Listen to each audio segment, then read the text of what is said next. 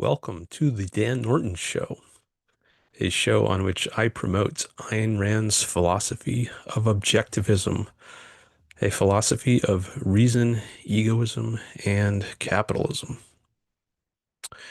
Today is the day before Ayn Rand's birthday, what would have been her 121st birthday.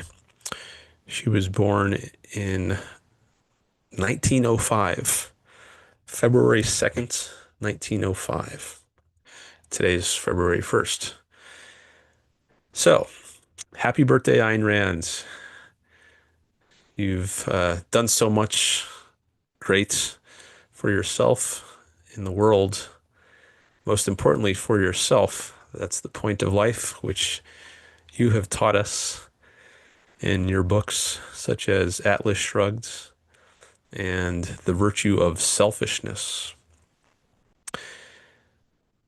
Okay, so we've got a wide open array of possible topics we could discuss today. We could start out talking about Ayn Rand's birthday, and I see there has already been a little discussion of that in the chats from Robert, who was here early. And I see there's also a comment from Objective Ethics. Thanks to you all for being here. So we could talk some about birthdays. I put a question in the title.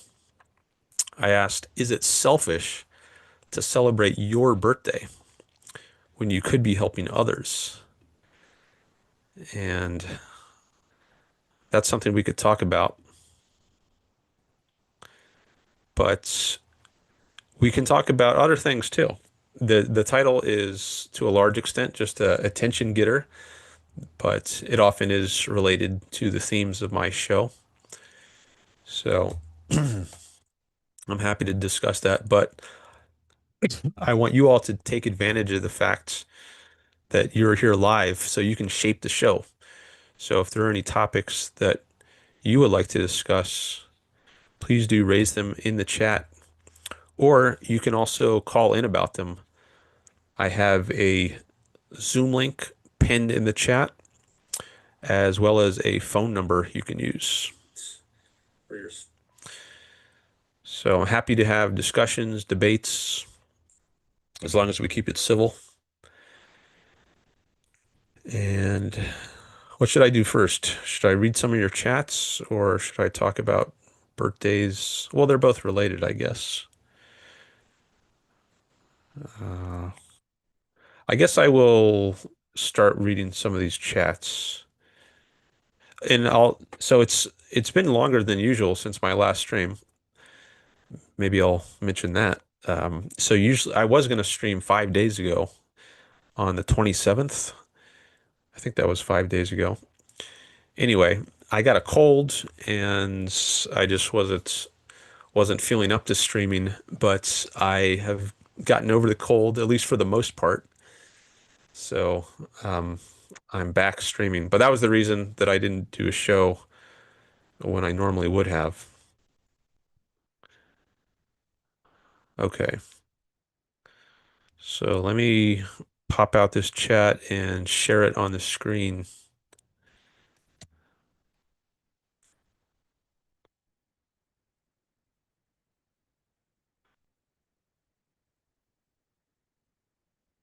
The Dan Norton Show. Oh, that's my I'm not wearing my AirPods and my speaker's going.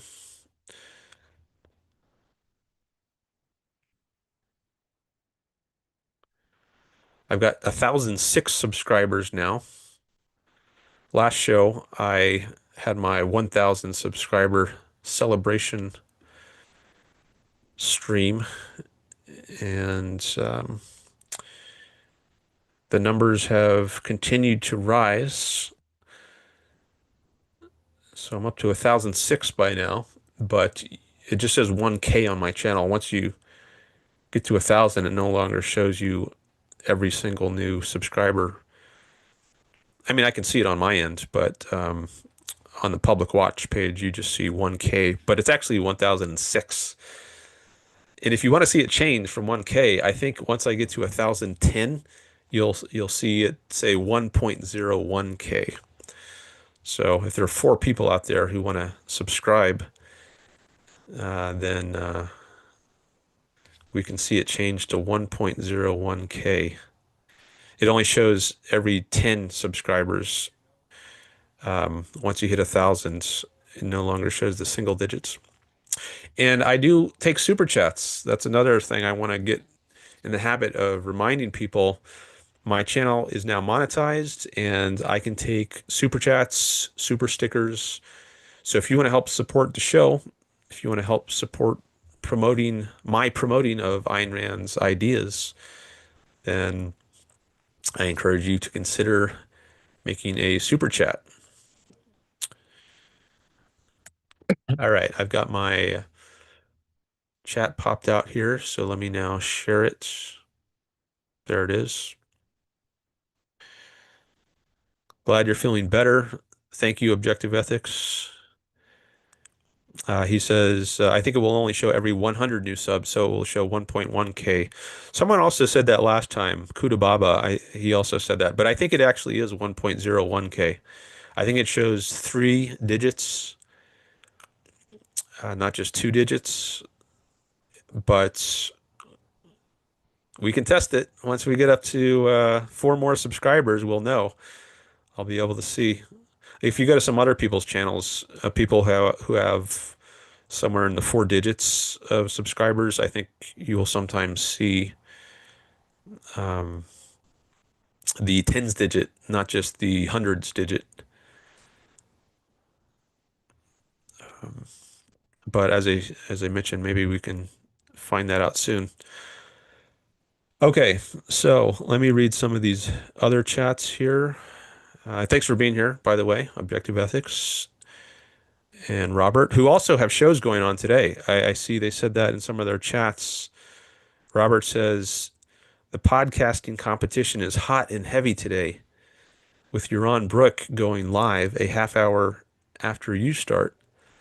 In my show, that is Robert's show, 3 hours in at 6 of the clock Eastern.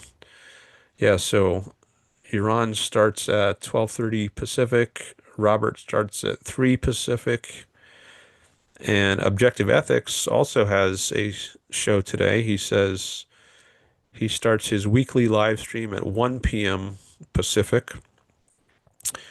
So I will try to stop by to say hello afterwards. You usually go for several hours. So I think you will still be streaming after I'm done. I hope so. I was hoping to do a long show today, and I don't know how long yours is going to be, but I think there's a good chance that I'll still be streaming after your show. So definitely invite you to come back on if you're feeling up to it.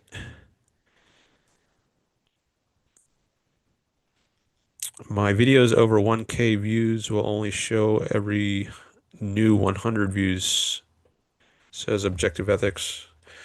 Okay, it might be different with videos, like the watch count number, how many views it has. But I think at least when it comes to subscribers, it does show the tens digit. So maybe it's different the way YouTube does it for number of subscribers and number of views on videos. Okay, so going back up to the first chat from Robert, he starts by quoting my title, which says, "Is it selfish to celebrate your birthday when you could be helping others?" And to that he says, "Yes and no, depending on what you mean by selfish. The real question is it wrong to act in your own self-interest?" I think it does depend on what you mean by selfish. So that's a big topic we could get into. What does it mean to be selfish? And what does Ayn Rand mean by it? And how does that differ from the conventional meaning of selfish?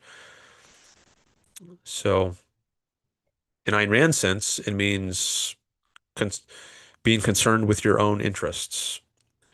And if that's what it means, then I think you could say, yes, it definitely is selfish to celebrate your birthday. You're celebrating your own existence, and that might feel really good. So it does seem like there's a concern with your own interests if you're celebrating your own existence.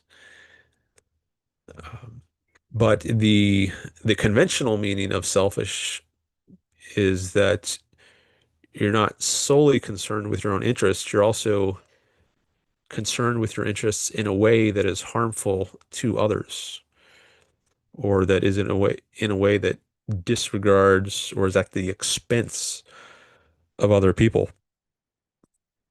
And in that sense, I think it's less clear, it's less obvious that celebrating your birthday is selfish because you might think, well, how am I harming anybody else? Um, how am I doing this at the expense of somebody else? If I'm just celebrating my own birthday, I'm not harming anyone by doing that, am I? But you might actually make a case that you are. And that's why I included the last part of the title or the last part of that question. Is it selfish to celebrate your birthday when you could be helping others? So if you factor in the opportunity cost of celebrating your birthday, if you consider what it is that you are foregoing, what you could be doing instead with your time and your effort and your money, then you might think, well, you are, even if you're not actively harming others, you're at least disregarding others. You're prioritizing yourself and your own interests over those of other people. And you might think there's some kind of disregard of others in doing that. And that if you were selfless, then you would just ignore your own birthday and go out and help the poor or something, act like Mother Teresa. And I think people would likely call that sort of action selfless if someone just gave up the opportunity to celebrate his own birthday in order to help minister to the needs of others. I think that would be commonly regarded as selfless. So I think even in the conventional sense of selfish,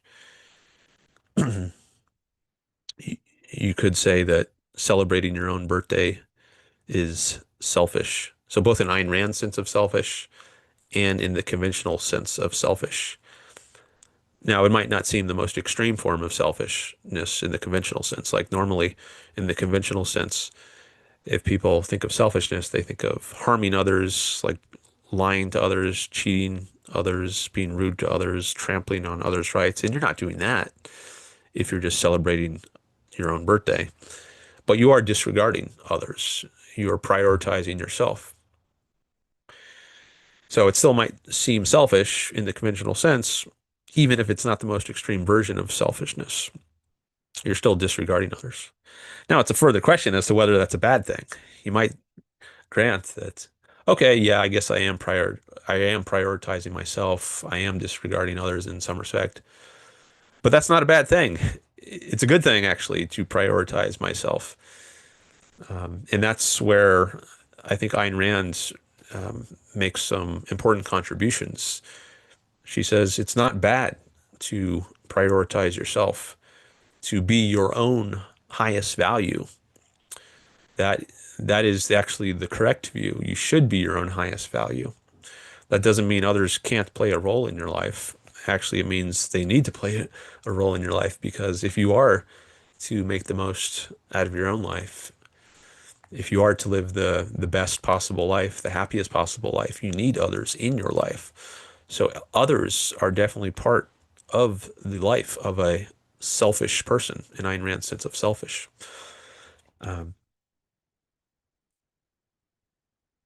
but they are part of your life because they contribute to your well-being.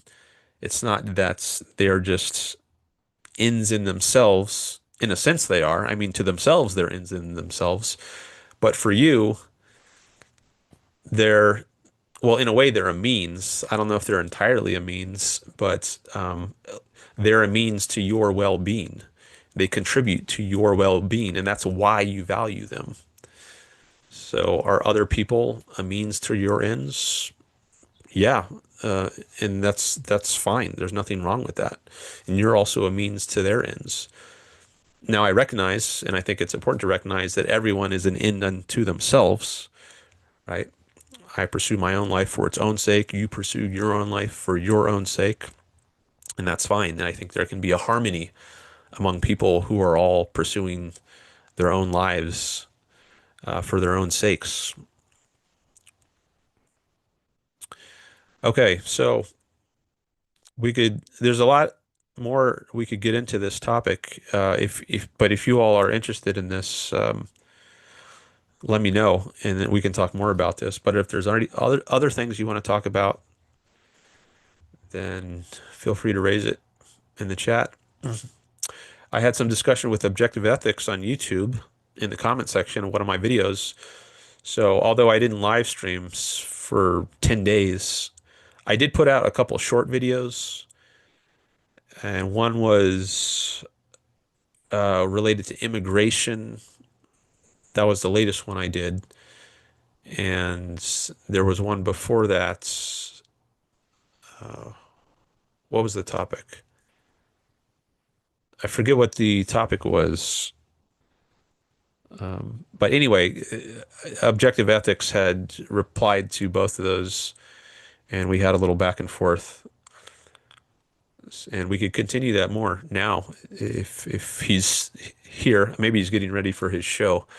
He said he has a show at 1 p.m., but that's something we could talk about more, or maybe after his show if he comes back here. Okay, so what else? I have a list of topics I could look at, but I use that as a backup in case there aren't any new chats. I can always give you a reading update. I did, as usual, I do a lot of reading when I'm not streaming. So I could talk some about the things I've read since the last live stream. I'm just pulling up my notes here. I could also talk about some videos I watched. I watched a lot of YouTube videos.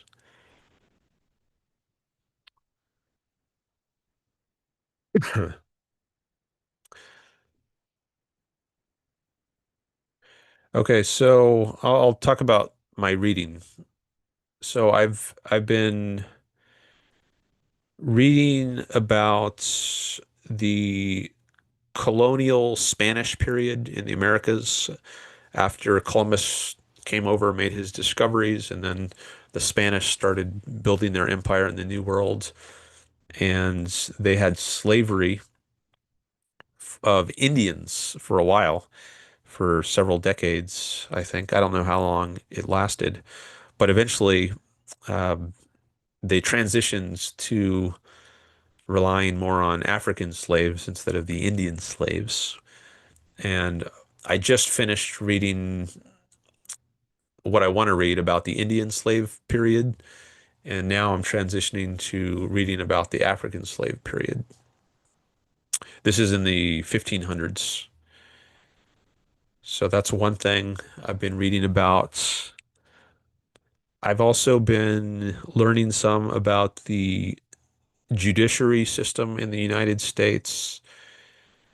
There is, and this I think came up maybe in connection with the recent events in Minnesota, the ICE operations, because there hasn't been involvement or investigations of these shootings, I think, by outside independent agencies, like maybe the DOJ has been involved to an extent in the Department of Homeland Security, but not like the Minneapolis police. I think I think they had wanted to investigate these shootings of Renee Good and Alex Preddy, but they weren't allowed to. So there's some concern that, there's not justice being done here. And if you only allow an organization to investigate itself, then it's not really fair. Like if ICE has its own judicial system that's part of the executive branch rather than part of the judicial branch, then there's a concern that maybe it's justice is not being served here. So I was learning about the structure of the judicial system and the different courts there are. So there's Article 3 courts. Article 3 of the Constitution is the part of the Constitution that discusses the judicial branch as distinct from the legislative branch and the executive branch. So that the legislative branch, Congress, is discussed in Article 1. The executive branch of the president, is discussed in Article 2. And then the judicial branch, including the Supreme Court, is discussed in Article 3. And there's a court system. And actually, the Constitution only mentions the Supreme Court explicitly, but it gives Congress the power to create inferior courts. So starting with the Judiciary Act of 1789, Congress started to create the broader court system beyond just the Supreme Court. So eventually there came into existence the Court of Appeals, also sometimes called the circuit courts, I guess because some judges would ride around in a circuit in various regions. But now they're formally called the Court of Appeals. And then below that are the district courts, the federal district courts. And so that's the federal judiciary system. And then there's also a state judiciary system. You've got a state Supreme Court in each state, and then some lower courts. And then there's also what I think are sometimes called Article 1 courts for specialized purposes, and I think maybe Article 2 courts, although I don't know that they're as official as the Article 1 or Article 3 courts. But there are what's called immigration judges, which I don't know that they're like officially judges, um, but I think some of the ICE events have only been reviewed by ICE judges or immigration judges, which are also part of the executive branch and ultimately report to Donald Trump. So you might think that that's not good if the only review of what ICE is doing is done by the executive branch, um, and if Trump is wielding ICE to be his political tool, then you might think that they can't really be held to proper account unless their actions are reviewed by other courts outside the executive branch, like in the judicial branch, Article 3 courts. So I was learning about all these courts and how they're all related to each other. And that's another thing that I was recently reading about.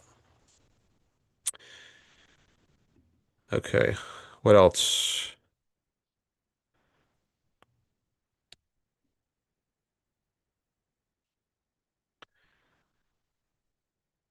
I haven't talked a lot about the Alex Preddy killing. I don't know if I've talked any about it actually on my stream. It came up on Objective Ethics' stream when I called in there. Um, I think that's actually, yeah, that was related to my first short that I produced after my last live stream. I didn't remember at first what it was about, but yeah, I think it was, oh yeah, I was asking if it's selfish to defend yourself and stand up and protest against what ICE is doing if you think they're committing injustices. Is it selfish to stand up against what you regard as injustice? Maybe I could actually play those shorts on my stream. I don't know if that would add value, but maybe I'll do that.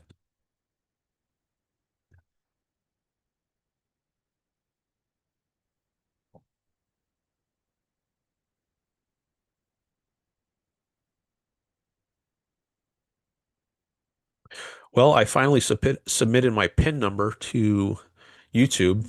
So last stream, I got a piece of mail, which I showed on stream, a piece of mail from Google. So they had to verify my address, and by and they do that by sending you something in the mail to the address that I register with them, and then um, the piece of mail includes a PIN number, and then once I see that PIN number, I have to go back into YouTube and enter that.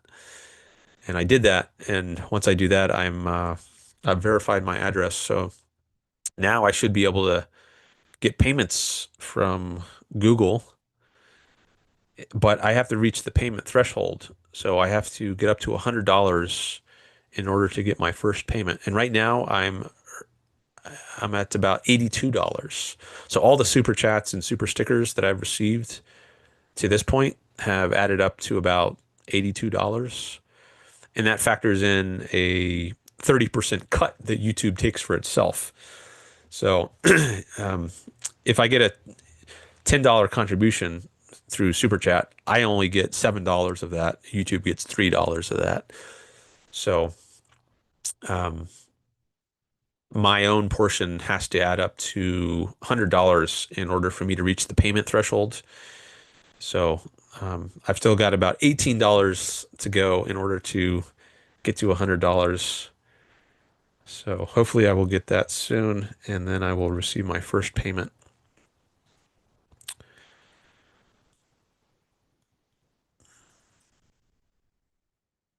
All right. Have I discussed all the chats? Let me close some of these windows. I've got a lot of windows open as usual.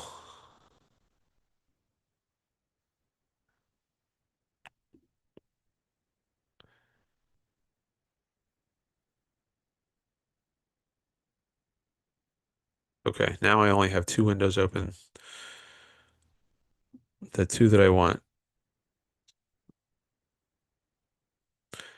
Okay. So I read the first one from Robert, and then Robert also asked, is your life rightly an end in itself? And Ayn Rand gives a resounding yes to that. And I concur. Does anyone want to debate that?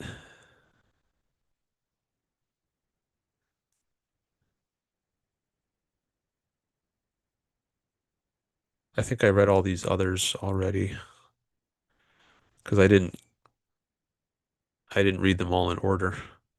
Maybe I should set a super chat goal here. Yeah, I'm going to do that. Let's say 5 super chats. I'll make that my goal. And I'm going to allow all the colors to count, not just teal. And I'm going to set it for the maximum here. The highest time I can set is 3 hours. So the goal is going to be five super chats in 3 hours. And share how I'll celebrate. I don't know. I, last time I said I'll do another hour or another half hour, but I think maybe I'll just leave it blank. I might do another hour or half hour anyways at the end of 3 hours, but because I do want to do a long stream today. I'm curious what it says if I click on get inspired with examples. Let me see what that says. I'll stream again on Friday. That's an idea it gives. Hosting a community game night. Give 1 extra hour of live streaming. Okay, that's similar to one I did in the past. Okay.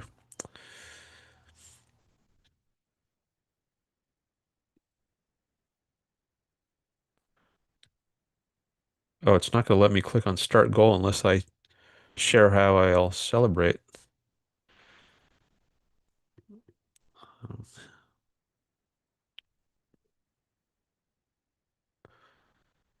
I'll just say, I don't know if you would want me to do a longer stream, so I don't know if that's a good way to celebrate. Um, I'll say to be determined. I'll just put TBD because I have to put something in order for it to let me start this super chat goal.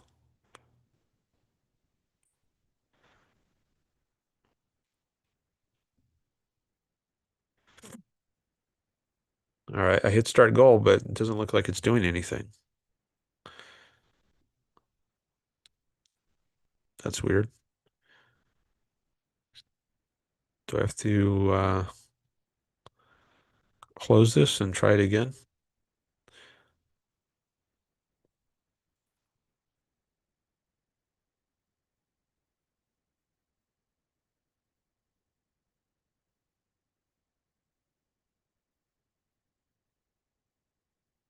All right, I guess I'll close it out and try it again.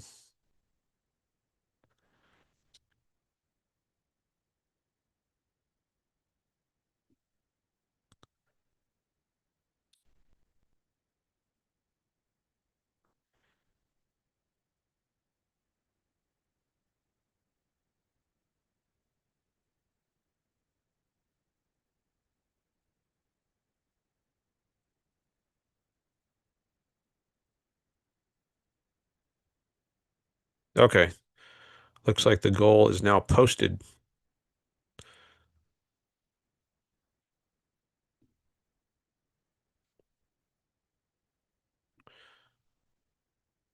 All right. So hopefully some super chats will come in, but I got to earn your super chats. I don't know how I'm going to earn them. I need some content here, but I rely on you all to help supply me with content. So, what do you all want to talk about?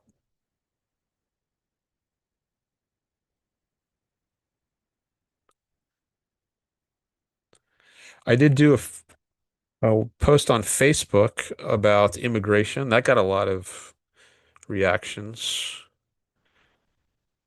It was, what did I say? Well, I did the same post on YouTube, but it got more reactions on Facebook.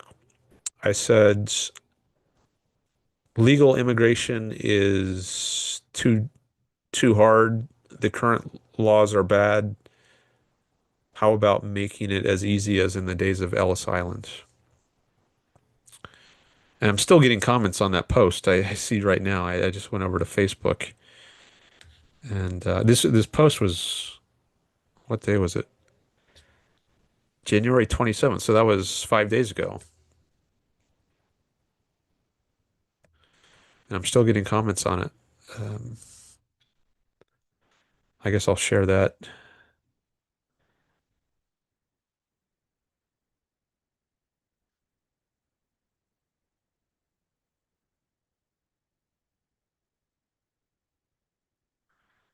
There's my Facebook posts. Legal immigration should be much easier. The current laws are bad. How about making it as easy as in the days of Ellis Islands? And got a lot of reactions and a lot of comments, several shares. So we could talk about this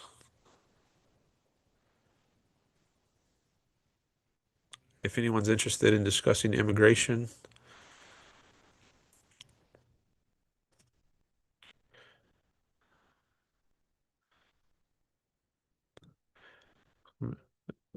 We could talk about Harry Binswanger's view. He's an objectivist philosopher who has a very radical view about immigration. He thinks there should be not even checkpoints at the border. It should just be like a sign saying "Welcome to America," like there is between states in the United States. If you drive across the border from, say, North Carolina to South Carolina, there's just a sign that says "Welcome to South Carolina." There's no checkpoint you have to stop at to get screened.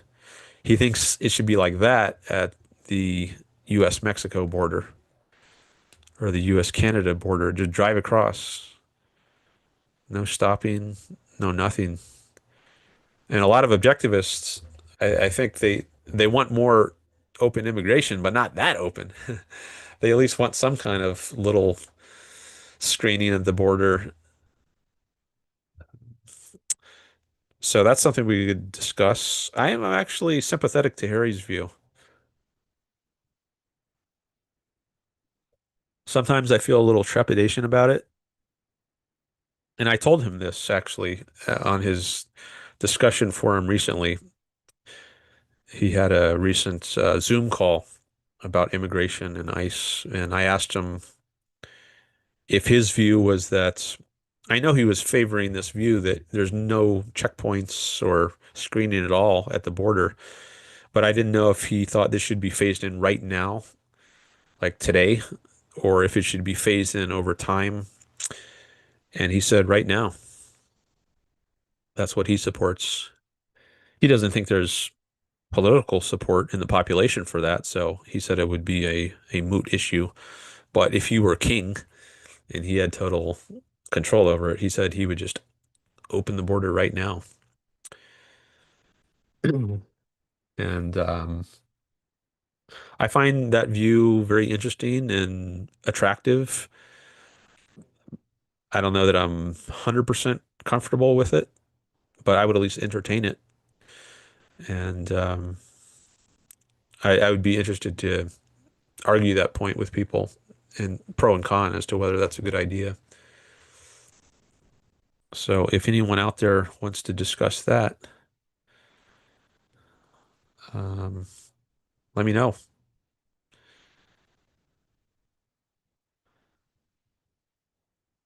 All right. I got a couple more chats. So one from Stevo and one from Frederick Farias. Hello to you. Let me go back to my sharing the chat. Thanks for coming by. Do you list markers on your show of where you discuss what? I do after the fact, at least for some of the topics. Like if you look in the description of my videos, you'll see a long list of topics and some timestamps. I don't always have time to create a lot of topics and put in timestamps in the description, but I try to do at least some for every show.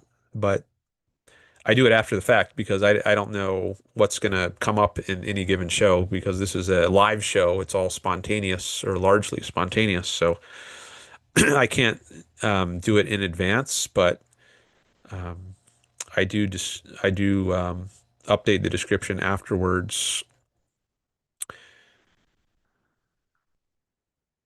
And if you all want to help with that, that's I definitely welcome that. You say your name is Steven. Do you know how to change my display name? I used to. I don't remember off the top of my head exactly how you do it, but if you go into your YouTube settings, I think it might be the place where you customize your channel. Um, I'll take a quick look and then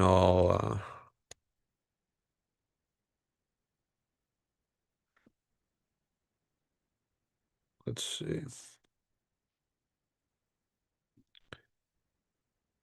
YouTube Studio customization. Yeah, I think that's where it is. Yeah, if you go into YouTube Studio, which you can get to by, well, if you're logged into YouTube, then click on your profile picture in the upper right corner.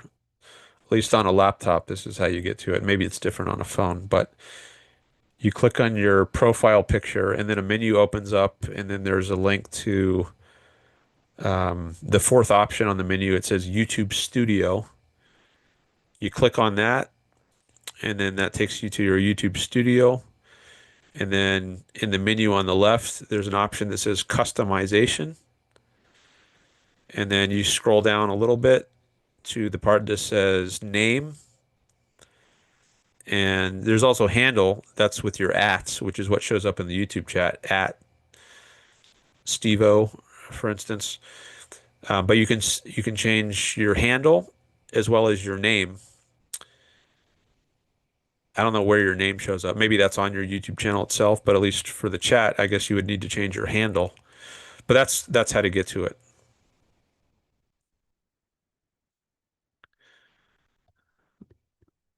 Okay. And Frederick says your comment is one of the best ever since 1882 and 1924. Oh, I see somebody just called into the Zoom call. Ben Thorp, aka Abel, entered the waiting room. All right, I think I'll get to that in a minute. Um, Let me just go back to share the chat for a second or a minute.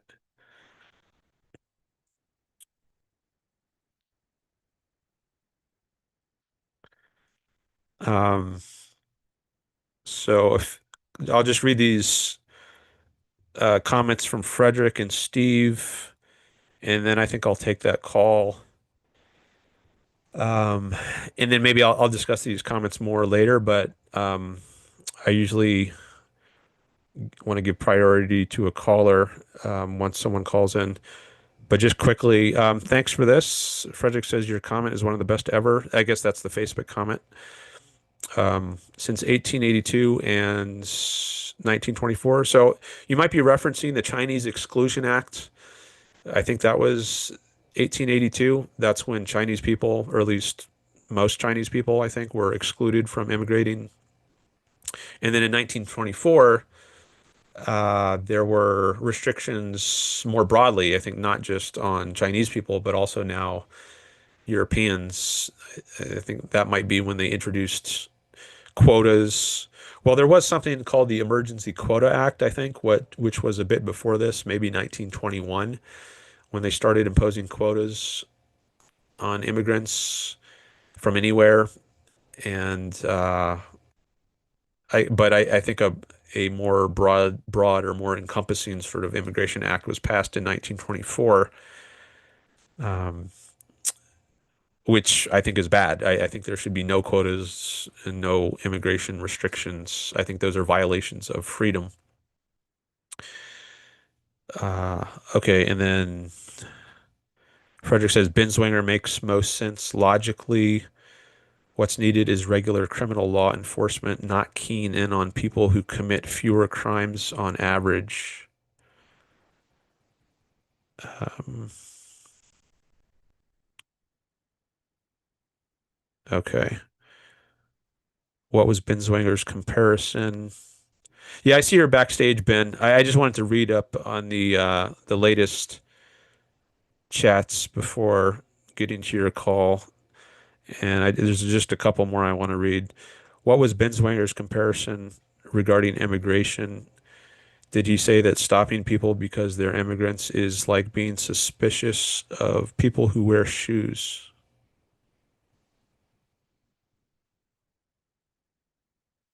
Well, he does think people should be innocent until proven guilty. I think that's one of the reasons he opposes restrictions on immigration. People should be regarded as innocent until proven guilty. And there's more I could discuss about that. And maybe it looks like Ben wants to talk about immigration. So maybe we can get into that some more. Thanks for the directions. You're welcome. The 9/11 hijackers were visa holders, not immigrants.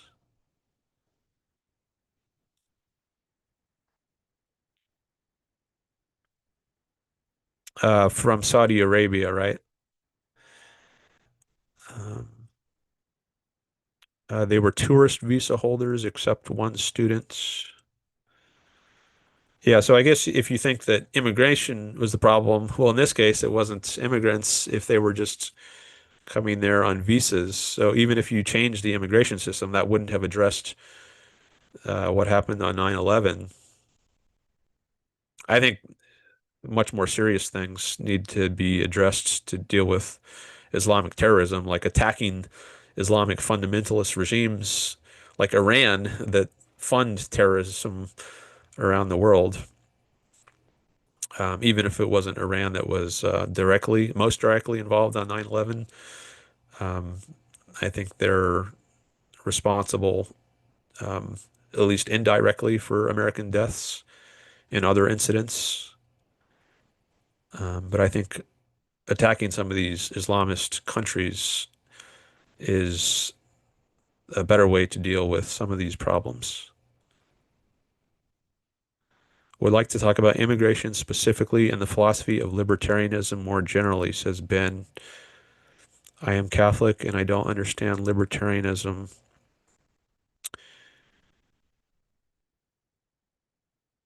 Uh, you know about the asylum cooperative agreements, right? No, I don't know about those. They were studying piloting jumbo jets, says Ben. All right, let me just make sure I have my Zoom settings correct, and then I'm going to take Ben's call.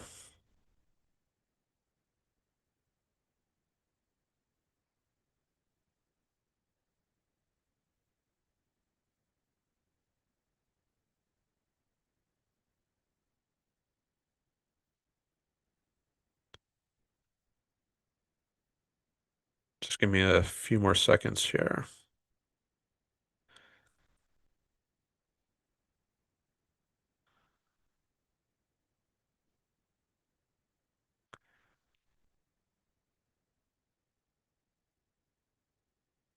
All right, I just admitted Ben, and I think, hello? Hi, can you hear me? Yeah, let me just put in my AirPod just one second. Sure. All right, I hear you now. Hey, yeah, you were bringing up immigration policy. Can you hear me? Yeah, Oh, well, let me.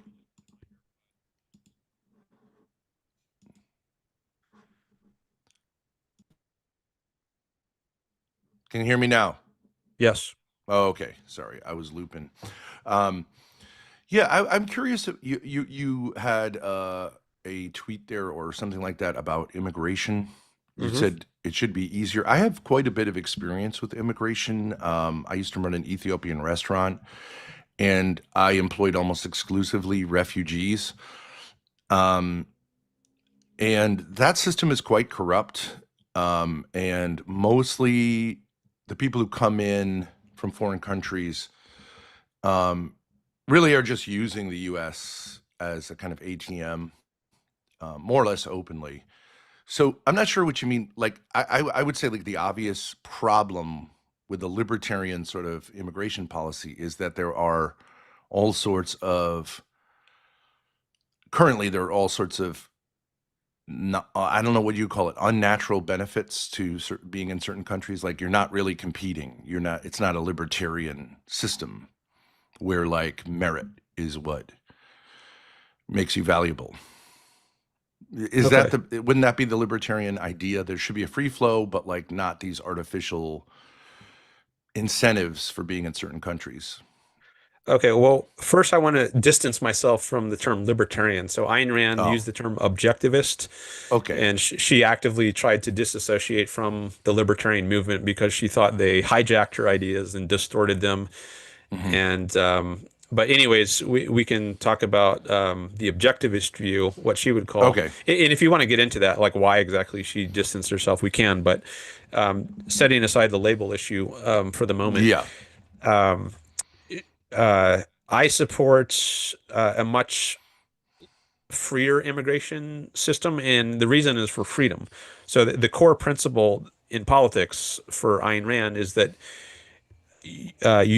you can do as you choose, whatever you choose to do, as long as you're not initiating force against other people. Hmm. And if someone wants to immigrate to this country, they're not using force. They're not like stealing money from anyone. They're not assaulting anyone. They're not initiating force on anyone. So to Hmm. forcibly stop them from coming in would be a violation of that person's freedom.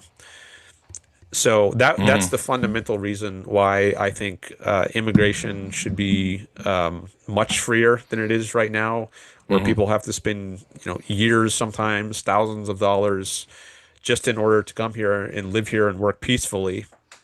I think the vast majority of immigrants are not criminals. They're not initiating force. True. They just want to find a better life for themselves. And I think Hmm. that's admirable, actually. I admire people who have that kind of ambition to improve their lives.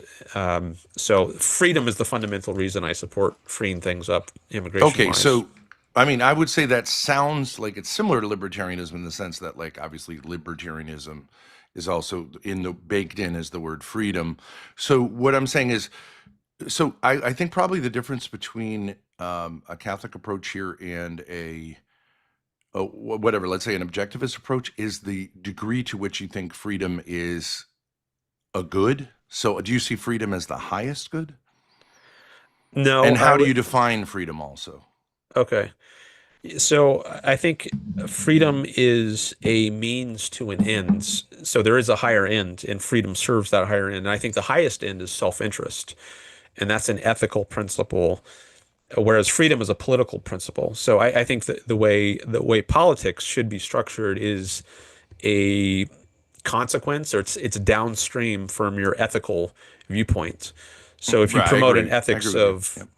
self-sacrifice, then I think that's going to lead to a different sort of political system. But if you uphold an ethics of egoism, of self-interest and pursuing your own happiness, Mhm. as Ayn Rand does, then from that, she argues, um, there should be a system of freedom, because that's the system in which you're most able to pursue your own interests in well-being and happiness. You asked Okay, about so what does freedom mean, and essentially, I've stated it already, which is that it means there's the absence of coercion, i.e., the absence of the initiation of force.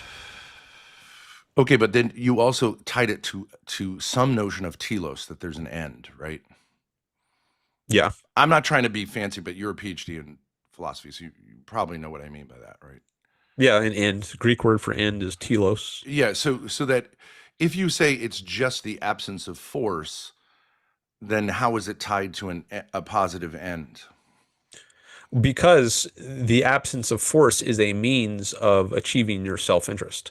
If I am subject to force, like if I'm caught in a concentration camp, or if I'm being mugged on the streets, Yeah.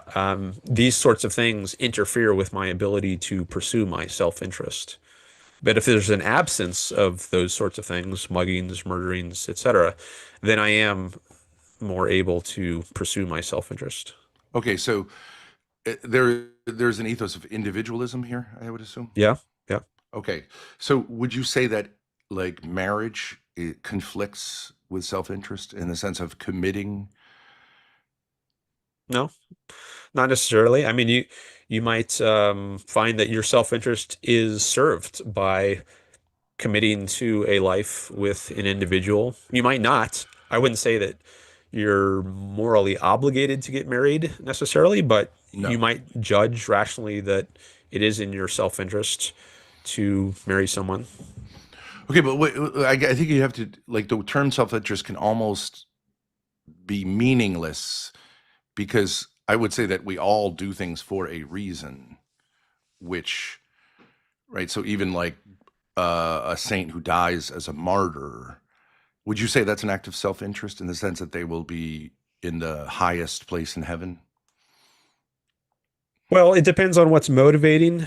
So sometimes people say Christianity is selfish because it holds out heaven as a reward for Right. what appear to be selfless or self-sacrificing actions on Yeah. earth. If you take a broader view of it, it actually is selfish.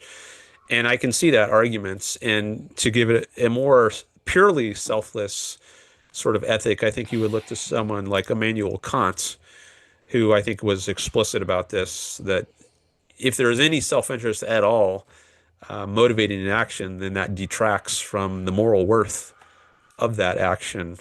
Mm. So, I mean, in a sense, I think you could say a self-flagellating monk who devotes his life to asceticism in the desert is selfless. If you're just taking a more secular view of it and saying, well, what really matters is just life on this earth, and from that perspective, he's just Mm. destroying himself. I don't believe there's any afterlife or heaven.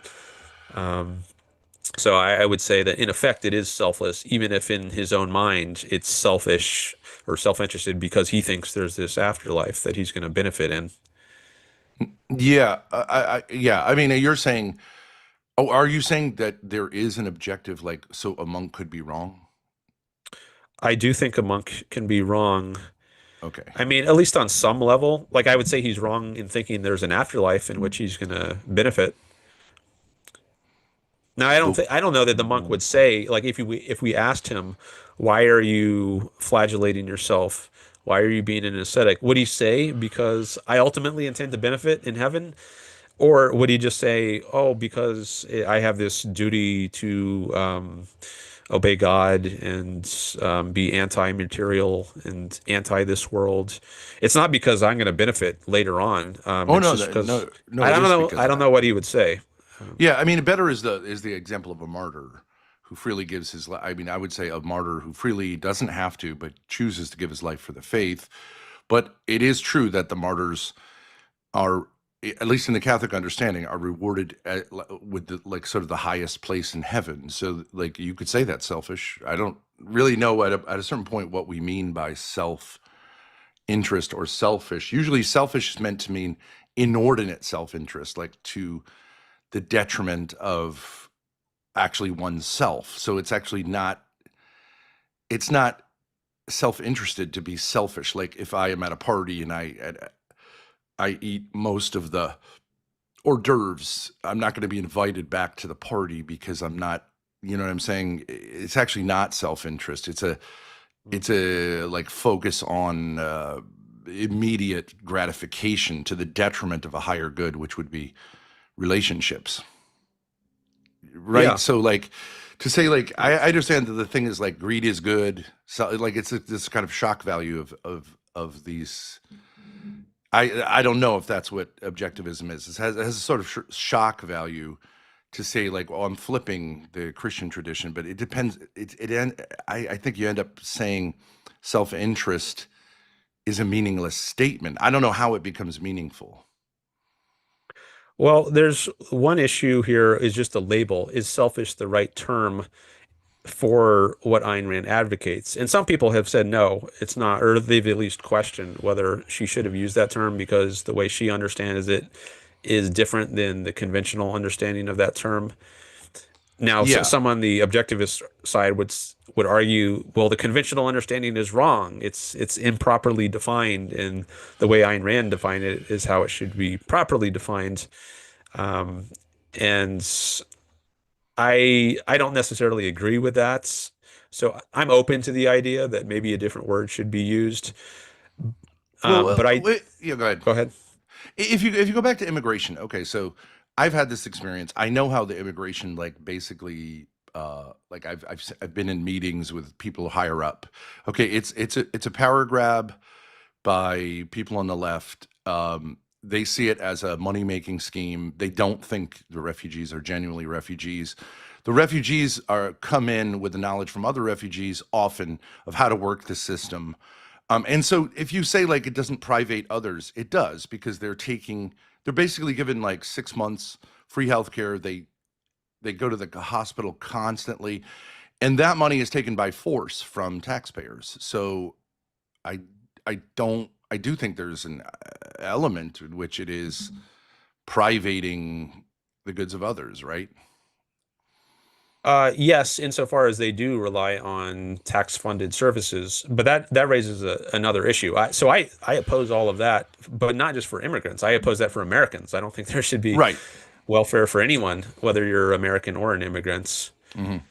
So I support uh, open immigration in the sense that, people should be free to move about, but I don't think that that viewpoint has to be packaged in with I am pro welfare. So I want to get rid of rid of that as well. So the Right. immigration is just one piece of the picture. But like opening the opening, it's just simply leaving everything intact and opening the floodgates of the border is going to like violate your principle, right? I'm not sure. I mean, things I think they get kind of messy in the today's society. If we're not talking about like a pure laissez-faire capitalist system, that's the sort of society Rand supports. But if we're talking about just right now, 2026 United States, even there, I'm not sure. I would say keep the border closed or as restricted as it is now. Now, I'm open to being argued either way on this, but I just haven't totally thought it through. But I've heard people like Harry Binswanger, he's an objectivist philosopher who actually knew Ayn Rand. He was friends with her in her last several years. He argues that even today, even with the welfare system as it is, those negatives are outweighed by much more massive positives that he sees coming along with opening immigration. So one consideration here is I don't think you're eligible to get the full slate of welfare if you are a illegal immigrant. But you'd be I think it making takes it like legal, five right? years. What's You'd be that? making it legal, right? Well, yeah, I guess I would want it to be legal. So if that does make a lot more people eligible for welfare now than it does um, otherwise, then I'm still open to the idea that it's a good thing because I don't think most immigrants are coming here for welfare. I'm sure some are, maybe I don't know how many, but my suspicion is that the vast majority of immigrants just want to more freedom and opportunities. They want to be able to earn a living and live a better life for themselves than they could in, whatever third world dictatorship they're coming from. I don't think most people are. A lot of people risk their lives, and sometimes tragically, they even lose their lives just trying to come here, like cross the Yes. Arizona desert. I don't think people are going to give up their lives like that and take these kind of heroic sort of actions just so they can come and suck on the government teat. I think a lot of these people they want to work for a living and support themselves. I would guess that's the majority of immigrants, at I least. think that yeah, I mean, I think that all people see that as the way you should live. But I think when offered like I had a lot of people, they were from Eritrea, which I think ranks among the worst countries in many, many categories. Okay, so they put themselves on a list and this is legal immigration. This is not illegal. They put themselves on a list and it was a lottery. And then they, the people that I dealt with, they won the lottery. So they came over here and they absolutely, I mean, they had a whole system where they would, to take a driver's test, they would have, they would say, I don't really speak English. So they'd have a guy that spoke their language who would just give them the answers in their language. You could see how like this kind of corruption is very easy to occur. And they would also, like I employed them, but they would insist that I, only employ them so that they can also receive welfare. Like I think they're Ayn Randians in the sense of being like self-interested, and I don't think they understood that they read Ayn Rand, but like I do think that is that's part of human nature is that you're going to benefit your family by hook or by crook, um, and I think that's why the state has a role in regulating that. Okay. Do you Well, believe that the state is a natural entity? I'm just taking some notes here. Actually, I Sure. think I'll share these because I'll lose track otherwise. Sure. Yeah. So there's a couple issues you just raised that I want to. So the last thing you asked is the states a natural entity? Like the family. Okay. And then before that, you made a point about Ethiopians, Eritreans actually, but they're oh, they're Eritreans, yeah. um, taking driver's license tests and getting fed the answers. Yeah, because they're working the system. And you also mentioned, oh, the taking welfare, and that's an Ayn Randian sort of thing to do. I mean, they So were I very don't, Machiavellian in their yeah, I approach don't to agree the with that. society. Have you, well, let me ask you, have you read Ayn Rand? No. Okay. Well, So you might want to be I'm open to cautious. being corrected. Yeah. You might want to be cautious in saying what is or isn't Ayn Rand's view until Mm-hmm. you've read Ayn Rand at least. Mm-hmm. And particularly because she is a very controversial figure, and I think many people are out to smear her. I've seen many blatant mischaracterizations of what her view is. Undoubtedly, yeah. No, I'm happy, but I'm saying it sounds like self-interest to work the system. Okay, but Like I think you would say. there's a short range and a long range sense of self-interest. And as you mentioned with your hors d'oeuvres at the party example, some people might look at someone who's eating all the party food and call him selfish. And then you said, well, that's actually, you're not going to get invited back to the next party if people see Right, you acting like this. So it's not in your long right. range self-interest. And Ayn Rand is, she's all about making that sort of point. So sometimes Hmm. she calls her ethics in ethics of rational egoism or rational self-interest, Yeah. precisely to distinguish her position from the kind of brutish, whim worshipping, range of the moment kind of self-interest view where Hmm. you're not considering the long run consequences of your action. You're just acting on emotional whims, and it can Yeah. get you into all kinds of trouble. Yeah, if you don't mind me stating it this way, I'm looking like so if you say like go read Ayn Rand, I understand that. Um that would be a thing to do. I'm looking for like a reason to read Ayn Rand because what I'm hearing is just like that it's sort of just like common sense that I don't get what the new I don't get what the how this is new or different. Well, should you make yourself your own highest value? I think that it's a very widespread view that it's good to be selfless, self-sacrificing, and someone like Jesus or Mother Teresa are held up as moral ideals. Even if not Right. everyone lives up to that, they at least pay lip service to that and maybe feel some measure of guilt to the extent they fall short of that. And Ayn Rand totally rejects that, and she says, "No, that's a bad ideal. That's not something you should aspire to. You should live for your own happiness, your own well-being, and not put others ahead of yourself. You should Hmm. reject the Jesus and Mother Teresa sort of life." So that's, I think, if Okay, not so new, at what would least Ayn Rand say to Mother Teresa? live for yourself. Don't prioritize other people over yourself, and also reject faith. I mean, that's another whole dimension of this.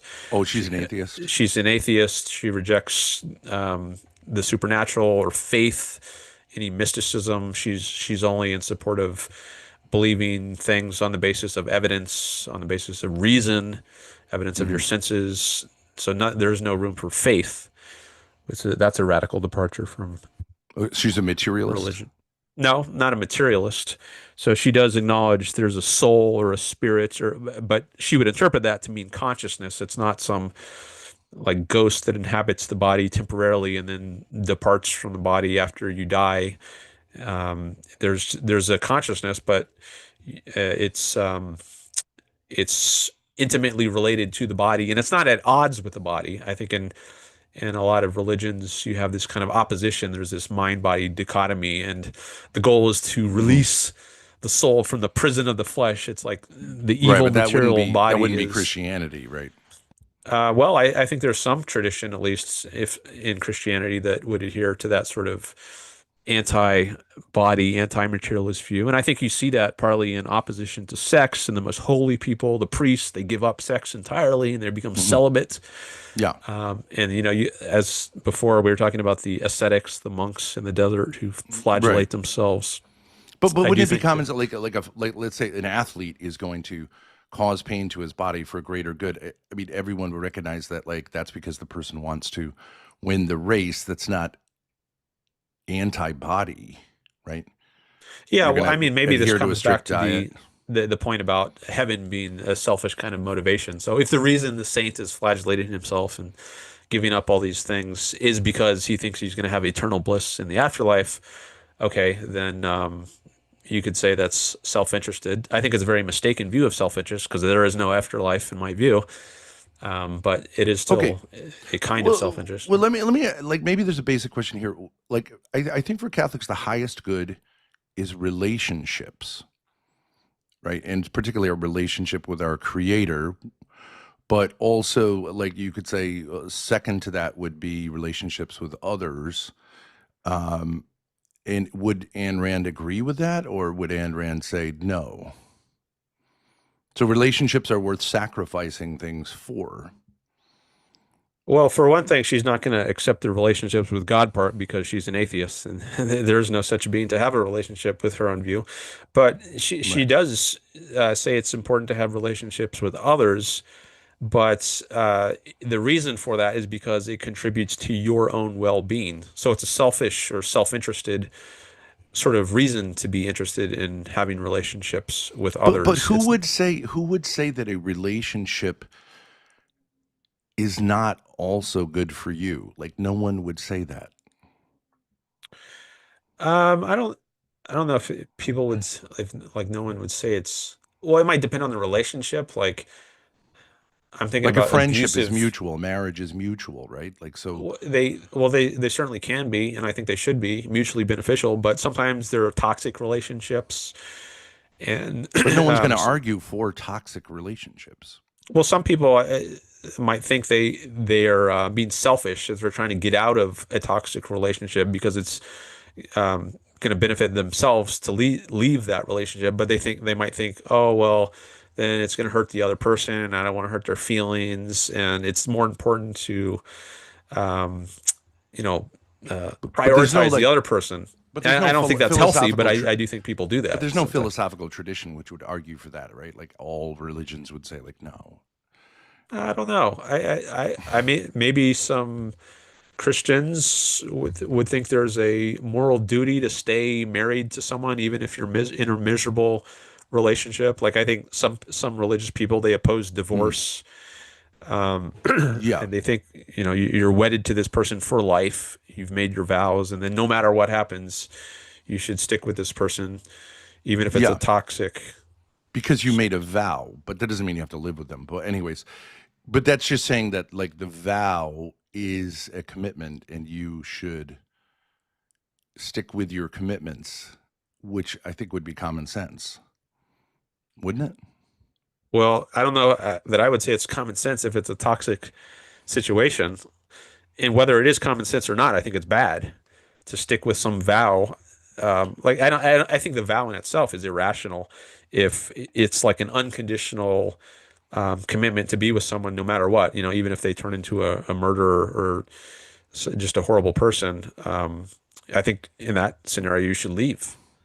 Well, okay. What I'm saying is commitments. So, like, there could be like an anti-commitment thing here. I'm not sure if that's what you're saying, but like, say I sign a contract to work for someone for a year. Okay, I think that I should be very hesitant to break that contract, because even if it turns out that I'm not thriving, because uh, obviously future people are not going to want to like engage in like commitments are in a sense necessary to really do anything. If we're never commit to anything, I see this all the time in young people that I interact with. They don't want to commit to anything, and therefore they just drift in life. They have no lasting relationships. They have no. They're you know what I mean. Yeah, They're yeah. I mean, drifters. yeah, I think there's definitely a place for commitments and contracts. Oh, okay. But it's important to have certain conditions on which you enter into contracts and commitments. Like if you have a Hmm. commitment to marry someone and be faithful, and then that person cheats on you, Yeah. then I guess you could say, well, they've broken the contract, so I'm free to end the relationship. Um, I mean, that seems reasonable to me, but then you might say, well, then it's not really, would you say then it's not a commitment or like it's a commitment with conditions attached to it? Yeah, I would just think I would think anyone would say if you want to make a commitment with conditions, then when you take the vow, when you make the commitment, you should say that, and that's consistent. But if you say for better or worse, and then it is worse, and you go, well, I'm out, then you have failed in your vow, which I really do think causes a problem for you. But if you say, I'm committed to, I don't even know what the commitment would be.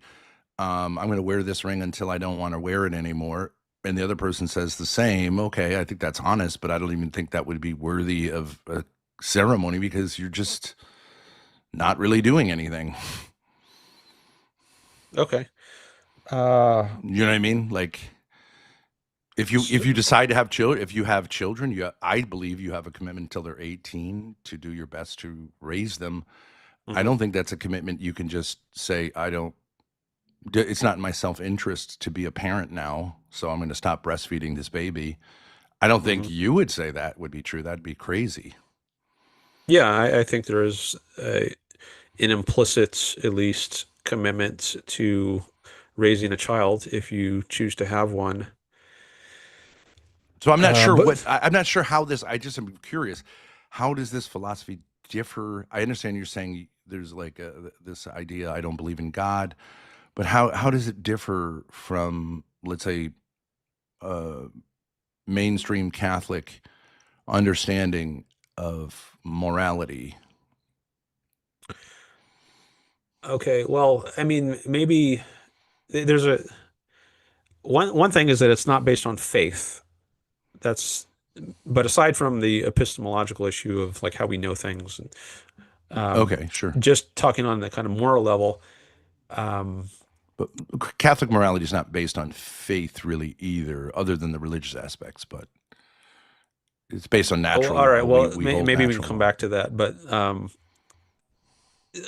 holding up someone like Mother Teresa as a moral ideal Mm, is is one example that comes to mind as to sure. how objectivism radically differs from Catholic morality.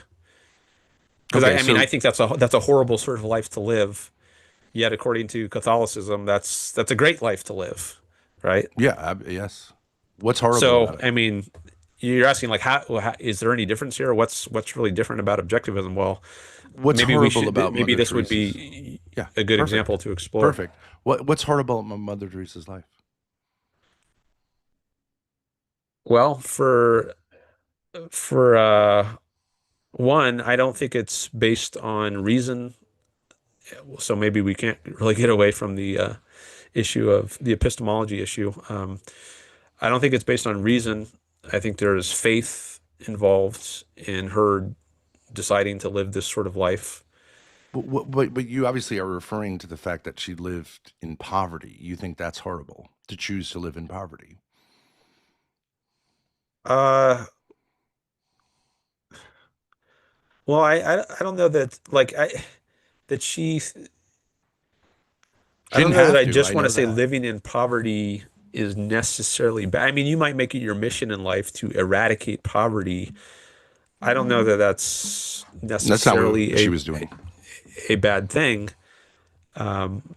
But if that is your mission, maybe that could be a self-interested mission. And I don't think it was a very effective way to do it.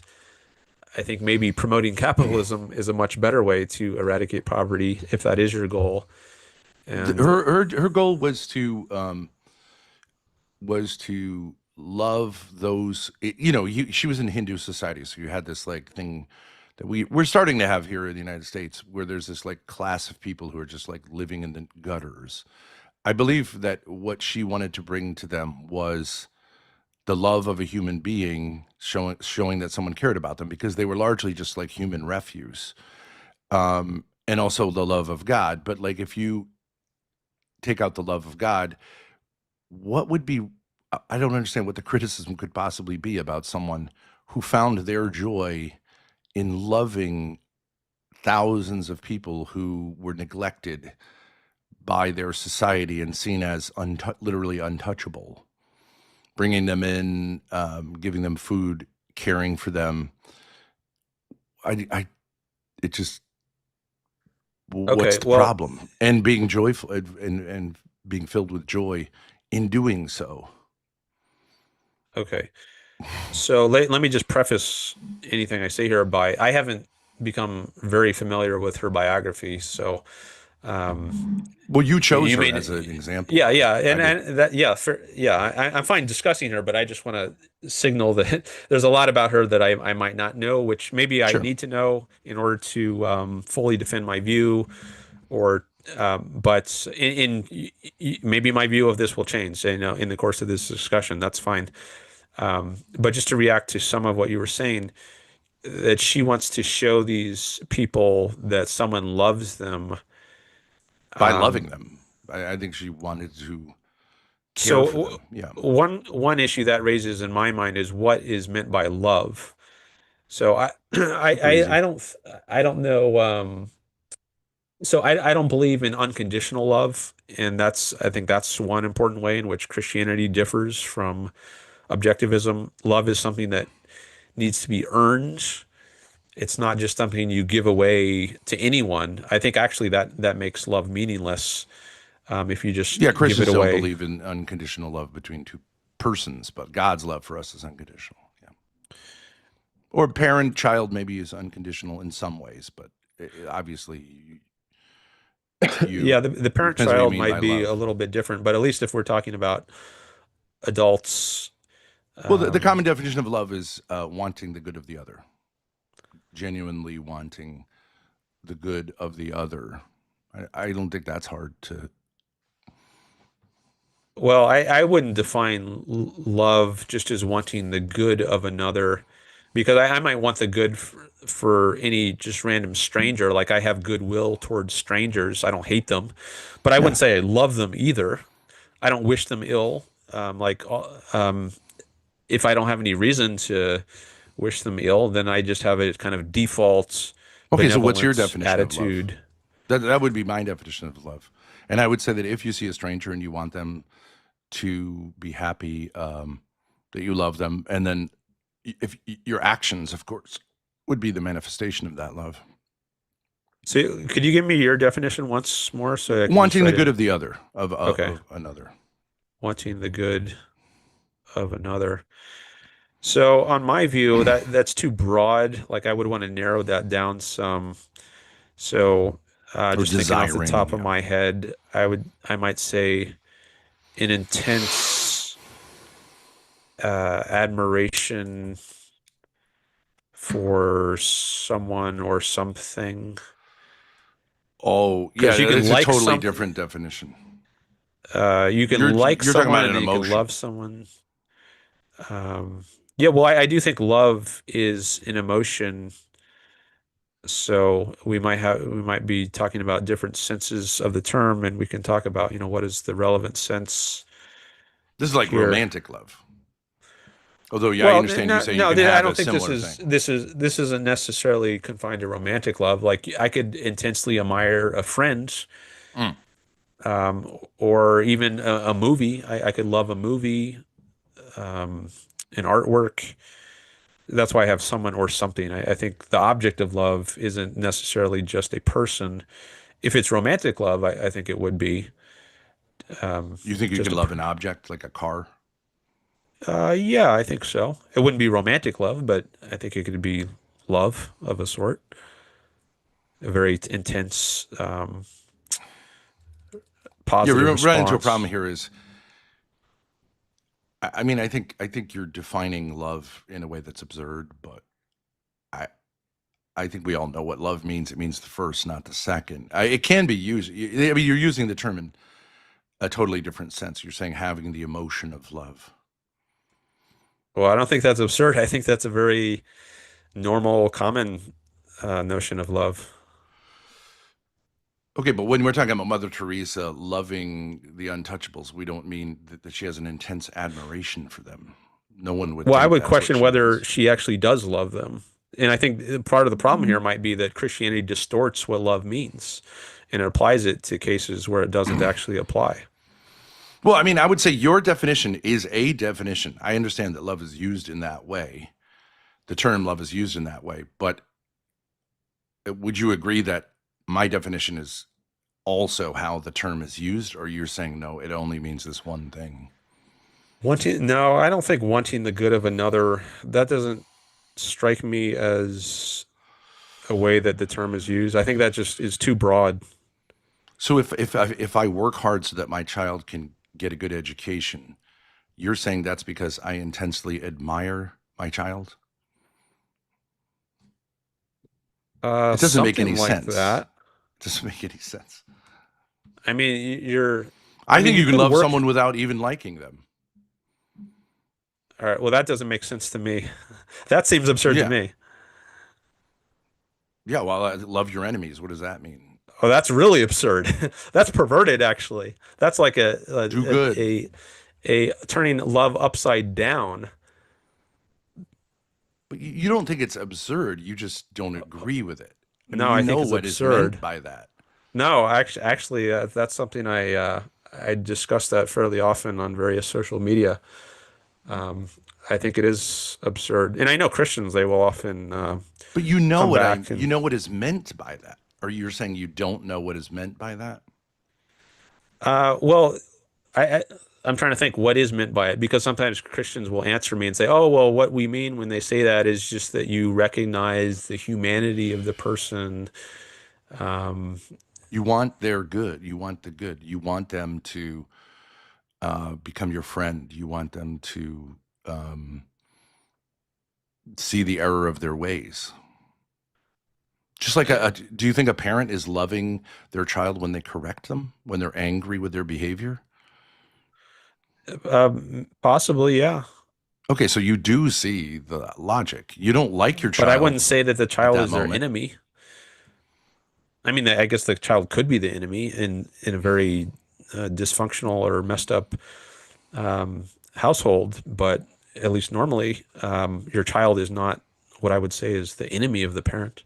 Well, to the extent that they're doing something which is like undermining your family, they are in a sense acting like an enemy in that moment, right? If they're, I don't know what, creating a dangerous situation for the family, lighting a fire or something like Well, I mean, that. there are kids who murder their parents in order to get their Sure. inheritance early, like Yeah.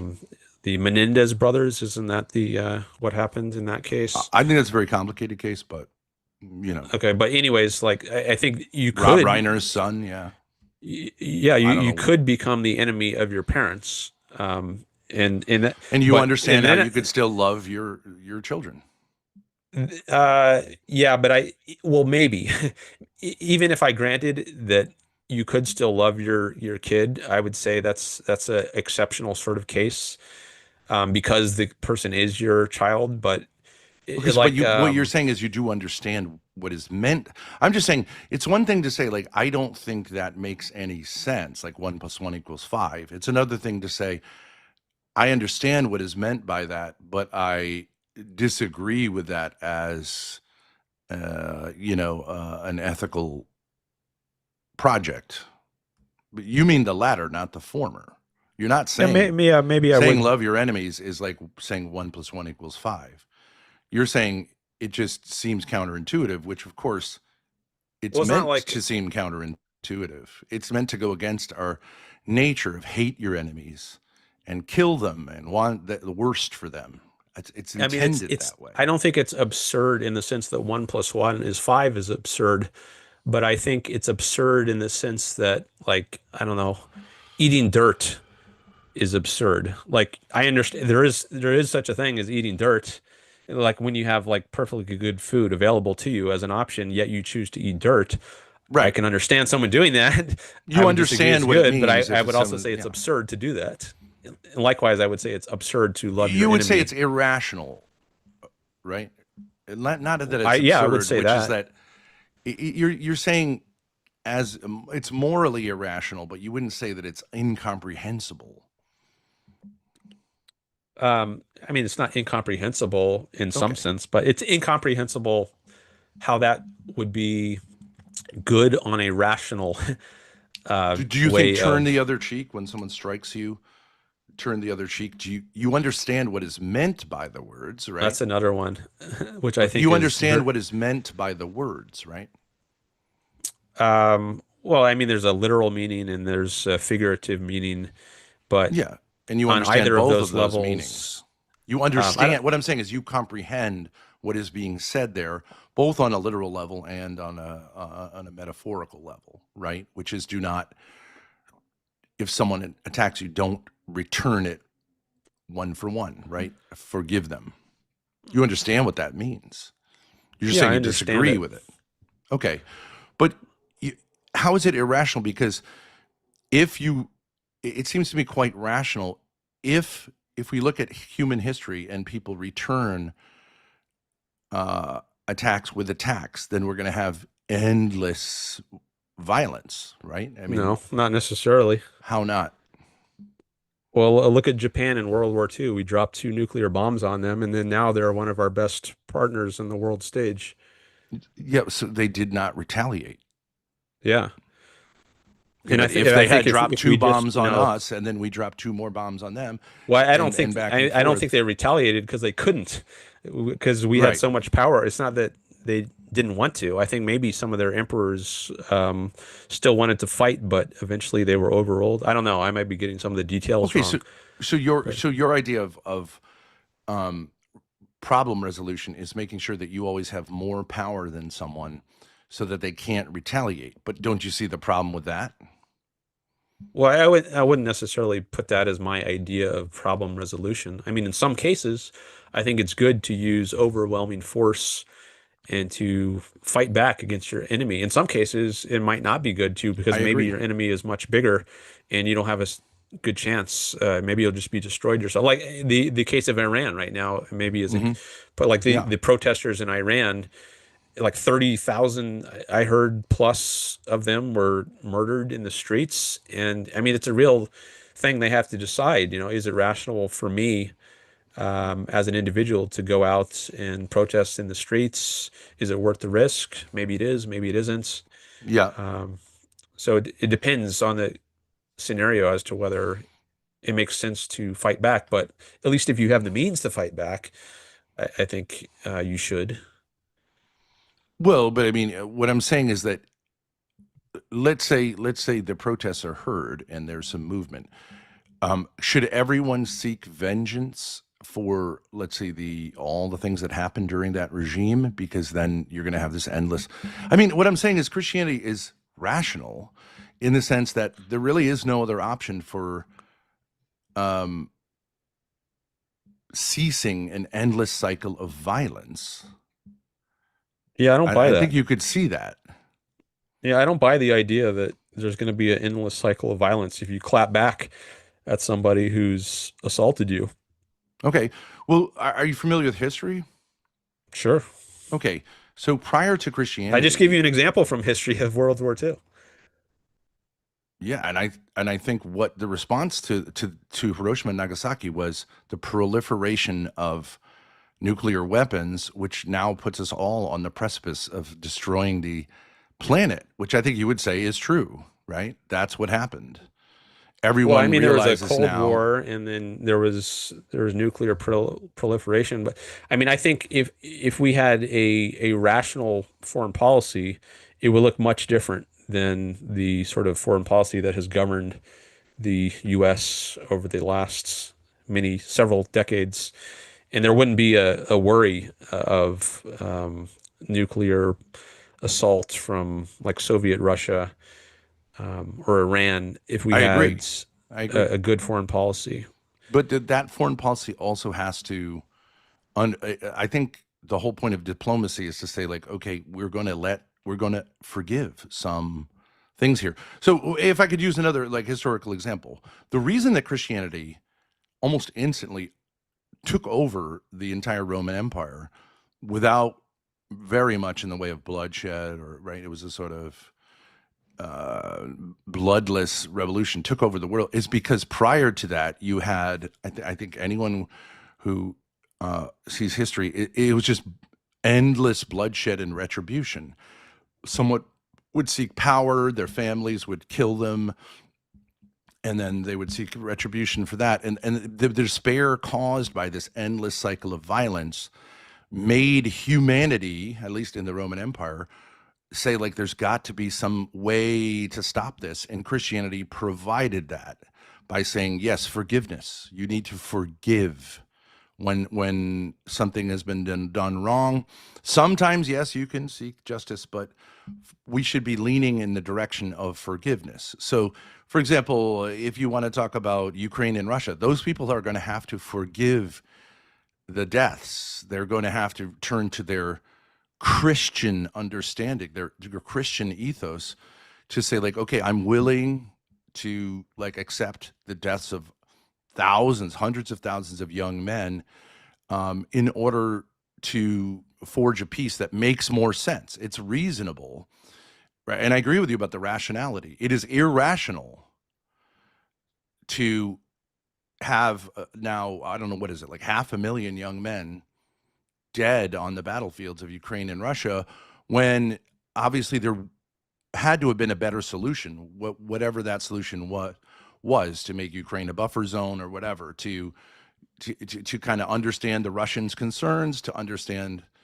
the West's concerns, and to find a diplomatic solution would be more rational than turning to violence and then creating a cycle of violence that a lot of people say this can never end. And same in Israel, with the Palestinians. Okay. So They need to forgive one another, right? let me go back to your comment about Christianity coming to power.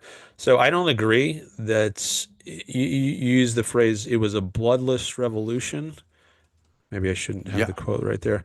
Yeah, I think the Middle Ages is not a good example of if we see that as an age when Christianity was in power. But And you're I shifting think, now from, I'm talking about the first centuries, from the time of Christ well, until Constantine is when until Christianity Theodosius. became official, No, like state Theodosius. religion, right? No, Theodosius. Or Constantine Theodosius. accepted it, but under Theodosius, it was the state religion. Yeah, it was embraced by the Roman Empire. So Okay, like yes. 454. I'm just guessing, somewhere around there. But if you want to talk about medieval Christianity, that's fine. But I'm saying that's not addressing Well, I what wouldn't. I'm talking about. I'm at least I'm questioning the idea that Christianity came to power in a bloodless sort of way. I Well, mean, the weren't blood there was the blood of the martyrs. there were, but on the other side, once Christianity came to power, um, they persecuted non-Christians or heretical Yeah. Christians, right? Well, Um, you could say persecuted. I would say prosecuted. Yeah. or All well, all whichever, but all and all also just all making societies it. all societies maintain unity through criminalizing dissent. Well, I don't agree with that. Well, Um, which society doesn't do that? I'm saying it's not a necessary feature that you criminalize dissent in order to have a civilized society. I think it's healthy to have something like a First Amendment where people are free to disagree, which I don't think you Yeah, I had. agree. I agree. But there's limits to the First Amendment. You must know that. Are you familiar with sovereign citizens? They're big on the internet. They believe they have a whole different view of law. No one cares, and they go right to jail because you can't have a different theory of law. There's only one, and we hold them in contempt of court because they refuse to acknowledge, like, the legal system. Rightly so. I mean, what else are you going to do?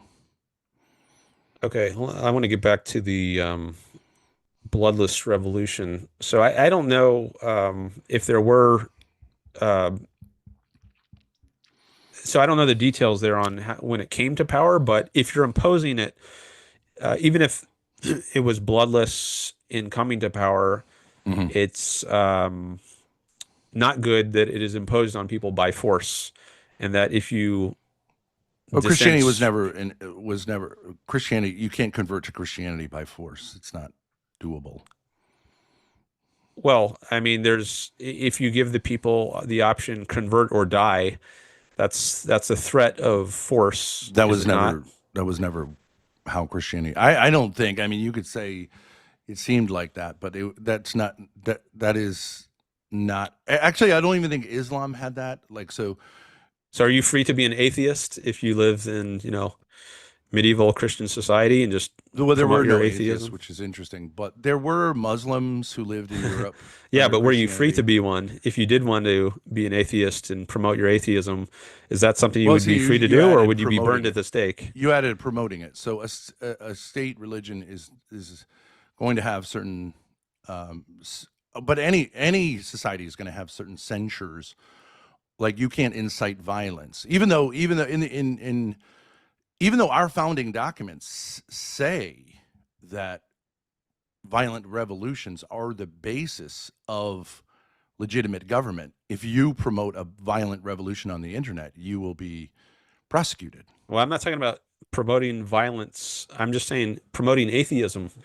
If you're doing that, are you going to get in trouble with the Christian governments in the Middle Ages? Yeah, so Protestantism emerged, um, and Protestantism was seen as promoting. I mean, of course, you could privately be whatever you want to be, like no one knows what's going on in your mind. But if you openly promote something which is contrary to um, the basis for the state, yeah, of course they're going to. But that's true in every society.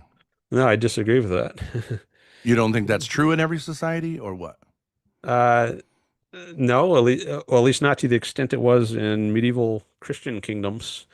Like, I think we have much more freedom today in the United States than there was in medieval Christian kingdoms. Much more freedom, freedom of religion. You can be an atheist and open about your atheism and not be worried about persecution or I prosecution. I yeah, I mean, this is like a debate of like relatively.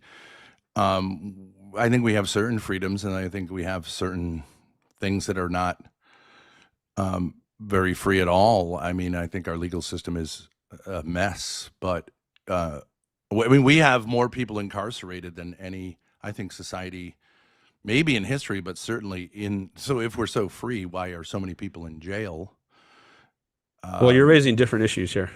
I'm but if you specifically want to talking say, about well, you're saying religion our society is like free and medieval society wasn't free. I mean, relatively. I would say it depends what you're talking about. So if you say um, there was more of a concern for religious conformity explicitly in the Middle Ages, I agree. But we have a kind of secular religion that is enforced much more robustly today, but we won't call it that. I mean, there are many ideas that you cannot promote in American society, including the founding.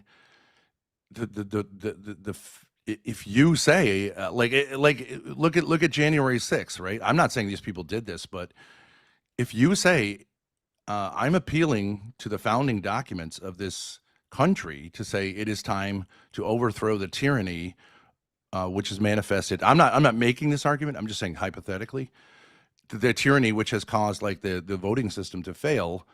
Um, you're not free to say that, even though that's the founding documents. It's like the Bibles of American politics, right?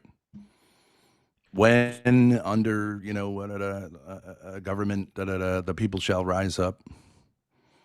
Well, you're free to overthrow. I mean, I think you should overthrow a corrupt, tyrannical government, and that's what the founding fathers did. But Okay. So if you I were don't to think. determine that the government is like, I think there's you could make the argument. Okay, so let's say our adventurism, our foreign policy is tyrannical. I'm not trying to bait you into saying something you shouldn't, but if you say, I think we've reached the point at which, uh, the only solution here is what the founding fathers called for, you would be hauled away summarily by the FBI, and you would be vigorously prosecuted. Don't you think that's true? I don't know. I don't know what the Well, look at limits January are 7th. on. Um, Hold on a second. I just want to take a quick look at the chat, see if there's anything. Oh, I'll come back to you in a minute. I just want to No problem. acknowledge my chat here. I see we've got some new people and some regulars stopping by. Hello to everyone. Let's see, we've got, where did I leave off? Simon is here, Gene, Michael, Frederick. Let's see, Bobby Williams, retracted message, so I didn't see anything there. Matt G. Okay, so lots of chats here. Thanks everyone. I do appreciate it.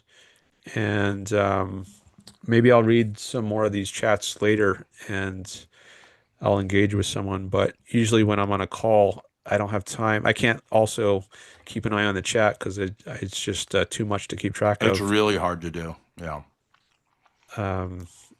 So, but yeah, Very so I hard to usually do. give priority to whoever I'm doing a call with, but I can later maybe engage with some more of these chats. I see this. Um, oh, yeah, there was another one from Bobby there. Uh, he says, "Hi, Dan. Recently watched your debate with Senth. Can you elaborate on your comments about a sociopathic pedophile pursuing their happiness?" I don't remember exactly what that's a reference to, but I think there might have been a hypothetical in that conversation. Um, Maybe he asked me something like, if we just stipulate for the sake of argument that someone is a pedophile and the only way they can achieve their happiness is by trying to act on their pedophilia, should they do it? And maybe I said yes, but in fact, I don't think that is how someone would achieve their happiness. But just going along with the hypothetical, I think it would make sense to say yes if you hold happiness as the highest value, which I do. Now, as a matter of fact, I don't think pedophilia is a road to happiness. I think it's not. It's more plausibly a road to unhappiness. But if we're just stipulating for the sake of argument, then yeah, I guess it would make sense. I mean, you could say that about any ethical system. Like if you're not an egoist, let's say you're a utilitarian or an altruist, and you think the top value is the greatest good of the greatest number, or the top value is other people, and then we stipulate this hypothetical, and we say if it it's conduces to the greatest good of the greatest number for someone to be a pedophile, then would you support it? Well, yeah, I guess you would have to say yes. Right. So people always they often try to raise these hypotheticals, I think, to make the egoist position look bad, but I don't think it actually succeeds. And I think the same sort of strategy could be used to make any ethical system look bad. But I think, did make what you're calling or I think you could refer to as objectivism look bad by using as your primary example Mother Teresa, and you've given me no reason whatsoever that you have a problem with Mother Teresa. I don't, other than that she is a person of faith, which Well, we were starting to that's a talk about separate Mother issue. Teresa, and we got into the issue of love and how she's showing love, and then that led to a discussion of what does love mean, and what is an absurd or a non-absurd or irrational or non-irrational sort of discussion or sort of understanding of what love is. Right. We've jumped around a lot and hit a lot of topics. I don't know what the best route forward here is in this discussion, Well, maybe but we could go back to Mother Teresa. okay. What would you say to Mother Teresa as she is caring for other people voluntarily, no gun to her head, Mhm. choosing to commit her life to caring for others who are largely ignored by society? Um, if you don't want to call that love, call it caring, taking care of people that she has no obligation to care for biologically, but does so because she takes joy in doing that and lives like they live in order to really understand their difficulties. What is the what is the possible complaint? Well, if she's doing it because it gives her joy, I wouldn't have a complaint. But I would want to ask her about that and be clear. Like, is that really the reason you're doing this? So I What do would you want to think her know. reason was? Um, I'm not sure, but maybe it was that she felt she had some religious duty to serve the poor, something like that. Well, she had a calling. She felt like it was a calling to do that. Okay, I think we can have a secular vision of that. Like you have a purpose in life. Okay, so she didn't obviously have to respond to that calling, but she did joyfully, and she's a person of I think it was radiant with joy. Oh, I don't know about that. I've heard some people cast doubt on that. There a biography that came out some years ago. I haven't read it, but I've heard that if you She read, struggled with atheism for some time. Yeah. okay, um, I've heard that, but I've also heard that she was a miserable or nasty person. Um, I don't know that that's true, but I think I've heard claims to that effect. So I don't know that it's true that she was a joyful person. I mean, maybe she was, but I You just that's can not see something I video would. evidence of her. She seems Well, quite smiling doesn't mean you're a joyful person. I think that's a pretty superficial thing. So I would well. need to see There's no more than. evidence. I mean, of course, there's going to be liars who lie about a major figure, but like generally speaking, when she was promoted to sainthood, yet they have a person in the Vatican who takes on the role of the what is it called? The devil's advocate. That's where that term comes from. So they absolutely want to hear all the dirt so that they don't canonize someone who. So I don't think there was any dirt, but those are publicly available. But for you to sit here and say like all I know about Mother Teresa is like that I've heard people say things. I mean, like it's fine for you to say that, but like you actually don't have any evidence. But like you have a problem with Mother Teresa. I don't know what it could possibly be. Well, I'm not Other than you convinced that say, she was living for her own joy, for her own self, as opposed to living according to some duty that she somehow got it in her head she has, and I object to that. so you think Now, she was maybe I'm wrong. mentally Maybe you can ill? argue that she was living for herself, and the reason she did what she did was out of self-interest. Um, if that's the case, then I don't have an objection. At least not on the grounds of her motivation. I'm So pretty if I've doubtful come across about that homeless though. But people and I've, talked with them and I would hope that like just, having a relationship, sometimes people that are, largely ignored or seen as gross, in some ways benefits them. What would be the problem with that? Even if I felt like, so I would frame it that all human beings are like, should be treated like images of God, like in a sense, Christ in rags. But what is so you're saying that's a mental illness?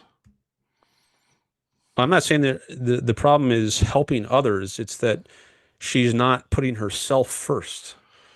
So if the reason for helping others is that she thinks that that's the best way to make herself happy, okay, I don't object to that.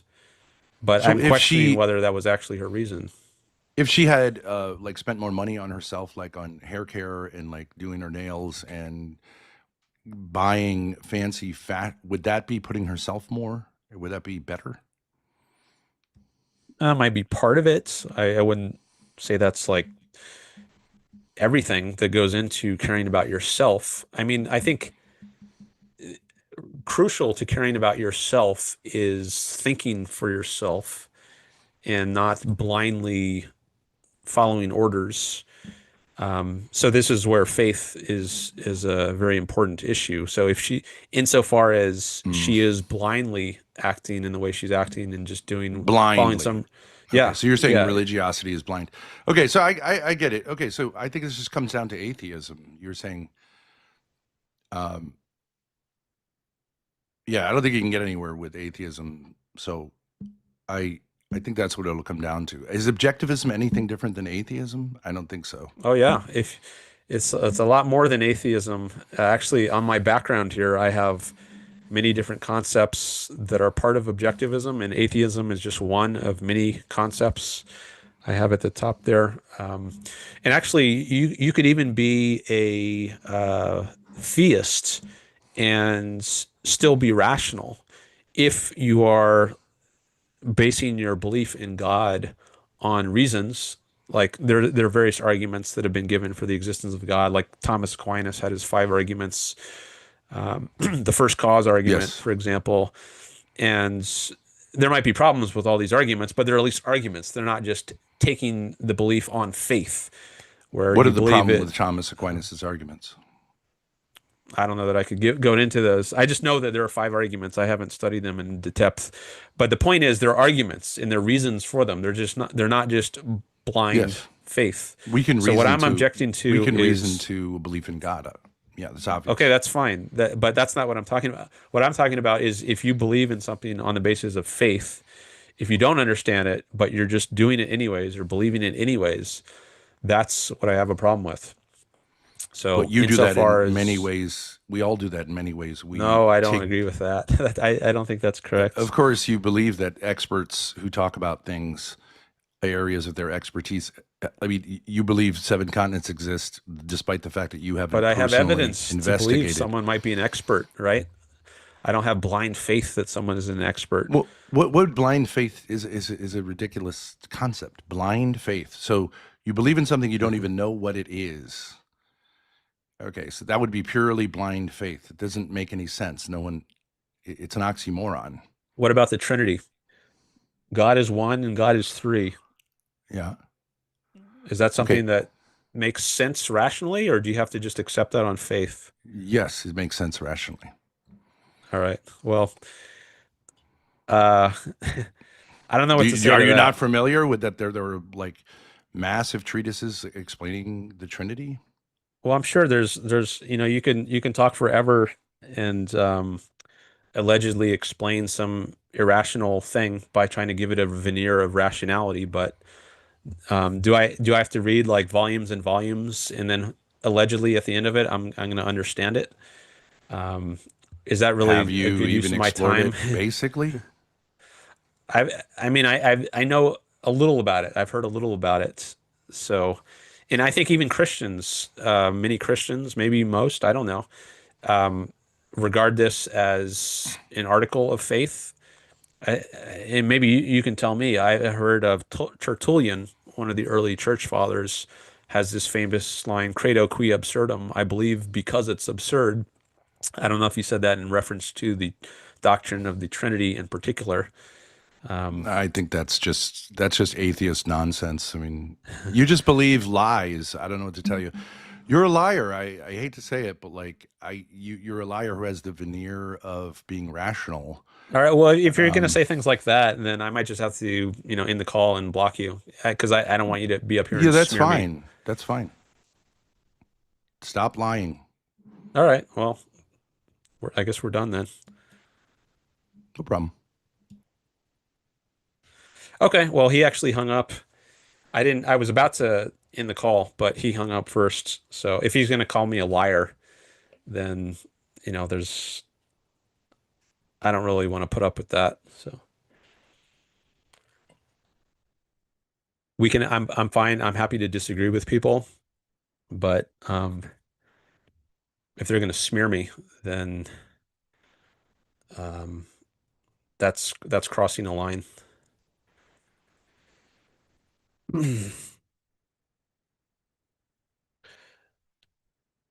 All right. Well, I guess I'll come back to the chat then.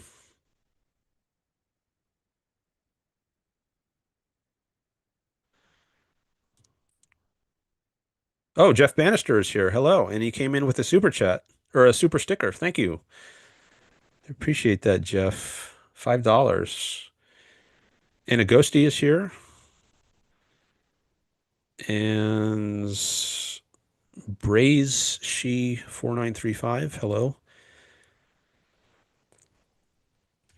And the super the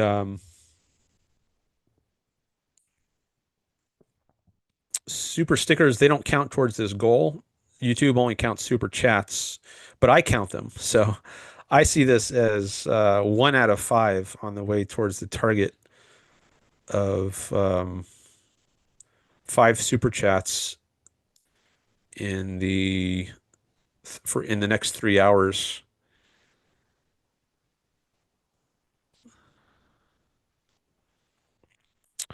Dan, are you mad at Ben?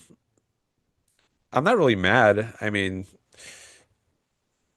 but I'm also not necessarily gonna want to talk to someone if he's gonna call me a liar.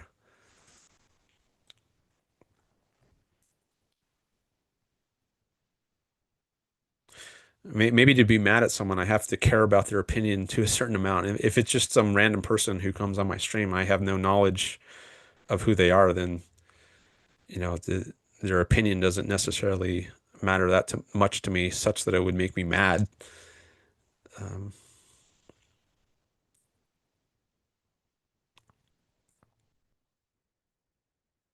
Authoritarians follow blind faith, says Frederick. Even Arian Christian Catholics disagreed with the Trinity, says Frederick. Just get into a discussion with epistemology and see the view crumble, says Simon. Yeah, that's what we were starting to do. We were starting to discuss faith and what it means and whether it's blind. And it wasn't too long after that he calls me a liar. So I don't know. Maybe that's where the view started to crumble. I think sometimes people resort to insults when they start to run out of arguments. So maybe we're starting to see that happen. Simon says, you're a liar, but someone justifying how one thing can be three at the same time and not see the contradiction is fine too. Very honest. I guess there's some sarcasm from Simon. Comment on Slender Man.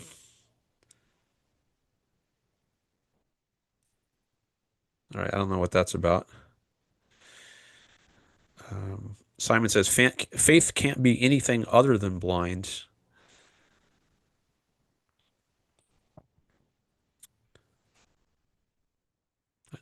I agree. I think it means belief in the absence of evidence, belief without evidence. In other words, you're believing something blindly because when you're blind, you're lacking evidence. That's the idea of it. So now there are other senses of faith, like you can say uh, someone is being good faith, like they're acting sincerely. But I don't think that's the relevant sense in this context. I think the relevant sense of faith in the sort of discussion we were just having is belief without evidence. Show me anything in reality that is one and three, says Simon. The Trinity originally was about reincarnation, says Michael. Oh, I'm not sharing my chat.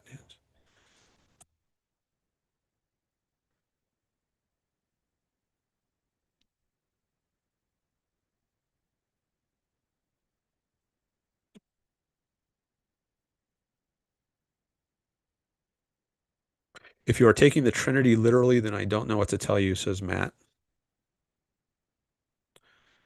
Slender Man is mid 2010s urban horror story, says Bobby. I've never heard of Slender Man. You say he's pretty cool, was overused a lot mid 2010s, but he clearly won against Hero Brine and Jeff the Killer in those rap battles.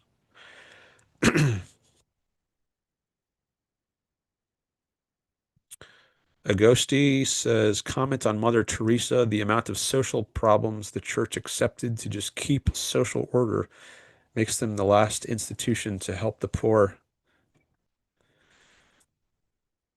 I was thinking about that actually. The if you're referring to the child molestation cases, like are those the sorts of people who really have other people's interests at heart?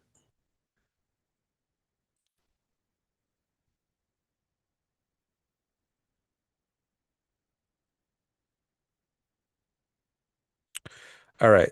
Thanks again, Jeff, for this super sticker. Got me closer to my goal of $100 to get my first payment from YouTube. I'm already at $82. So Jeff gets me a little closer. All right.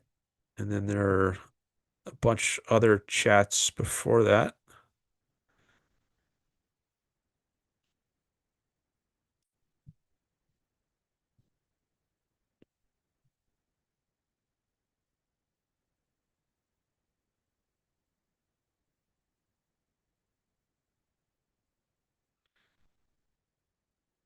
Thorpe Army is here, says Grimace Shake. What's the Thorpe Army?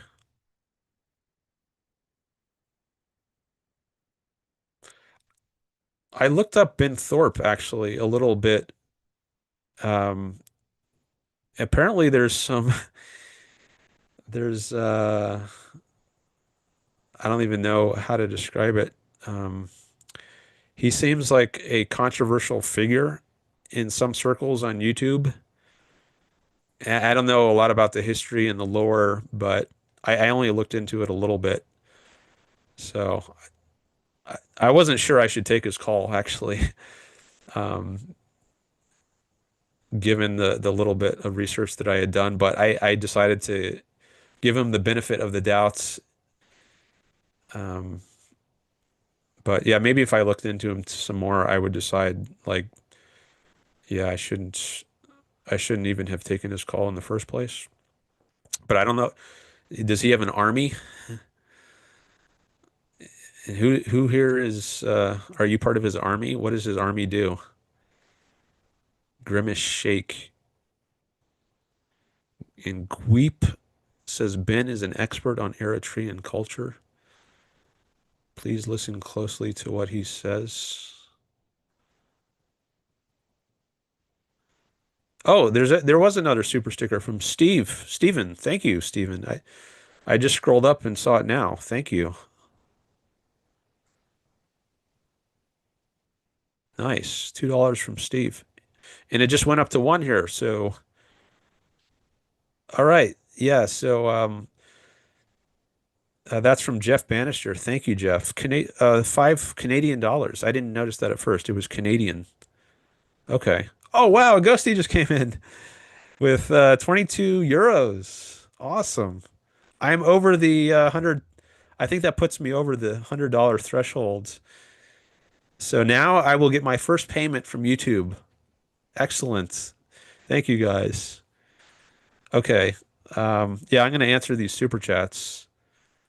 I want to give priority to super chats and super stickers.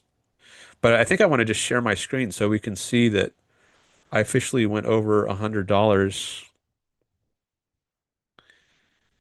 I'm going to pull up my analytics.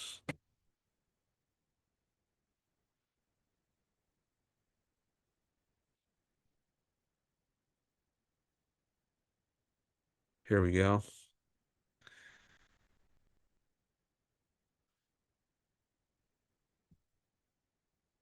Oh, well, it hasn't updated yet, but um, maybe it'll update by the end of the show or by tomorrow. But I'll still share this though. And then after I do that, I'll get to Jeff's super chat question.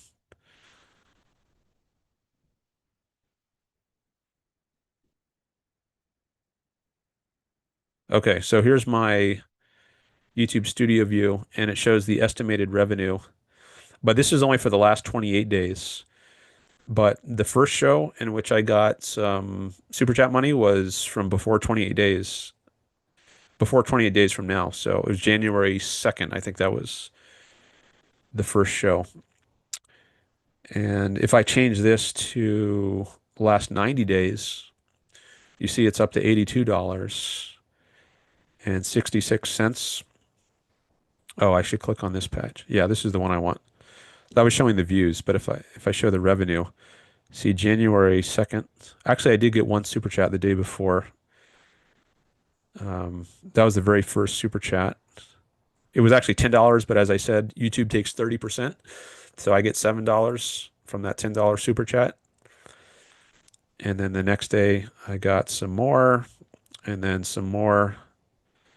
And then today, oh, this isn't today. This was my last live stream. So all these super chats together, they add up to $82.66. And once I hit $100, I will actually get my first payment from YouTube. And I guess this hasn't updated for today's show yet. The latest it shows is January 30th. But as soon as this updates, I'm going to be over $100, and then I'm going to get my first check from YouTube, or maybe direct deposit. I guess I have to set that up. So thank you. I really appreciate that. Okay, let me come back to the chat. All right, so let me give this a heart and a like, and also a ghosties. Thank you. Heart and a like. Why is this? Sometimes the like doesn't, it's a little finicky. Oh, I guess it does reflect my like. Okay. Um, oh, it's up to 6 likes up here. It says, see that? It says 6 likes, but down here it says one. So it doesn't always refresh immediately. All right. So Jeff asks, when did you find Ayn Rand? I found Ayn Rand in 1997. I had just graduated from high school. That summer in between high school and college is when I first read Ayn Rand. My brother first recommended her to me. That's how I heard about her.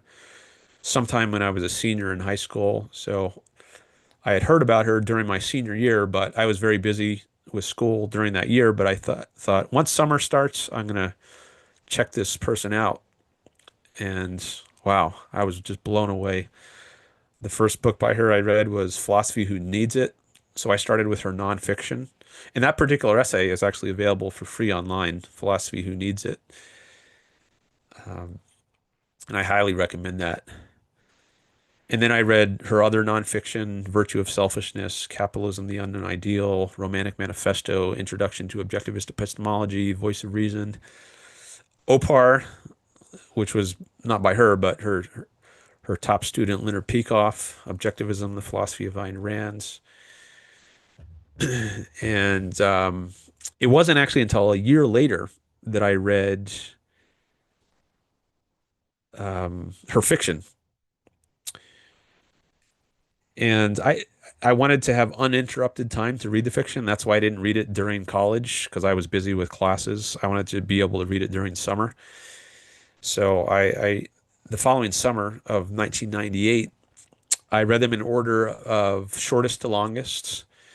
So I started with Anthem, which you can read in a few hours. Then I read We the Living. Then I read The Fountainhead.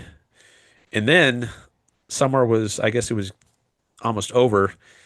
And I didn't have time to read Atlas Shrugged that summer. So I waited until the next summer, summer of 1999, to read Atlas Shrugged. So I think that was an unusual way of reading Ayn Rand. Most people start with the fiction. And um,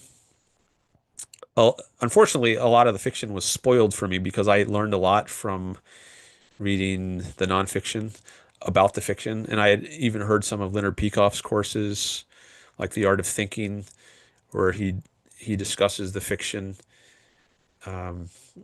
So If you can read the fiction first, I would recommend you do that because then there aren't going to be any plot spoilers.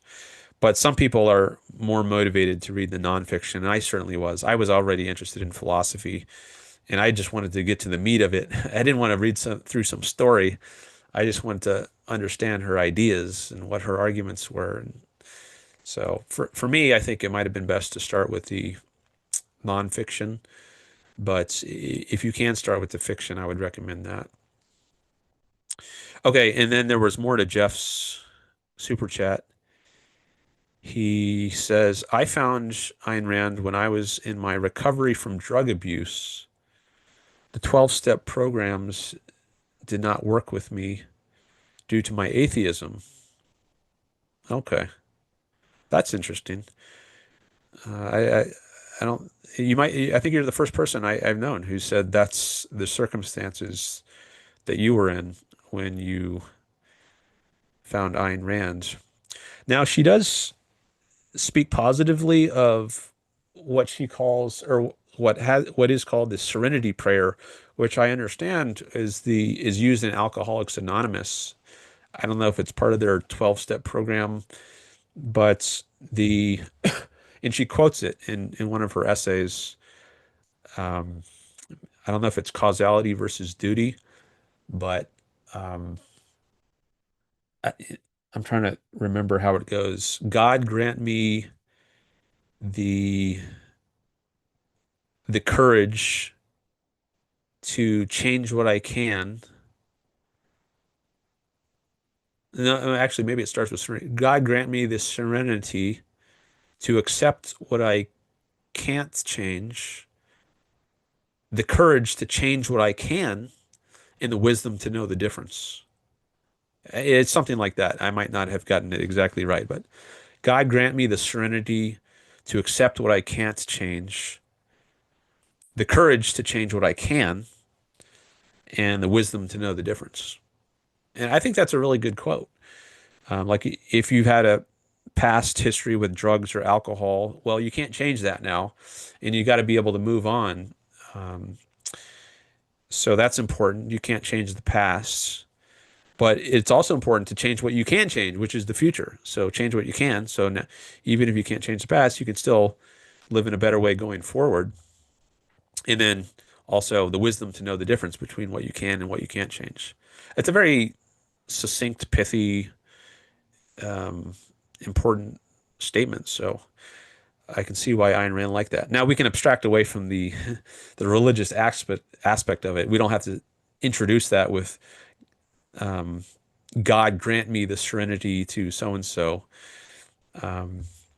So even if you don't believe there's a God, you can still recognize the importance of accepting that you can't change the past, and you can see a bunch of emoticons floating up here. I wonder what that's being caused by. Someone is surprised by something.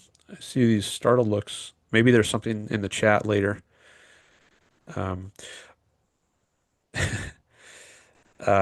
but I think it's really important to realize what you can and what you can't change, and then change what you can. Now I'm seeing a bunch of 100% float up. I'm curious to scroll down here. All right.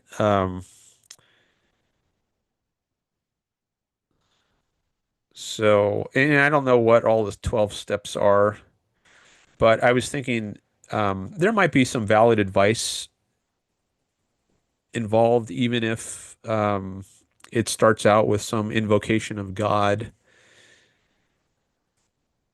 Um, so even if you are an atheist, maybe there's still some benefit you can gain from this sort of program. But I don't know for sure because um, I don't remember what the 12-step program is. But anyways, I'm glad you found Ayn Rand, Jeff, and I hope that was helpful. And thank you again for your super chat. Definitely appreciate that. So I'm 4 out of the 5 on the way to the goal here of 5 super chats or super stickers. Remember, I'm counting the super stickers, even though YouTube doesn't count them. So I'm including this one, and this one towards the goal. So just one more, and I'll hit the five, right? One, two, three, four. Agosti, thanks for those pounds. 22 euro, or not pounds, euros. Thanks for those. Actually, I think that's the highest I've ever received because the the biggest super chat I've had to this point is $20, 20 US dollars. And I think the euro is worth more than the dollar. Actually, I'm going to look up the euro right now.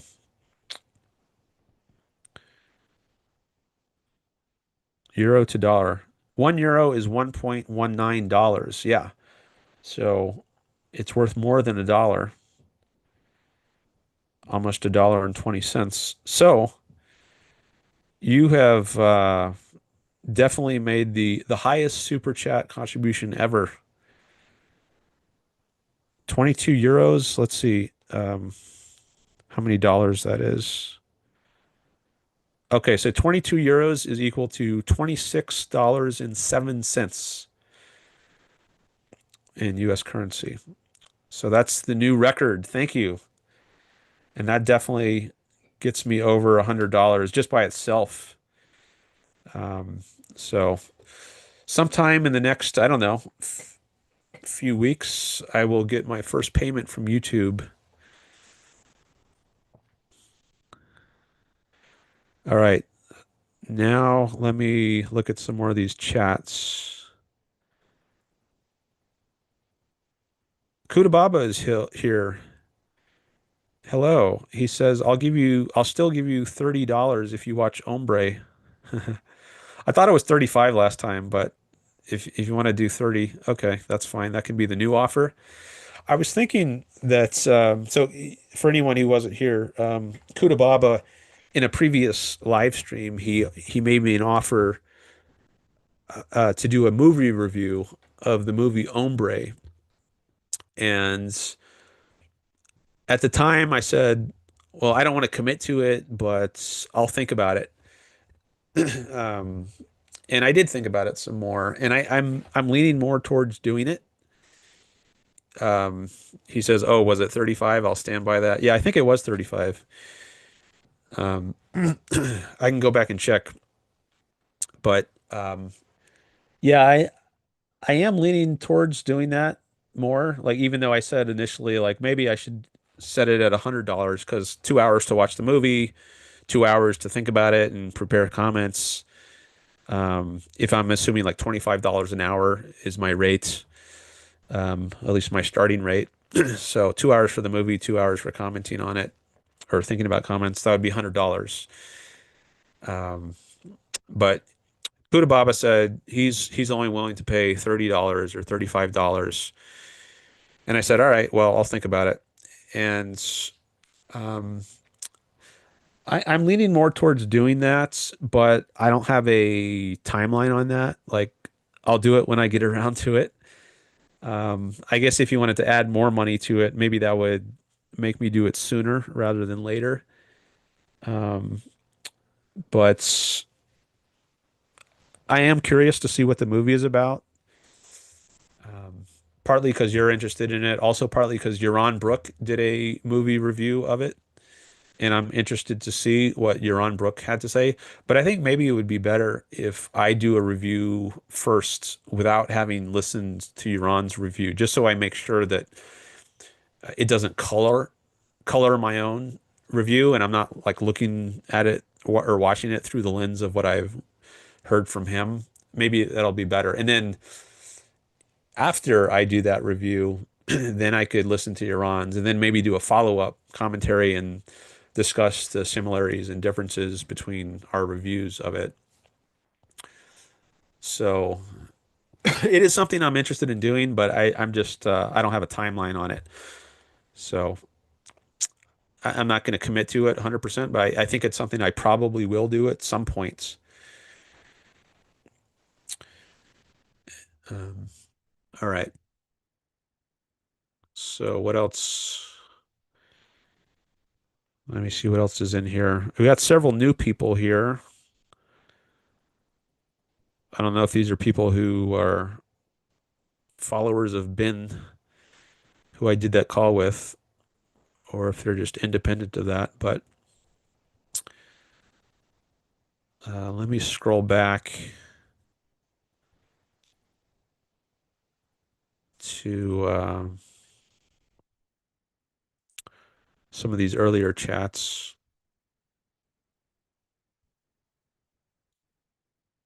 Oh, I guess Yaron is doing his show now because Yaron was gonna, yeah, Yaron started his show at 12:30 p.m. Pacific.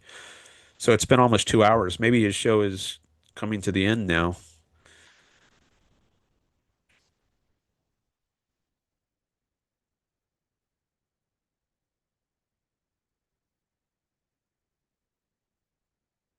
Sometimes I get people who come over to my show after Yaron's show.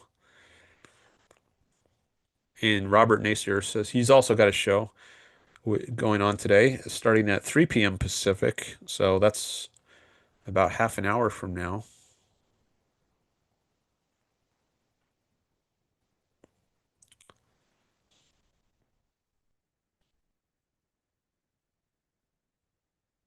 Looks like there's some Russian in the chat. Yeah, these Cyrillic, is that the language? I don't read Russian.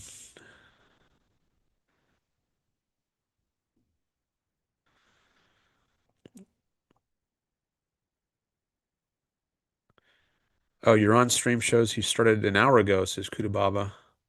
Oh, maybe he changed the start time because I think originally he was going to start at 12:30. But sometimes I change the start time of mine like shortly before it goes live because I'm not ready. So that does happen sometimes.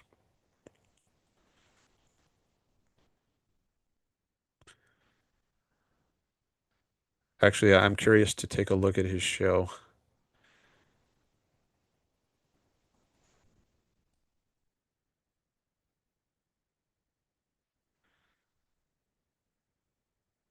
So his title today is Trump Op-Ed, Epstein Files, Corruption, Iran, Republican Defeat, and Good News. Looks like he's doing it from a hotel room. Guess he's traveling right now. Okay, so he started 58 minutes ago, it says. So 1:30 p.m. Okay.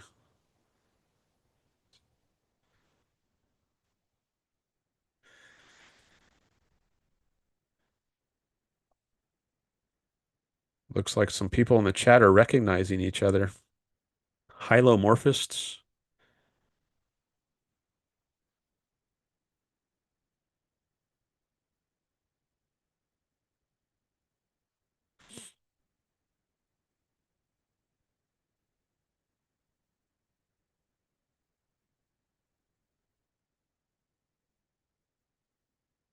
It's so common that discussions devolve into insults. Like often I'll be in a discussion with someone and then it'll be civil for a while, and then eventually the person becomes uncivil, rude, and looks like that might have happened today with the caller. It often happens on social media in discussions I get into. That's one reason I like to keep my replies short because I don't want to spend a lot of time on someone like writing a reply on social media when it seems pretty likely statistically based on my previous experience on social media that eventually the person's gonna turn out to be rude. Like it's probably more often than not that that happens. Like usually people don't if someone disagrees with my position, they don't usually stay civil.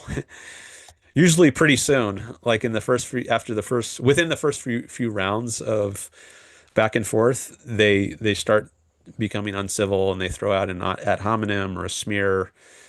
Um, So I don't want to invest a lot of time into someone who, when that's likely going to be the outcome. But I thought we had a decent discussion up until the ends. I mean, there was a lot of disagreement, but it was civil. Um, and so, I think it might have provided some good content for my channel. But as I say in my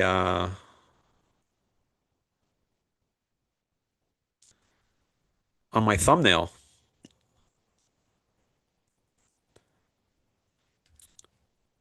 see, I put in the thumbnail civil discussion debates on philosophy, religion, and politics. I can't point to it because as soon as I put my mouse there, it disappears and it shows you the preview of something that happens. But you can see civil discussion debate. So once somebody becomes uncivil, then I'm not interested in continuing.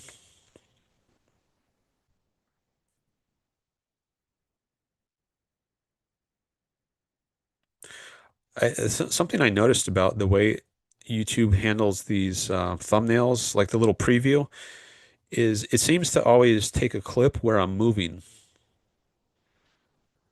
Like, see how I'm kind of moving my arm in this little clip? It never shows a clip where I'm just stationary.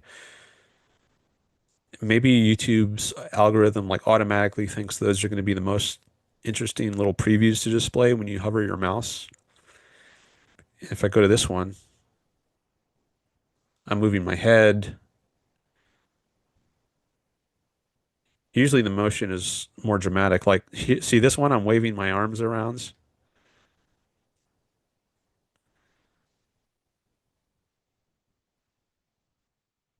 Okay, this one doesn't have any arm motion.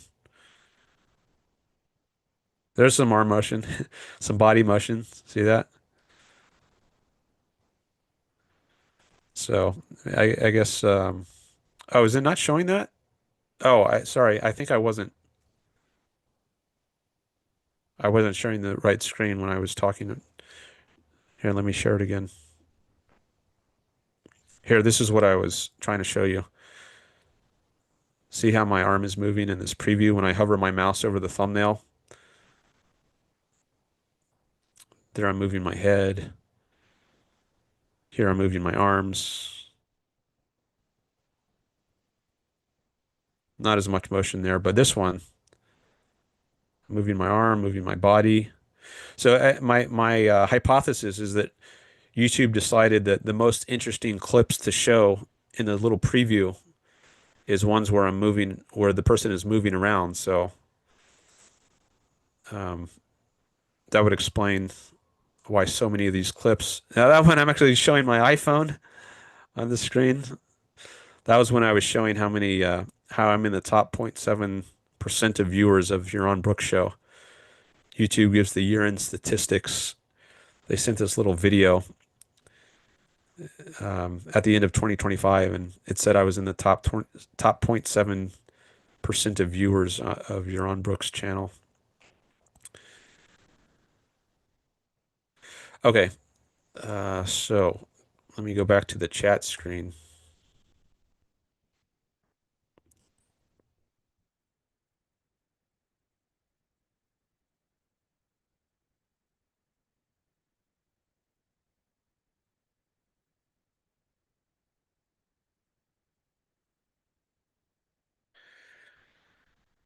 Did you listen to Shostakovich's Festive Overture by any chance? Yes, I did.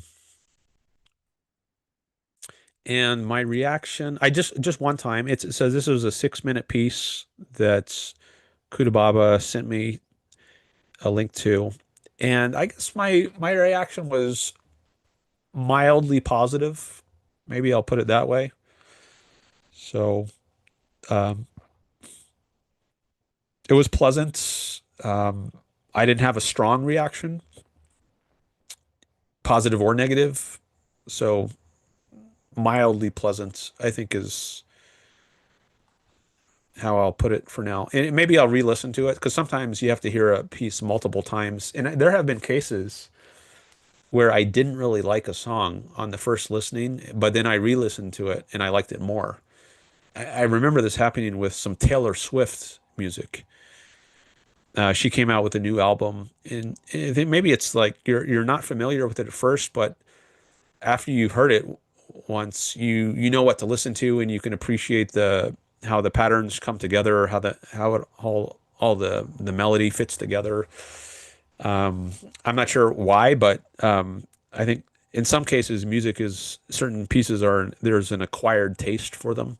So maybe I would have a different feeling about this Shostakovich piece if I heard it some more. But anyways, yes, I did hear it once.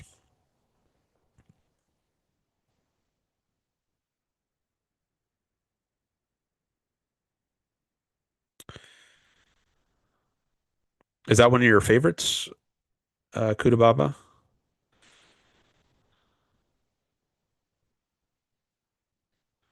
Okay, I'm doing these somewhat out of order, um, but maybe I'll do a little more in order. Sometimes I like to have an eye on the most recent chats because I know those are people who are here live, and I like to give priority to engaging with people who are here live. Um, but I also like to go through some of the older chats that I haven't addressed yet. So I'm going to open my chat on my phone here, and on my phone, I'm going to have it. Oh, I see Objective Ethics is streaming now. He's doing part of his Failed Prophecies series on Micah 5:2 with Johnny B. That's the title. And Objective Ethics has been on my channel many times, and maybe he'll come back after his show. Um, but I'm going to open up my chats on my phone to the end of the chat. And then on my screen, I'm going to have a different part of the chat open. Oh, I think a new super chat just came in. All right, I'm going to give that priority. I give priority to super chats. So Stevo, or Steven, he said his name is Steven. Um, I'm going to go to his super chat. Thank you, Steven. $5. He says, did we make any progress in the science of music since Ayn Rand's day? Let me share that on the screen here and give that a heart as well as a like. And if I reply fast enough, it'll let me reply. I'm going to say thank you. All right, so now that shows up here with a little tag next to it. If you reply fast to somebody's super chat, you can have this little tag show up. But if you wait longer than, I don't know how long it is, like 5 minutes or something, 3 minutes, maybe it depends on the amount, then you can't reply to it anymore and have this tag show up. So, um, did we make any progress in the science of music since Ayn Rand's day? Um, Let me think. So one person who just came to mind is Barry Wood. He is an objectivist music professor, or at least in the objectivist world, I've seen him around. I think he might have given a talk at one of the objectivist conferences. And I think he's written about music theory, and he has some idea called the rule of two, which is oh, by the way, we hit the super chat goal because it says 3 out of 5. But remember, I'm counting super stickers too, and we had two super stickers, and that's 5 out of 5 as far as I'm concerned. So excellent. We hit the goal within 3 hours. Let's see, and there's still time left on the goal. Still another 52 minutes, so we can exceed the goal if you want to chip in.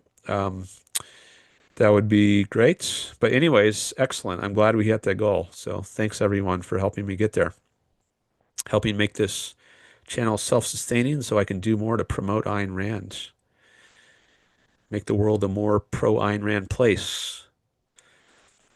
On her birthday, or at least close. That's it's a good day to be making advances to the goal. Okay, but music theory. So if you haven't heard of someone by the name of Barry Wood, you might be interested in checking him out. Maybe I'll you can do a search on his name in Google and see what you can turn up. But he has some rule called the rule of two, where I think the idea is that music often, if not always, has two um, phrases or elements that are very similar to each other, but not more than two. Two is enough to establish a pattern, but three, it starts to become boring, right? If you repeat something too many times, it just kind of becomes dull, and you have this feeling of, all right, I get the idea. I'm over it. Let's move on to something else more interesting. But one is too little to establish a pattern. So there's a kind of pleasure you get in recognizing what's coming next. So um, I'm trying to think of what would be an example. Right now, there's actually a rap song by the rapper Fetty Wap. I don't know if you've heard of him, but it opens with this kind of melody at the beginning, da da da da da da da da da da da da da da da da da, and it goes on and on and on and on. There's words along with the music. I don't know all the words, and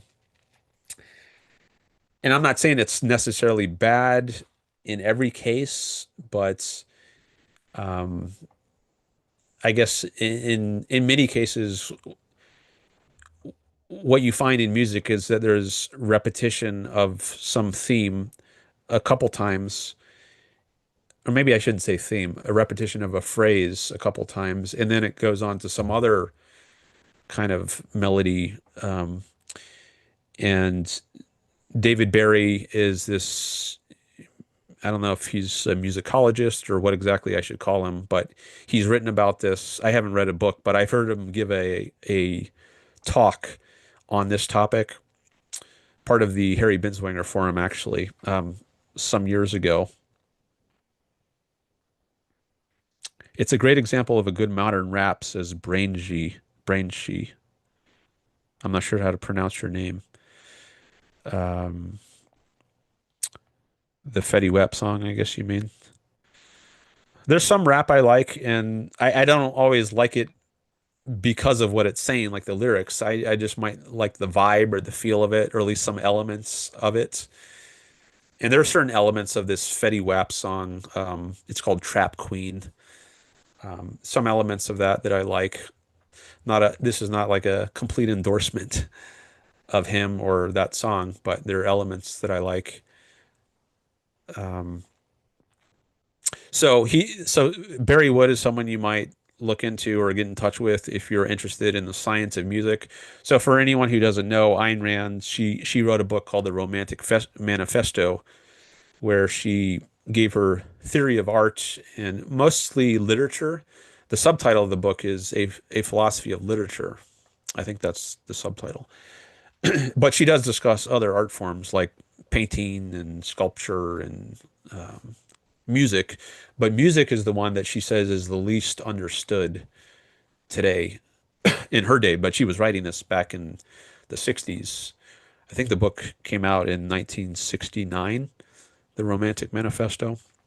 So Stephen is asking if we've made any progress in the science of music since Ayn Rand's day. And I'm not saying Barry Wood is necessarily progress. Maybe I'm not making a like definitive claim on whether I think he's found the truth or part of the truth of the science of music, but it's at least a what you could call a hypothesis about music, how it works. Another aspect here, which maybe is good to mention, is bodily motion and how that relates to music. Like music is very associated with dancing, and sometimes music makes us want to get up and dance, right? And you want to move to the music, and I remember Leonard Peikoff saying like it's impossible to listen to this without tapping your feet. That might have been in reference to some ragtime uh, piece. He gave a talk at a recent conference. Leonard Peikoff gave a talk about ragtime music, and so maybe some of the explanation of how music works is that it mimics the way the body moves. So there can be a very straightforward kind of beat, like in the graduation song. What's that? Dun, dun, dun, dun, dun, dun, dun, dun, dun, dun. It's very straightforward, and Leonard Peikoff actually gave this example in his talk about ragtime. It's not syncopated, where there are many notes that occur off on the what's called the offbeat. So da da da da da da da da da. Um, when you have the syncopated beat, that might suggest a different kind of pomp and circumstance. Yes, thank you, Cudababa. That's the name of the graduation song.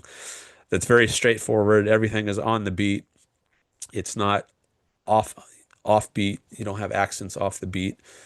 Um, but you might think that the offbeat or syncopated sort of rhythms suggest a different type of movement. Maybe someone who's skipping.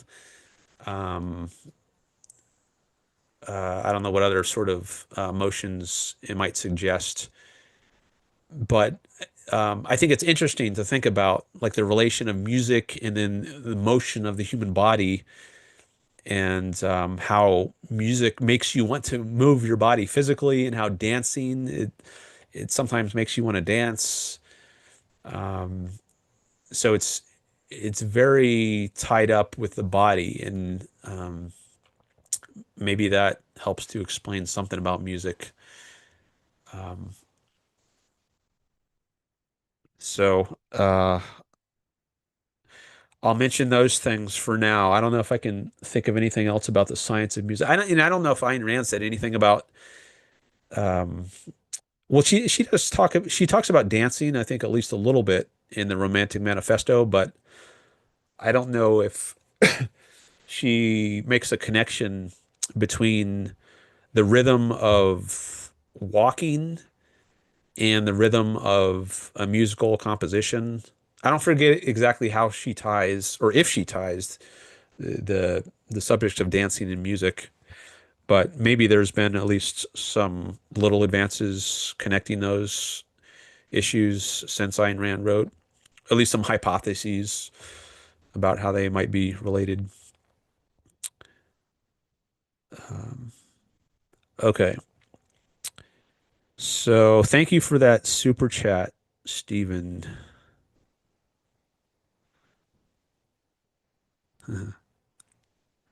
Bobby Williams says, Dan, come to Ocon 2026 in New Orleans. Maybe, maybe I will. I don't always like to talk about, where I'm going to be for various reasons, but if you contact me privately, um, I could give you more info. Maybe, if I know you. Um, maybe if even if I don't, I haven't completely decided, but um, I don't necessarily always want to talk about where I'm going to be when, because there might be some crazy people out there. So, and I think there are, and who knows who's going to try to do something. Um, all right, but let me look at some more of these chats.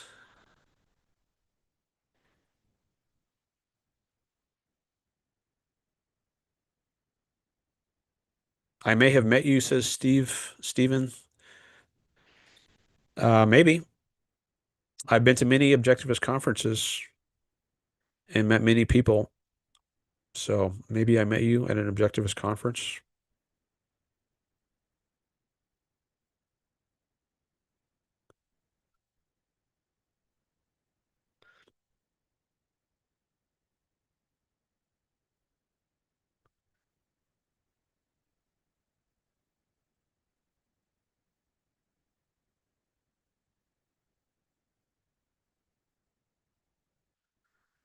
Okay, let's see what else.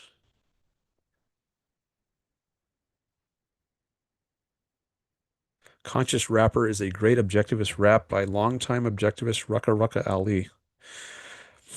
I've never heard of that. I've heard of Rucka Rucka Ali, but I didn't know that he came out with a piece called Conscious Rapper.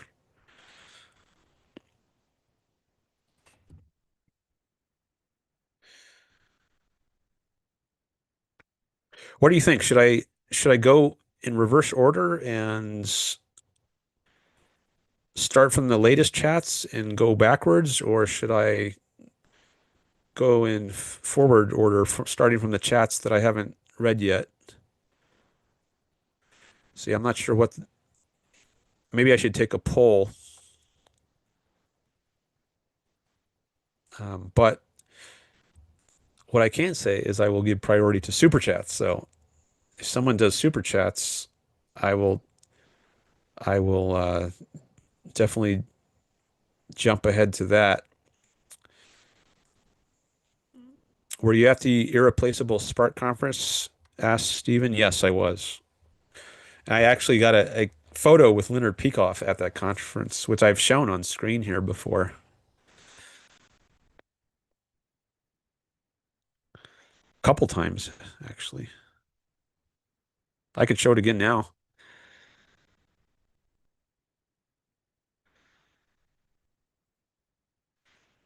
Chronological order is fine, says Stephen.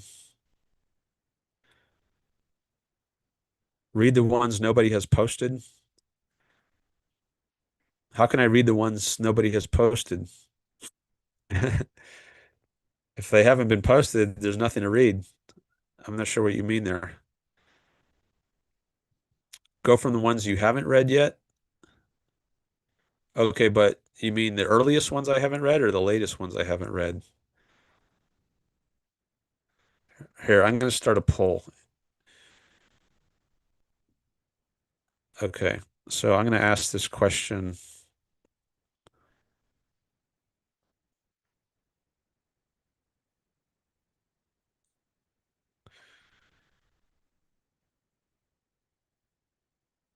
Oh, why isn't it? There we go.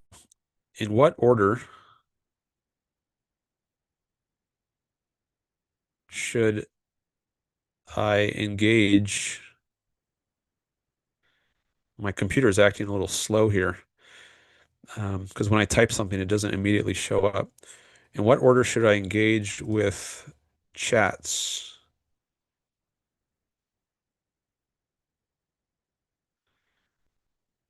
And I'll say aside from super chats because I already I already know that I'm going to first I'm first going to engage with super chats if there are any that I haven't engaged with yet. So aside from super chats, in what order should I engage with chats?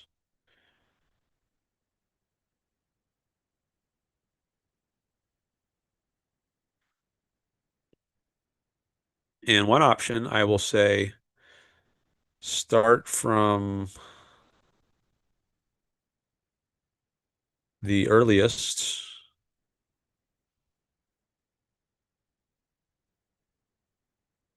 unread chats because I've read some of the early ones, but I haven't read them all. So start from the earliest unread chats. Okay. Oh, that's too many characters. It says, oh, why does it say -1 over here when I click on it? See, it says -1. Does that mean I went 1 over? Oh, yeah, I guess I have to erase. I'll just erase the S on the end of that. Start from the earliest unread chat. Okay. And then the next option is going to be start from the latest unread chat. In other words, start from the bottom.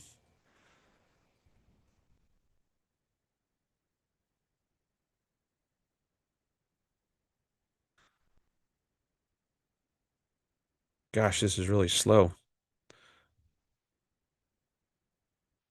Forgot a space.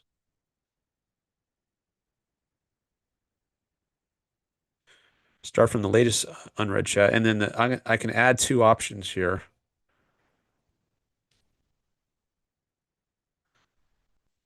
I'll add it. I saw someone said um, go in random order. Someone said random number generator, go in random order. All right. So I could just look around for things that look particularly interesting. Um, but maybe I'll include that as go in random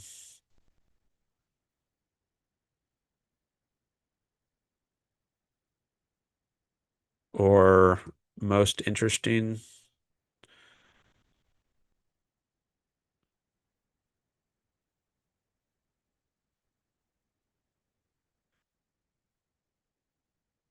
Oh, I forgot some letters here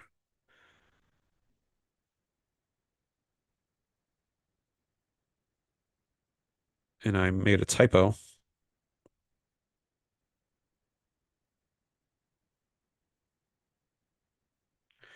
Go in random slash most interesting order. And what might be most interesting to me isn't necessarily going to be most interesting to you, but um,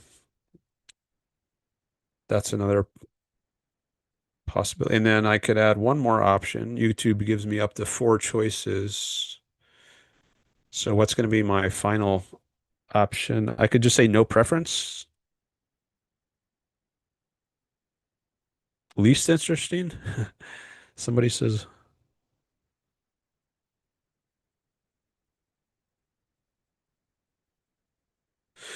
um, I'll just say I have no preference.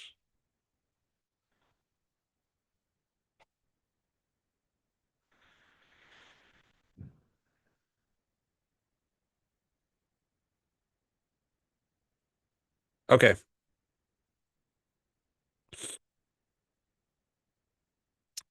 I just hit start poll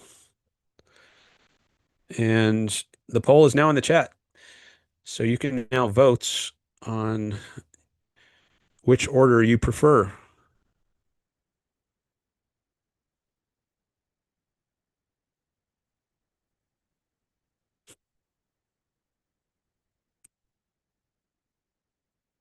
So far, we've got four votes. Three votes say start from the earliest unread chat. One vote is start from the latest unread chat.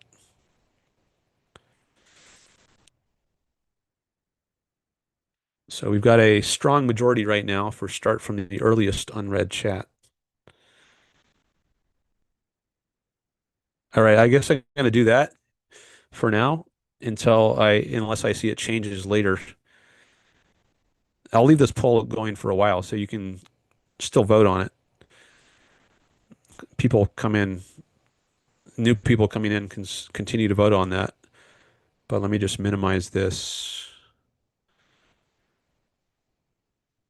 and go back to the earliest unread chat. So where is that? That was quite a while ago.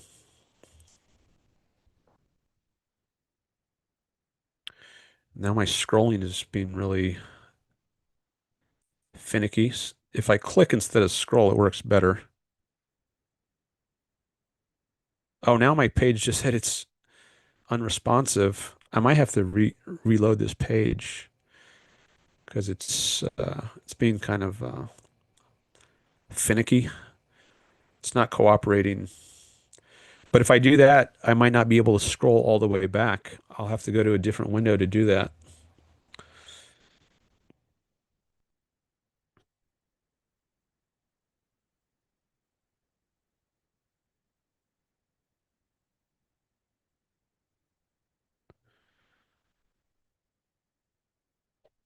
Okay. All right, I'm just going to exit this page. Aw, snap, it says.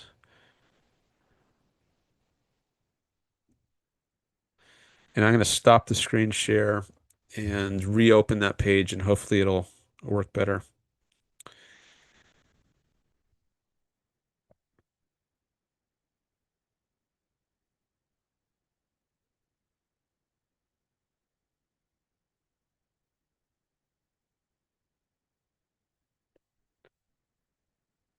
All right, I gotta pop open the chat.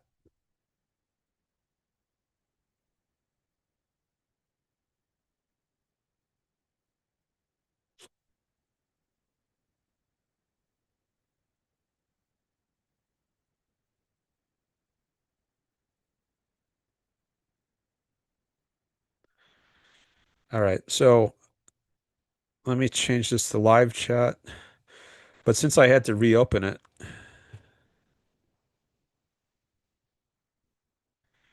it's not going to let me scroll all the way back. See, I can only scroll back to about 2:30 p.m., but I started at noon. So the first 2.5 hours I can't see here. But if I go over to this other screen,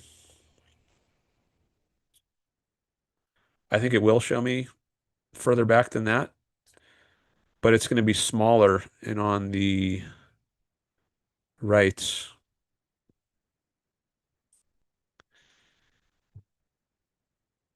So in order to avoid some kind of looping, I think I might need to pause this. So I did that here. Um,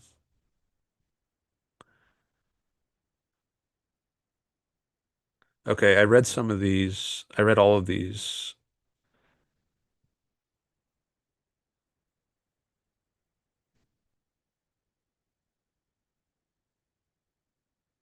I guess I can make this a little larger.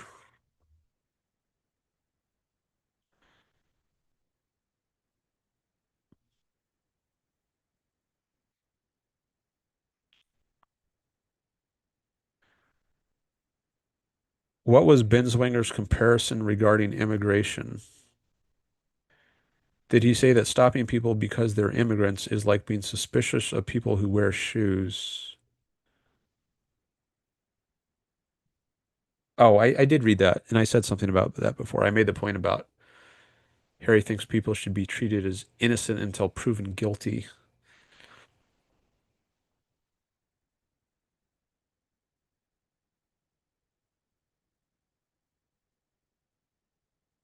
Well, as for a comparison, he does compare it to stopping people coming across a state border. So we don't stop people when they come across a border from like North Carolina to South Carolina or Texas to Oklahoma. And um, yet, that this could be a terrorist coming across the border, right? So should we now stop everyone who is coming across the state border because maybe they're going to be a terrorist or a murderer? Um, if you think no, we should just treat people as innocent until proven guilty, well, why not do the same thing on an international border and treat those people as innocent until proven guilty?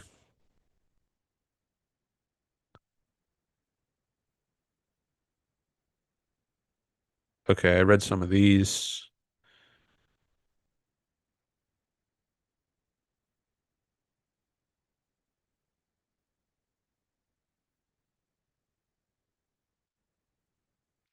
Under the ACAs, that is the Asylum Cooperative Agreements,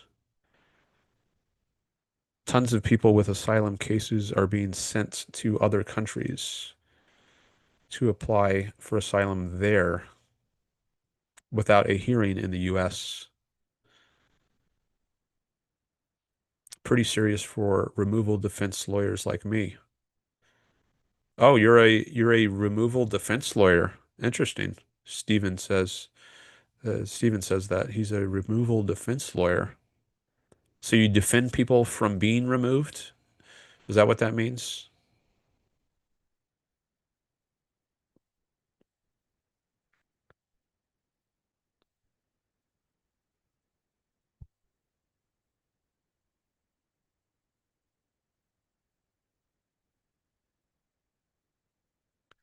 Okay. I might be going through these quicker than I normally would since there's so many that I haven't got to yet.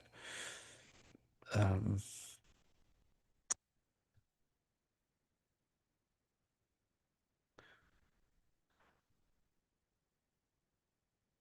I don't know if I'll read these all out loud just to be a little quicker about it. and save my voice some too.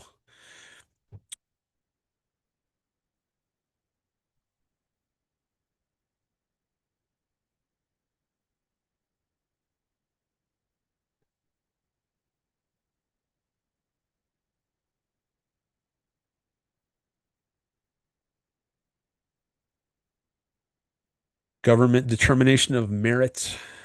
Yeah, I don't think the government should be determining who can get in based on its judgment of who allegedly has merits. Just as you can't cross it, you don't have to prove merit in order to cross a state border. I don't think whether you should be free to move should be dependent on whether you have some merits. I think it should just be dependent on whether you're a physical threat to anyone. If you're not, then you should be free to go there. I don't care if like it shouldn't matter whether you're a very high skilled worker or a low skilled worker.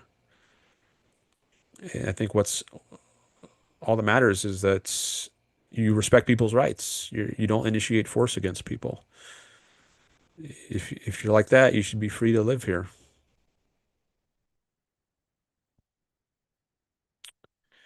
Do you know that anyone who doesn't have legal immigration status is not allowed to own a gun? Says Steve. I did not know that.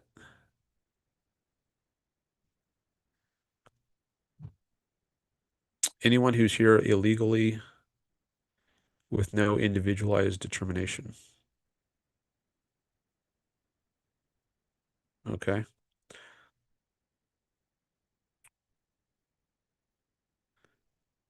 Even Aristotle didn't believe in afterlife, says Frederick. Ayn Rand is right. Frederick, selfishness is virtue, says Frederick.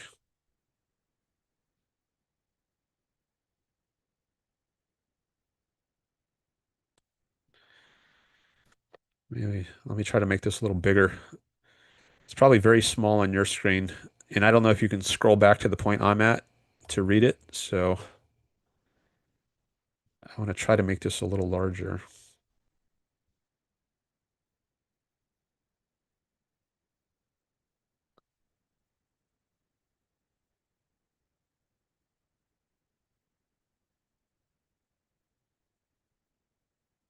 Under federal law, those without certain status are not allowed to take welfare. There are exceptions, and states can make it available. Yeah, I've heard something like that.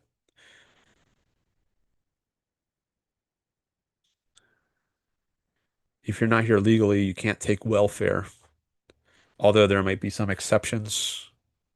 And maybe you can still use an emergency room.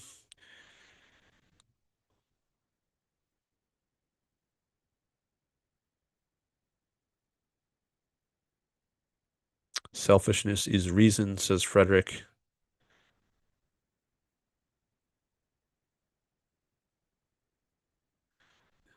Or it involves using reason, being rational. That's the fundamental virtue, according to Ayn Rand, rationality, as opposed to irrationality or emotionalism, just acting on whim or believing something on the basis of faith. I see there's some more votes on the poll.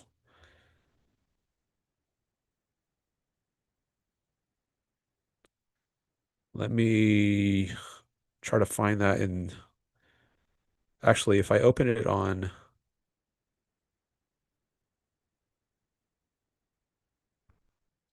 here. So now it's 62% say start with earliest unread chats. 38%. All right, so it looks like the gap is closing a little bit. Some more people have voted for starting from the latest unread chat, but it's still a majority for start with the earliest. So I'm going to stick with the majority for now, but I'm going to leave this poll going so you can keep voting. Where's my screen? Here we go.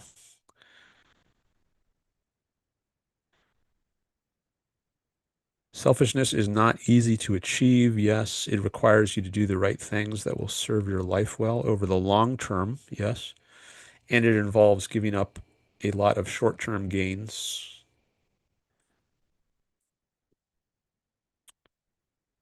Hegel believed the state springs up, and in history, a heroic character.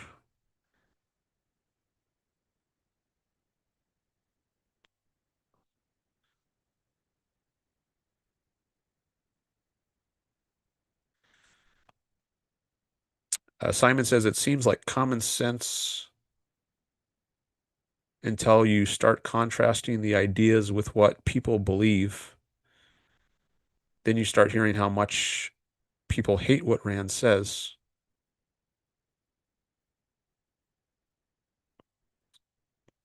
Yeah.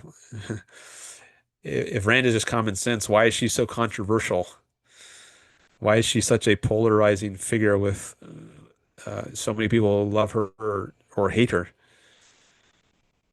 But he said he hasn't read Ayn Rand, so maybe he'll read Ayn Rand and get a better idea.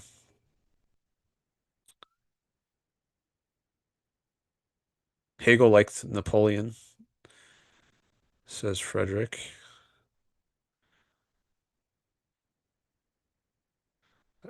Okay, I remember I already read this one because I read some of these are out of order.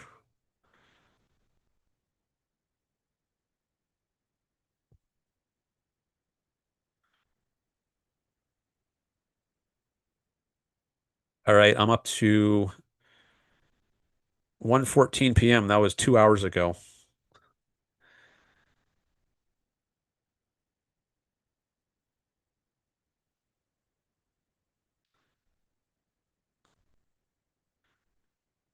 It isn't about whether they argue for it or not. It's the method of evaluation that we use.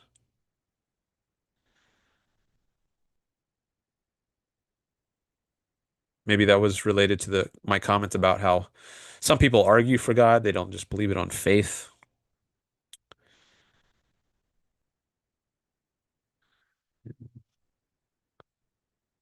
Give me one reason to stay here and I'll turn right back around, says Robert.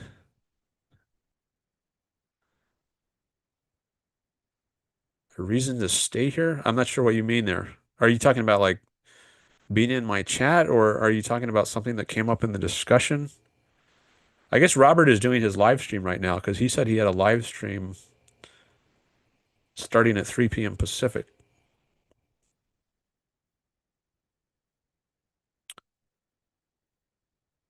So I'm not sure how to react to that one.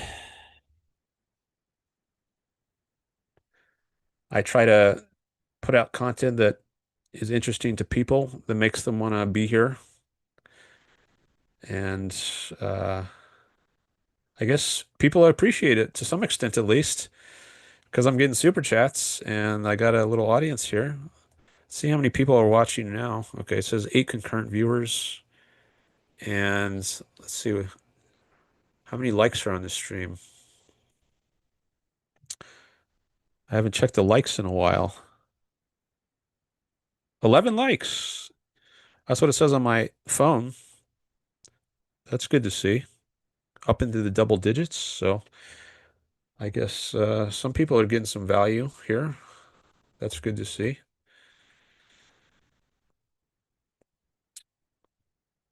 But I do long streams, so I understand if people aren't necessarily going to stick around for 7 hours or however long I go for. I don't know how long I'm going to go for today. It depends partly on you all and like what kind of discussions I get into. Because if I get into really good discussions, then that's going to motivate me to keep going. And if I get super chats, that's going to motivate me to keep going.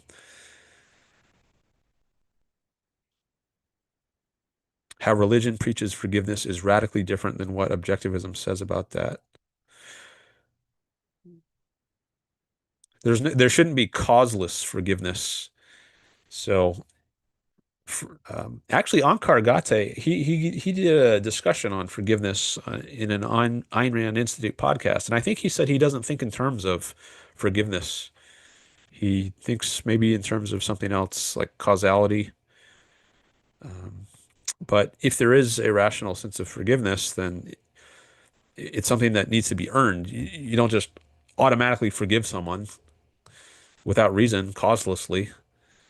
If you see that they've changed their character and they start acting in a different way, then there can be reason to forgive. But you shouldn't just clean the slate, so to speak, if the person hasn't made any effort to change themselves.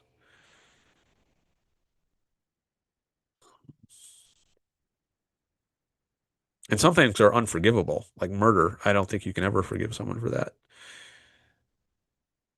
'Cause again, just as you can't bring the person back who they killed. So there's nothing that can be done to remedy some evils. I think someone just needs to die. If they've committed murder, they have no right to live themselves.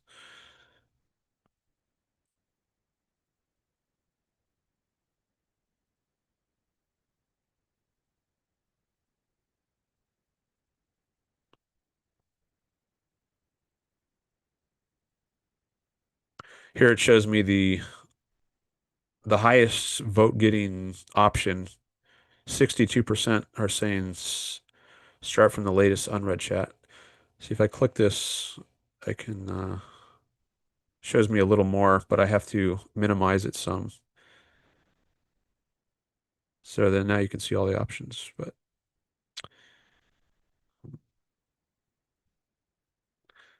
okay.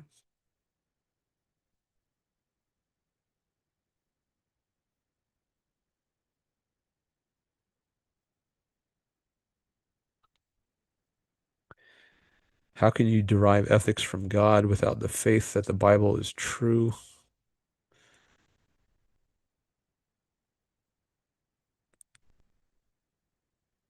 Ifs based on altruism.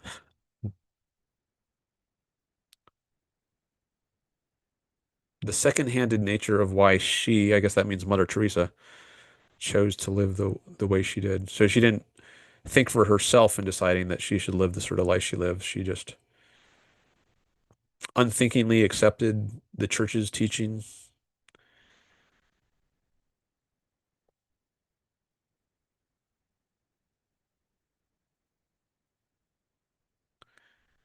Body of Christ is a collective, says Frederick. There was another chat up here about that. Monks believe in the body of Christ, which is a collective. So a lot of these chats came up during my call. So they're related to topics from that discussion. Hindus don't need Catholics to teach love. Remember the Beatles.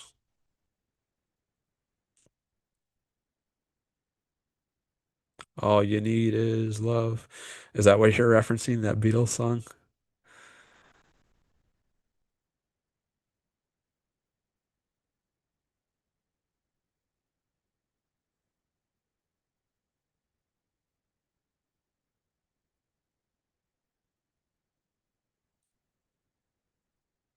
Isn't the main point that Mother Teresa was not happy?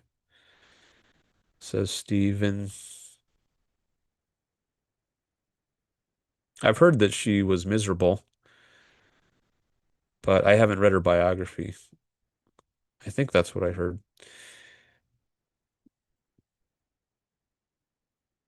A lot of people are psychological egoists, and as opposed to ethical egoists. And the psychological egoism says that everyone all the time is acting to gain, to acting to pursue their own self-interest. Even someone like Mother Teresa, who is often held up as an example of a selfless person, even she was trying to do what benefits herself. She just had a different way of going about it. That's what many people will say who are who subscribe to what's called psychological egoism, which I think is a form of determinism, actually. And people don't really choose to act in this way or that. They're just determined to do whatever they think is best for themselves. I don't agree with that. And Ayn Rand rejected determinism of any form in favor of free will. From her own letters, I thought she wasn't happy, says Simon. Yeah, I think I heard something like that. I would be interested to read her own letters, but I've just got so many other things to read right now. They need any Aristotelian elements the Catholics might have left.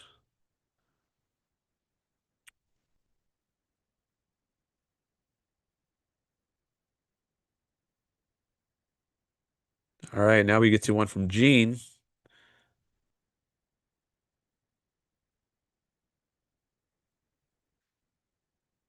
Um, yeah, so Thomas Aquinas, he tried to integrate Aristotle with Catholicism so that there was maybe some elements of Aristotelianism within certain Catholic theologians' philosophies.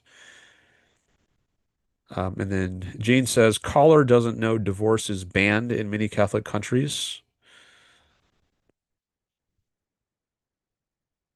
Yeah, we had a discussion of commitments and whether certain commitments are rational or irrational. Commitments like marriage.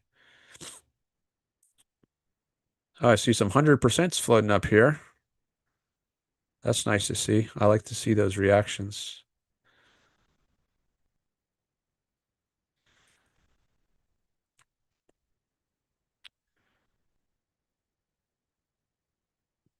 I think when discussing religion, talking about ethics is completely pointless because ultimately all of their premises rest on a wrong epistemological view. If you get through the faith part, it all collapses, says Simon.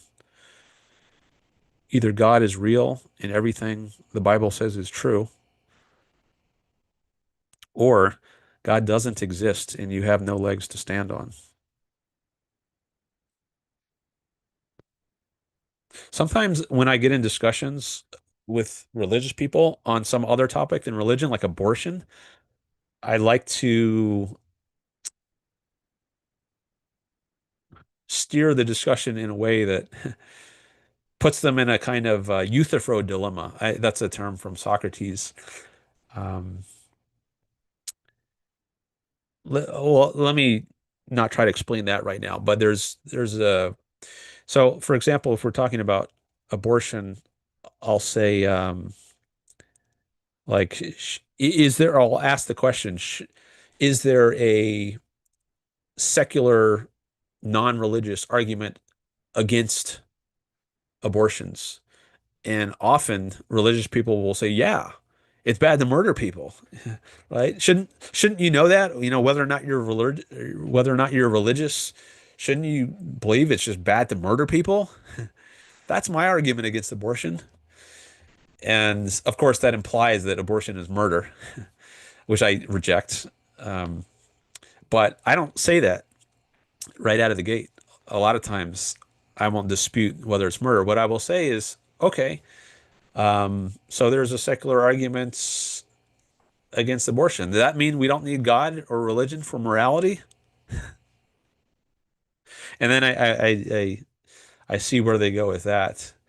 Because I think that's maybe a more interesting point than this particular debate about abortion. Is like we don't need God for morality, right? If you have a secular argument for abortion, then what do you need God and religion for? If we can make moral arguments without it. And then I think a lot of them will come back and say, "Oh yeah, actually we do need God." But can they actually make sense of that? I don't recall ever seeing someone give a coherent argument after that point. Um, so it's something you might want to try, see how it goes for you.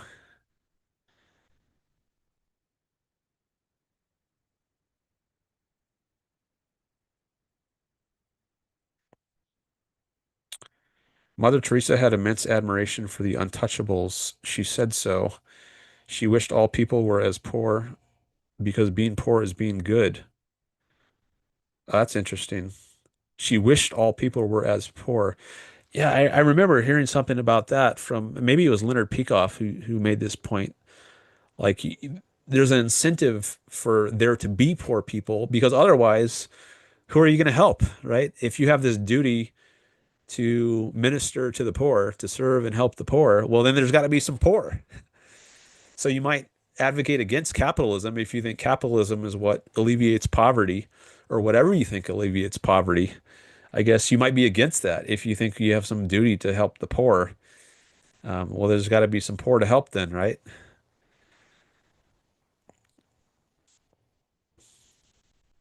That's a different point than Gene made here when he says being poor is good. Although I think maybe there are some grounds for that in Christianity. Be, what's that line? It's easier for a camel to pass through the eye of a needle than for a rich man to enter the kingdom of heaven. So there's some kind of anti-rich sentiment there. And the there's also all these saints who give up all their earthly material possessions and go out and live as ascetics in the desert. Those are the most noble people. Those are the ones who are the saints, right? The saints of Christianity are the ones who give up their riches. So um, being poor is a good thing in Christianity. Now they might say, okay, because you get riches in the kingdom of heaven, right, after you die. But at least in this life, you have the good person is poor.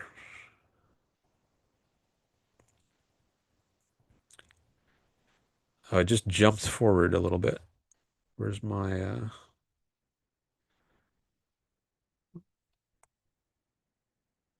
chat is being a little finicky again. Love is a response to values, says Robert. To love is to value.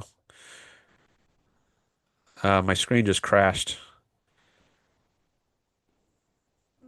So um, now I think that might have been the only window where I could go back that far in the chat. I think I was around 1:15 p.m. Pacific time. So I don't know if I'm going to be able to access those chats anymore, at least before the end of the stream. Like after the stream, I think I'll be able to see them, but I can't scroll back that far now. I can reload the chat, but I don't think it's going to let me go back that far. Oh wow, look at this. Now the chat is polling the opposite. It's saying 59%. I got a lot more votes. Now there's 17 votes, and the majority are saying start with the latest unread chat. Okay, so I guess a lot more people just voted. And maybe that's a good time since I don't think I can scroll back. I'm just curious to see how far I can scroll back. See, yeah, it only lets me scroll back to 2:39 p.m. And I was just looking at chats from like 1:15 p.m. So there's about around an hour's worth of chats, hour and 20 minutes worth of chats that I'm not going to be able to see until after the stream. Maybe some of you can see them if you have the window open from the beginning of the live stream and you haven't refreshed. Um, all right, so I'm going to skip ahead now to the later chats and engage with some of those. And for that, I don't need to be in this window. I can open up my other one. Okay. Thanks for voting on the chats, by the way. Also, thanks for any new subscribers. I'm trying to grow my channel here, so I know there's some new people who have come by today. And if you find my content interesting and you want me to help grow my channel, I definitely appreciate new subscribers. All right, I just see it went up to 1,007. So thank you for subscribing, whoever that was. I can't always see who it was, but I can see that the number went up.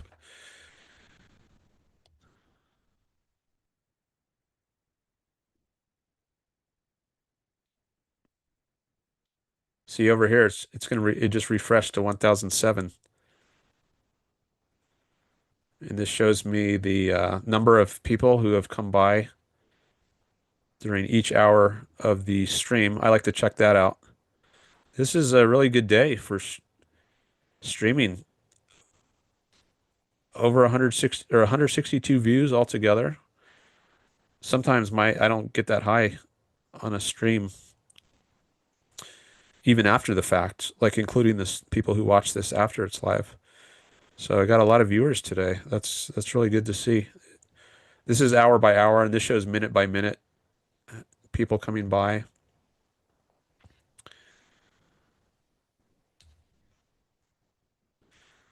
And if you want to see this go up here, see right now it says 1K, and I think that's going to change to 1.01K after I get to 1,010 subscribers. So if I get three more subscribers here, then I'm going to refresh this page and hopefully we'll see it go up to 1.01K. And that'll be the first change since I hit 1,000 subscribers. All right. But let me go back to the chat and start from the end this time and work backwards. All right. Someone by the name of Hazier3561 says Funger. I have no idea what that is. Is that a misspelling of hunger or finger or I don't know what that is. See, if I'm going to start from the end, I don't have the context. Reading backwards, if I were to read forwards, I might understand what this person is trying to say. But that's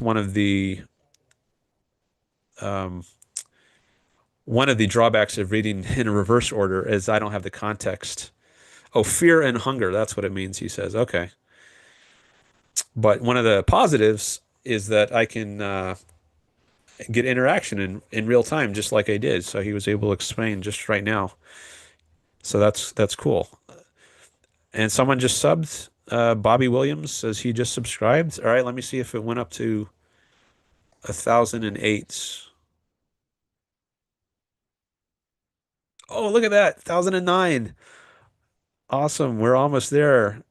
Thank you for subscribing. I just need one more, and then we can see this change for the first time. I think it's going to go up to 1.01K. Anybody else? Oh, look at that. 1.01. Awesome. This is excellent. I took a screenshot of that.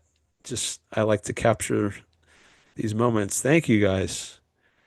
All right. On my way to 1,000. So this, there's my channel description. Actually, it shows up here. Does it show up here? Oh, yeah, it shows up here too. 1.01K subscribers. So there was a question before as to whether we had to wait for wait for it to get to 1,100 subscribers, and we would only see a change here once it got to 1.1K. And I thought, no, it actually changes um, for every 10. So the tens digit, because YouTube it shows up to three digits. Like if we go over to Euron Brooks' channel here, here's Euron Brooks' channel. He was doing a show, and it shows three digits here. For him, he's got over 40,000 subscribers. He has 40.7 thousand subscribers, but it still shows only three digits. But whatever level you're at, it shows the largest three digits. So for me, it doesn't show the ones digit, but it shows the thousands, hundreds, and tens digit. So we now have confirmation that that is how YouTube works. So cool. Very, very, very glad to be at 1.01K subscribers. And we can see actually if, oh wow, look at that. It just went up to 1,011. This is awesome. I think this is my best day ever for getting subscribers during a live stream. Actually, the most that ever went up during a live stream was either four or five people. I'm not sure which, but I started the live stream with 1,006, and now we're at 1,011. So that's at least tied the largest increase in subscribers I got during a live stream. It might be a record. I don't remember if it was four or five that I got before, but it's at least tied the record. So if you get one more, then you can be the tiebreaker And you can also know your number because the only reason you can see exactly how many subscribers now is because I'm showing you my new YouTube studio view. If I'm in my on the public page here, it doesn't show you exactly what number you are because it doesn't show the ones digit. So you can take advantage of the fact that I'm showing you. If you want to know exactly what number you are, you can subscribe right now and see that I'm number 1012 or so maybe you know who you are if you. Oh, look at that. So it just went up to 1012. All right, this is so awesome. We just hit a new record and whoever just subscribed, you know that you are a subscriber. Oh, it would just this is awesome. I don't want to call this an embarrassment of riches, but it's because I'm not embarrassed by this, but there's that in phrase. Oh, oh my God. You guys, I'm going to open up the live counter here and see what happens. Oh, look at it. We still got the fireworks going. I think that's because I hit 1,000 subscribers. And after I do that, it shows these fireworks. So like if I refresh the page, yeah, you see the fireworks. And so you can see it changing in real time. You could see it before also on the other page I had open, this one, but it's the numbers are just smaller. But if I click on this thing that says live count, it shows in larger numbers. So if you want to see it go up now, when we've got the big numbers on the screen, if somebody subscribes right now, you can watch the big numbers go up to 1,015.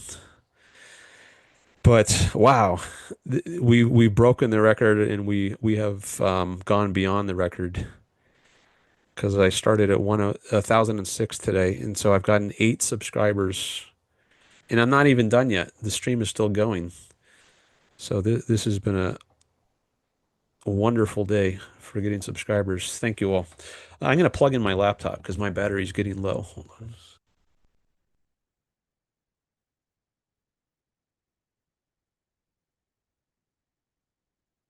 Oh, it just went down. Somebody unsubscribed. That happens sometimes. I think about a third or a quarter of the people who subscribe eventually unsubscribe. I haven't done a very exact analysis on my channel, but um, I've looked at the numbers a little bit, and I think it's often like 3 steps forward, 1 step back, or 4 steps forward, 1 step back in terms of getting subscribers. And we can see the channel. Actually, if I this shows the last 28 days, but I can change that to a longer time frame. So if I set this to the last 90 days, see somebody else just unsubscribed. See that? Um, maybe some people were trying to get my hopes up and then dash my hopes in order to hurt my feelings. Um, I don't know. I don't know why they subscribed and unsubscribed. But anyways, I still broke the record, I think, because that's still 6 above. Oh, now it just went back up. Or maybe some people are just playing with it because they want to see it go up. They want to see that they can control it. Actually, Cudababa did that last time. He unsubscribed and then resubscribed just so that he could test this out and see it going up in real time. So I think some people might be just testing this. That's fine. If you want to test it out, go ahead. Um, my phone is still showing 1,007 because I haven't refreshed it. Oh yeah, I just went back to the 1,014. See that? So some people might just be playing around with it now.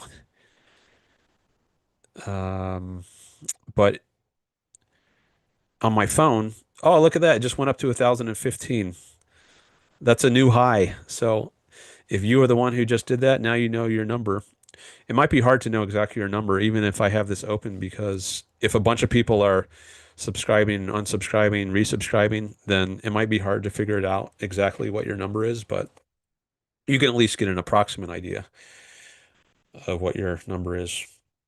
Thank you for all of the new subscribers. We almost hit the double digits in increases. So if I get to 1,016, that means I got 10 people subscribe in one day. And that would definitely be a record for during a live stream. I don't know if you can see this, but on my phone, it shows 1,007. Oh yeah, I just went up to 1016. Wow. Um, I didn't even realize there would be that many people here who could subscribe. How many people are watching right now? I guess it, oh my goodness.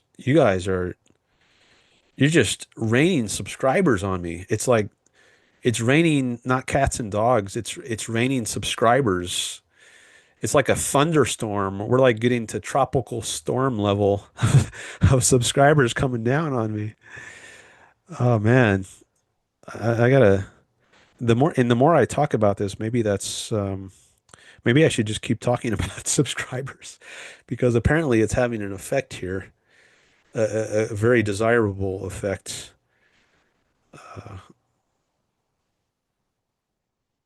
I'm trying to go to my this here we go. Um, we're up to 13 likes and it says there are 11 people watching. So I didn't realize there were that many new people here who could subscribe. I guess, sometimes people subscribe on multiple accounts. Like even if they're already subscribed on one account, they subscribe on another account, and then that boosts my numbers even higher. So I don't know if that's going on or if these are all unique individuals subscribing, but I'll take them. Wherever they're coming from, I'll take them. I do like genuine subscribers though. But anyways, wow, this is great. Okay, so maybe I should come back to the chat here and see what's going on. Um, Joy Maxine says Hazier. Is that are you all trying to maximize my joy here? I'll take that. Oh, Brazy, she says, telling all our friends. Okay, you're spreading the word. I definitely appreciate that.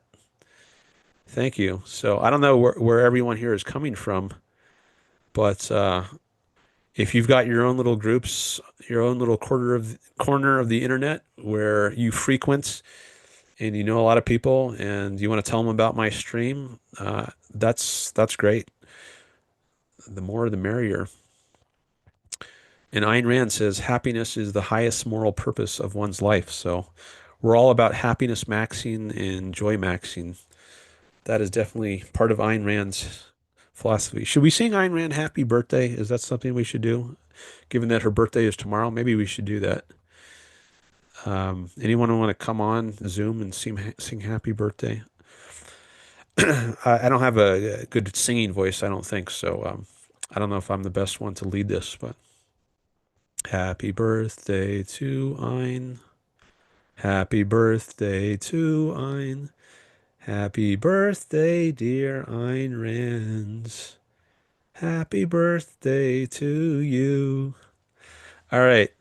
I've officially sung happy birthday to Ayn Rand. Maybe I should have done that on full screen, but that's all right.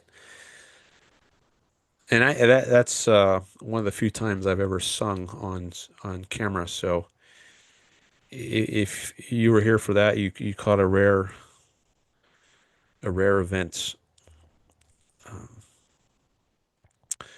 Happy birthday says, oh, we got some confetti flowing up here. Yeah, let me add some here to the confetti. Good times, good times. Get some hearts going here. Hearts maxing, confetti maxing. Good stuff. Okay, so let me read some of these other chats. Happy birthday, Maxine Ayn Rand. That's right. She'd have been 121 years old today. Maybe if we get good enough at life extension, then people can just live forever, like or as long as they want, right? If scientists get really good at life extension, then that would be amazing. Someone just entered the waiting room. Robert W. I don't know who Robert W. is. Um, can you tell me if you are Robert W. in the chat? Maybe you have a different name on YouTube, because I often like to know at least a little bit about who I'm going to have a conversation with if I'm going to let someone in on Zoom. So, can you let me know if that's you? Just say in the chat, I am Robert W. And you can also let me know what you're interested in talking about. Um, Bobby Williams says, my grandma wants to sing Happy Birthday to Ayn. Well, she can do that. Um, sometimes sometimes trolls try to call in, but Bobby Williams just says he's Robert W. Okay, so that's Bobby Williams. Now, I think this might be your first time here. I'm not sure if I've seen you here before, Bobby, but seems like you've been okay here. So I'm willing to do a call here with you. But I think I might want to take a little break here. Maybe like around 10 minutes. I like to take a break. I've been streaming for almost 4 hours. So, can you stick around for like a little bit and then I'll take your call? Semiconductor con says, can you start talking about Ayn Rand soon? Well, I talk about her like in bits and pieces throughout the show. It's sometimes it's kind of random. If you want to hear about Ayn Rand right now, well, I don't know what Robert W. or Bobby Williams wants to talk about. Maybe he wants to talk about Ayn Rand, but um, what do you want to hear about Ayn Rand's? Anything in particular? I mean, I've got hundreds of hours on my channel about Ayn Rand, so you can listen to all that if you want something right now. But if you want to hear something about her live from me in this live stream, um, maybe you have to wait a little bit, or you can rewind to some of the early parts of the stream where I discuss some of her ideas. Oh, your grandma wants to sing for me? Is that why you're coming on Zoom? Okay, maybe I'll take that quickly. And so does that mean that, well, all right, let me just make sure I have my settings correct. So maybe I won't take a break before this call. Hopefully this is not a troll call. Um, I do have a mute button if it turns out to be, but hopefully it's not. Um, but let me just make sure I have my Zoom settings correct before I take this call.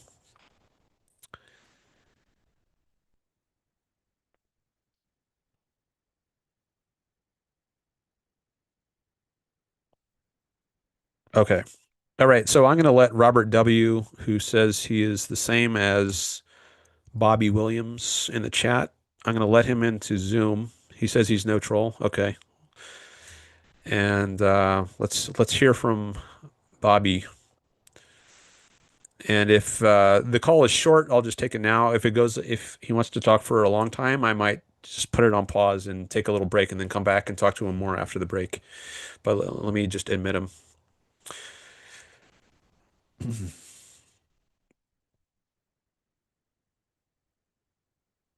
All right, he's in the call, and I just have to hit the ask to unmute button, and then you should be able to unmute yourself. Hello, Hello, Dan. Can you hear me? I can. Hello. Beautiful. My grandma said she wanted to sing Happy Birthday for Ayn Rand's 121st birthday. She's loved singing. Okay. So she's there with you right now? Yes. Okay. Well, if you want to put your grandma on and let her sing Happy Birthday to Ayn Rand's, go for it. 121. All right.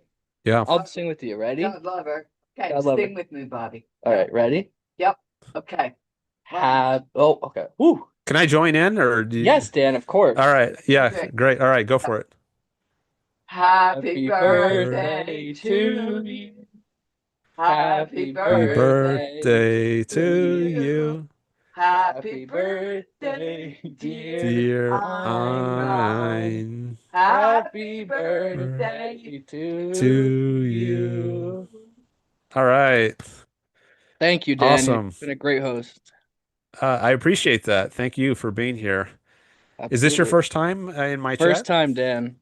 All right. How did you hear about my show? Were you just I like randomly on YouTube and my stream popped up? No, I'm a mentor and objectivist server. So Mentor and Objectivist server. Okay. I wonder if it's one of the servers I've been in because I'm in Discord, you mean? yes, that's right.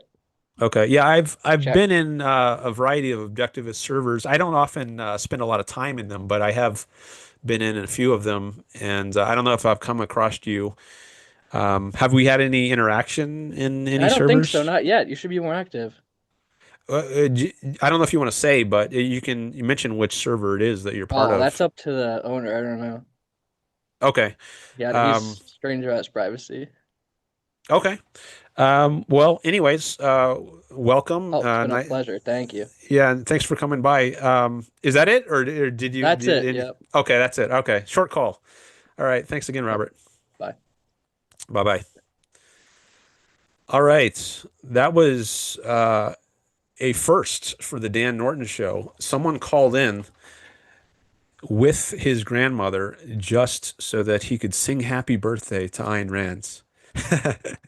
That's definitely not a typical event that happens on the Dan Norton show, but hey, every show is an adventure and you never know exactly what you're going to get. But that was cool. I definitely welcome that. Because this is not a scripted show. It's to a large extent it's just all spontaneous. So I never know exactly what's going to happen. But that was great. Okay, let me reshare these windows. Okay.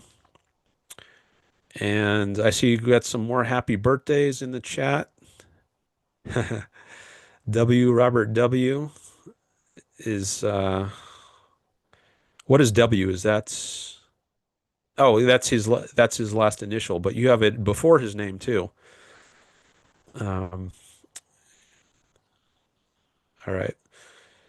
I don't know if I want to take a break right now because we've got so much good momentum, but I might need to anyways. Let me come back to this page. That's great. Up to 1,018.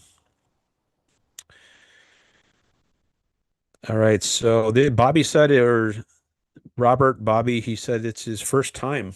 So very cool. Oh, so I guess win is the W. Maybe one W is for his name, and maybe the other W is win, or maybe they're both win. I don't know. W is for the win. Both W's. Win, Robert, win. Okay. Let me look at some of these other chats. Okay. First timer. Yeah, Bobby said he was a first timer. That's cool. Definitely welcome first timers. And we can talk about Ayn Rand at an advanced level or at a very beginner's level. So Semiconductor is asking me to start talking about Ayn Rand soon. So let me say a little about Ayn Rand for Semiconductor.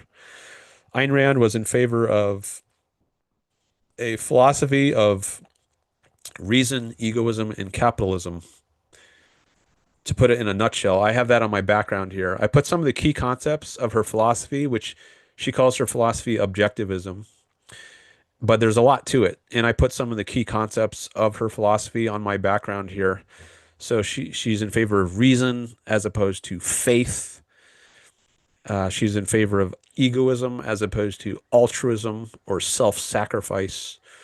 And then she supports capitalism as opposed to socialism or communism or religious authoritarianism. So there's many social systems other than capitalism. And even today's system in the United States, she would say is not capitalist. It's a mixed economy. And that's because it's a mixture of freedom and coercion. So there are many things like taxes, which Ayn Rand would oppose, where you were forced to pay money to the government. She thinks people should not be forced to act against their own judgment. People should have freedom to act in accordance with their own judgment. You can make voluntary contributions to the government, or there could be lotteries to fund the government. And I've talked about various ways of funding the government on my channel. You can look up some of my videos, but the key political principle of objectivism is that people should not initiate force against other people. In other words, freedom should be respected. And I could talk about all of that a lot more. Atheism is part of the philosophy, free will as opposed to determinism, objectivity, logic. There's all kinds of virtues that make up the objectivist morality: independence, integrity, honesty, justice, productiveness, and pride. Those are the key virtues that Ayn Rand identifies that make up a good ethical life. And then I got some other concepts here. The goal of it all is happiness. That's the highest moral purpose, according to Rand's. That's what it's all for. And these virtues are means of achieving it. Government is also a means to achieving happiness. It's a way of protecting people from force. If we have like a police, that's one of the few valid functions of governments. The military is another. And the police and the military protect people from force. At least that's what they should be doing. They shouldn't be themselves initiating force, like a police state where the government imprisons people just for their ideas. That would be an invalid sort of use of the government. But if the police is protecting people from force, that's a good thing. And abortion, immigration, these are just some controversial topics that Ayn Rand has very strong views about. She's in favor of abortions, the right to an abortion, that is. She's in favor of, I don't know if she would put it as open immigration or how exactly she would term it, but I think she was quite supportive of freedom of immigration. Aristotle, he's one of the heroes for objectivism. Ayn Rand called him the greatest philosopher. Western civilization, Ayn Rand was very in support of, where the key pillar of Western civilization is reason and individualism, as opposed to faith or mysticism and collectivism. Now there has been backsliding throughout Western history, like during the Middle Ages and the Dark Ages, where I think Western civilization got away from the ideals of ancient Greek civilization. And Greek civilization was not perfect. They had slavery, but it was the first civilization that really understood and recognized the value of reason in human life. And there was an explosion of discoveries of knowledge, which is a tremendous aid to human survival. And that's what it's all for: surviving, being happy, flourishing. Israel, I just wanted to show some support for Israel because they're often attacked, I think, unjustly on the world stage. But they're an island of civilization in a sea of barbarism. I think that's plausibly a way to see them. Again, definitely not perfect. They've got the military draft, for instance, but compared to a lot of countries in the region, I think they're definitely superior. Yet they are treated as inferior, and I think often they're smeared. So I wanted to show some support for Israel, and that's why I have them up here, because I think a lot of the values of Israel are values that objectivism would uphold, like the value of reason. And, to the extent they're not rational, like to the extent they're religious theocrats in Israel, that's bad. But I think there's a lot of pro-reason elements in the country. And likewise with the United States, not perfect, but if we're talking about the world stage as a whole, definitely a very good country. Maybe the best, one of the best in history. And then Atlas Shrugged, I have here as her magnum opus, her greatest book. So there's a little very quick sketch about give you some of the flavor of what Ayn Rand is about. And if you want to follow up on any of that, feel free to make a comment or a question in the chat, and we can talk some more. Okay, so if you're new here, hopefully that was useful. There's lots by Ayn Rand, which you can find free on the internet, and I definitely recommend reading her herself to get a sense of what she stands for. I think there's a lot of misinformation out there. So it's good to read the source, read Ayn Rand herself to really understand what she's about.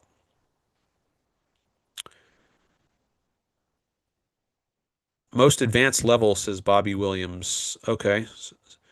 So some people prefer so sometimes I have people who've read Ayn Rand for years, maybe even decades, and they want a more advanced sort of discussion. And I'm open to doing that too. So if there's some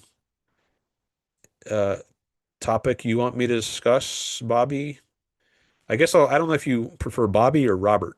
Maybe I'll call you Bobby for now, since that's what it says here in the chat. But if you prefer something else, let me know. So if there's a particular advanced topic you want me to discuss, Bobby, let me know, and I'll do my best. So I'm more familiar with some parts of objectivism than others. Like on my channel, I mostly focus on ethics and politics, not as much on aesthetics. I've talked some about aesthetics, but it's not as much of a expertise or focus for me as other parts of her philosophy. But to whatever extent I can talk about it, I'll do that. You say I don't care, Bobby or Robert? I guess that's what you mean. Okay. I guess I'll just go with Bobby here. Hazier says, please, please, please read the comments above. I really, really want you to read them. All right. Well, I don't know which ones, because there's a lot of comments above. And people were voting. What is the latest result on the poll? Now it says 50% prefer me to start from the latest unread chat, but you're asking me to read the ones from above. So I don't know if that means you want me to go back to the beginning. So it's getting pretty close here. It's a 40-50 split here, and 10 people say they have no preference. But it's close to even for the people who want me to start at the earliest ones and the ones who want me to start at the latest. Maybe this is partly a function of when particular individuals entered the chat, because if you just entered the chat, then you might prefer that I start at the end of the chat. But if you've been here for a while, maybe you voted for me to start earlier in the chat. I don't know if that's what explains some of this, but I could go back and forth, since it looks like there's a lot of people who want both. So maybe I'll oscillate between the end and the beginning. And I've been at the end for a while, so maybe now is a good time to go back to the beginning. And that would align with what Hazier wants me to do, or at least I don't know if he wants me to go all the way to the beginning or just read some that he wrote above. If you tell me more exactly what you want me to talk about, let me know, and then I can go directly to those chats. You can give me a timestamp. You can see the timestamp here. So if you give me a timestamp of a particular chat you want me to address, then I can go right to that. I think that would be the easiest way. Bobby says he loves the epistemology. All right. Well, that's a big field that covers perception as well as concept formation, objectivity, logic. There's a lot there. So if there's a particular topic or issue or a question you want me to discuss, let me know. Okay, I think I want to take a break here for like around 10 minutes. And then I'll come back and I'll go through some more of the chats. And in the meantime, you can let me know, Hazier or anyone else, what particular chat you want me to talk about with a timestamp. And then when I come back after the break, I can go straight to that point. Or you can just repeat it. Oh, I just got a super chat. Thoughts on David Harriman from Bobby Williams. All right. For $20 or 19.99. Thank you, Bobby Williams. I appreciate that. Let me give that a heart and a like. And I'll address that off after the break. I'll keep you in suspense if there's suspense. But I want to give priority to super chatters, so that's definitely going to get priority. As I said here in my poll, I said, in what order should I engage with chats aside from super chats? So if I do get super chats, I'm going to give those priority and rank them by amount. So that the higher the super chat amount, the quicker I'm going to get to it, the more time and attention I'm going to give it. Um, so I'm definitely going to start with the super chat when I get back, and then after that, um, I will look for. All right, I'm not going to read all these chats aloud. Um, I like to keep it clean here. Some of them might be a little bit questionable on whether the imagery is something I want to give voice to here. Um, but I'm going to start with Bobby's chat after the break, and then I'll look for other chats. Maybe I'll see if there's one that Hazier wanted me to respond to in particular. And otherwise, I guess I'll go back to the early ones since I've been looking at the late chats. Okay, so I'm going to stop the screen share for the break, and I'm going to change my name here on Zoom so that, see, when I stop my camera, it shows my name in the middle of the screen, but I want it to say something else so that when new people come by during the break, they know what's going on. So I'm going to change that so it says back after, I'll say back in about 10 minutes. About, right? Not necessarily exactly. All right. And then I'm also going to put that in the YouTube chat. Where'd my chat window go?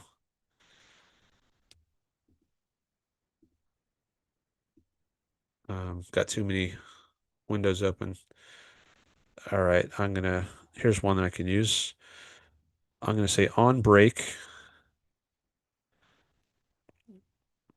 Oh, let me pop this out here. Oh, that's interesting. When I share it from I think when I share it from my YouTube studio, it's going to appear black instead of white. The background. That's good to know. So I'm going to type here on break, back in about 10 minutes.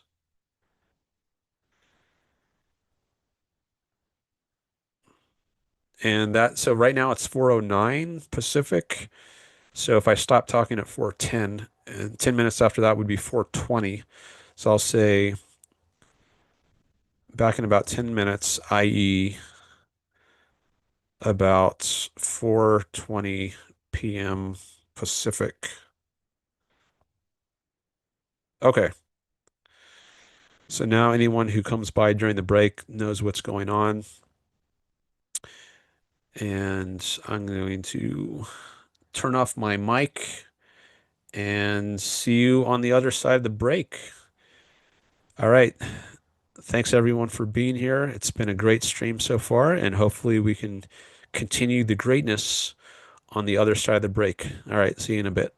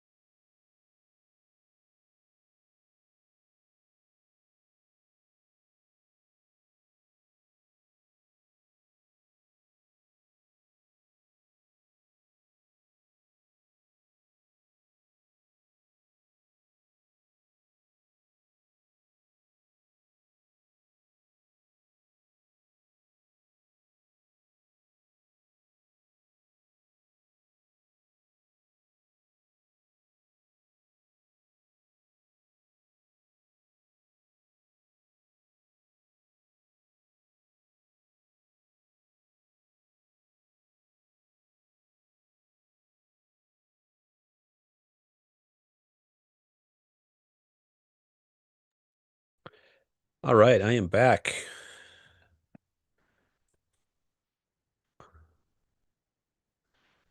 All right, so I had a super chat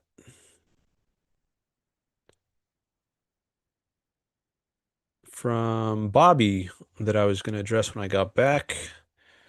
So, um, let me just take a quick look at this poll here. The poll is still open, so people are still voting on the poll. That's all right. I guess there's no rush to close the poll, but I do want to share my screens again. All right, so hopefully Bobby is still here. I guess he can confirm that if he's here. And here is later if he's not here. But since I'm going to address his super chat, I hope he's here. And by the way, if you want to do a sticker, or you can also do small amounts. So like, who was it? Hazir, he wanted me to address some comments above. So to guarantee I will address your comment, you could put some money in the super chat here or a sticker. Just hit this $sign.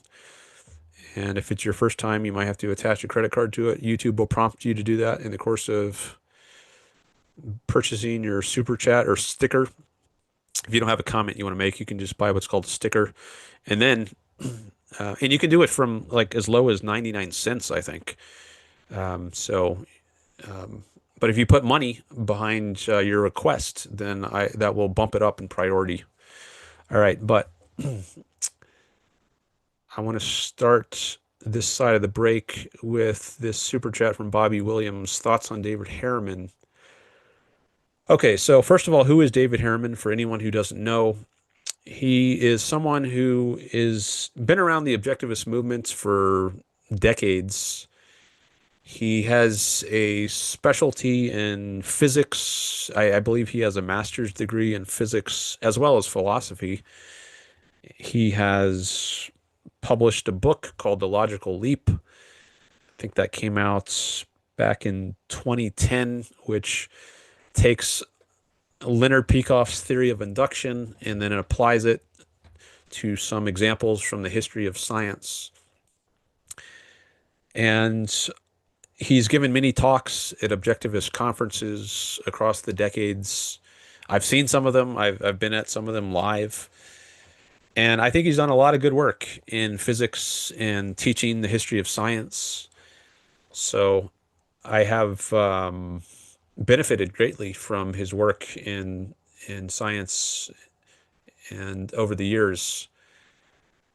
However, in much more recent times, in the last few years, he has drifted away from what I think is what I would like to see from objectivist intellectuals. I think he's, well, for one thing, he's been very much on the Trump train. I think quite pro-Trump, whereas I think Trump is horrible, maybe the worst president ever, and should not be supported, which is not necessarily to say that no one should vote for him. Maybe the alternatives are even worse, but I think he should be seen as an evil. Maybe you think a lesser of evils, but certainly not a good. And um, I don't know what Harriman's view on that is. I don't know if he would say Trump is a lesser of evils or if he thinks he's positively a good president. I don't follow very closely what he says about Trump. I see sometimes I run across a post by him on social media, on Facebook, and often I disagree very strongly with what he says. And it's not just about Trump; it's also about the way he treats other people in the objectivist movements. I think he's very critical of the Ayn Rand Institutes. He's very critical of people involved with the Ayn Rand Institute, like Yaron Brook, who's the chairman of the board of directors of the Ayn Rand Institute. He's been very critical, I think even insulting, if I recall some of the comments he's made, rude, um, disrespectful, maybe even smearing would be an appropriate term. Um, so I'm not interested in dealing with Harriman these days. I think he might have just gone off the rails in some way, and so I have a very negative opinion of him in recent years. As I said, I think he's done excellent work in physics and teaching science many years ago, and I respect all that. I benefited from that very much myself. So I think it's unfortunate that um, the guy who did all that excellent work has now done some very terrible things. So um, that's too bad. I think it's too bad. But that's basically my overview comments of Harriman. And let's see, I see that some more comments have come up in the chat from Bobby Williams. He says, I got a lot out of the logical leap. So I heard the original lectures of, and they're available, I think, for free on YouTube. Leonard Peikoff gave a course called Induction in Philosophy and Physics. And he was addressing an area of epistemology that Ayn Rand did not address much, at least. Like she didn't have a theory of induction. She had a theory of concept formation. And I think Leonard Peikoff's theory of induction built on her theory. Um, and maybe I should say, just for anyone who doesn't know what I'm talking about here, what is a theory of induction? What is induction? It's the idea of generalizing from particular cases to all cases. So, for example, this dog, Fido, wags his tail when he's happy. This other dog, Rex, wags his tail when he's happy. This other dog, Lassie, wags her tail, his tail. I don't know if that's a female, when she's happy. And then we're going to take these particular dogs and then generalize from those and say all dogs wag their tails when they're happy. That would be an example of an induction. Start from particular cases and then you generalize to a broad array of cases which you haven't directly observed. And you might think, well, that's a good induction or that's not a good induction. Maybe we need to observe 100 dogs or 1,000,000 dogs before we generalize. Or maybe it's not an issue of the exact number. That's not really what goes into forming a good induction. Maybe it's some other sort of consideration which justifies inferring from particular cases to other cases. And this happens a lot in science, like Newton's laws of motion. For every action, there is an equal and opposite reaction.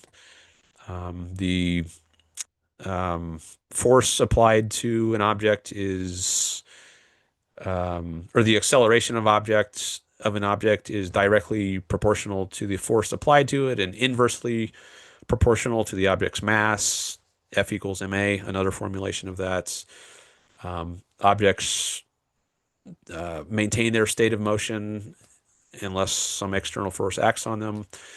Now, these are laws that apply to the entire universe. They're not just like Newton was looking at, an apple falling from the tree, and he said, okay, well, this particular apple acted according to the law of F equals ma. But no, he generalizes to everything in the universe. All things act in this sort of way. And how does he do that? Is that a justifiable leap? Is that a logical leap to make? That's the title of Harriman's book, Logical Leap. Or is that just a leap of faith? Is that a baseless or arbitrary leap? So this question of how does induction work and how does it work in science? How does it work in philosophy?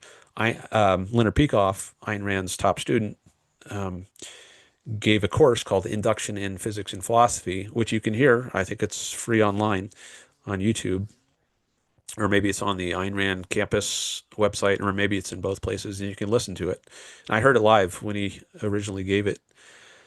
I was actually in the room. He gave some of the lectures remotely, and then some on site. Most of the lectures at the conference were given on site, but he did some of the lectures remotely. But anyways, his theory of induction was eventually presented in a book written by David Harriman. So I think the first one or two chapters were basically presenting Leonard Peikoff's theory of induction, and then the rest of the chapters discussed examples from the history of science, like the atomic theory. How does Leonard Peikoff's theory apply to the discovery that matter is made of atoms, or Galileo's discovery of the laws of motion by rolling things down inclined planes, or dropping things from the Leaning Tower of Pisa. I don't know if that's just mythology, but anyway, Harriman discusses some examples from the history of science and shows how Leonard Peikoff's theory of induction applies in those cases.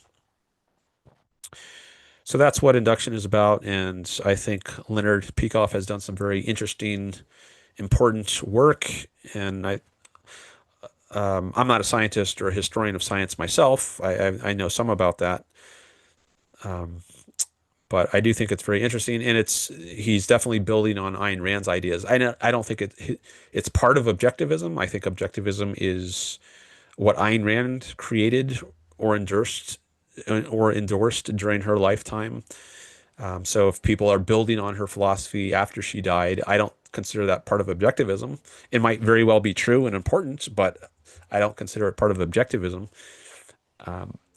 So, but Leonard Peikoff's theory, I think, is definitely worth checking out if you're interested in science epistemology. All right. There are a few more chats here. Actually, let me change this to live chats.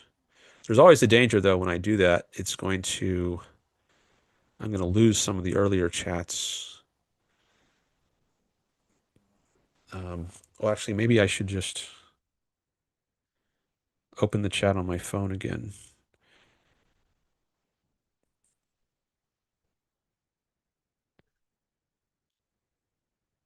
We're up to 16 likes. Nice. Thank you.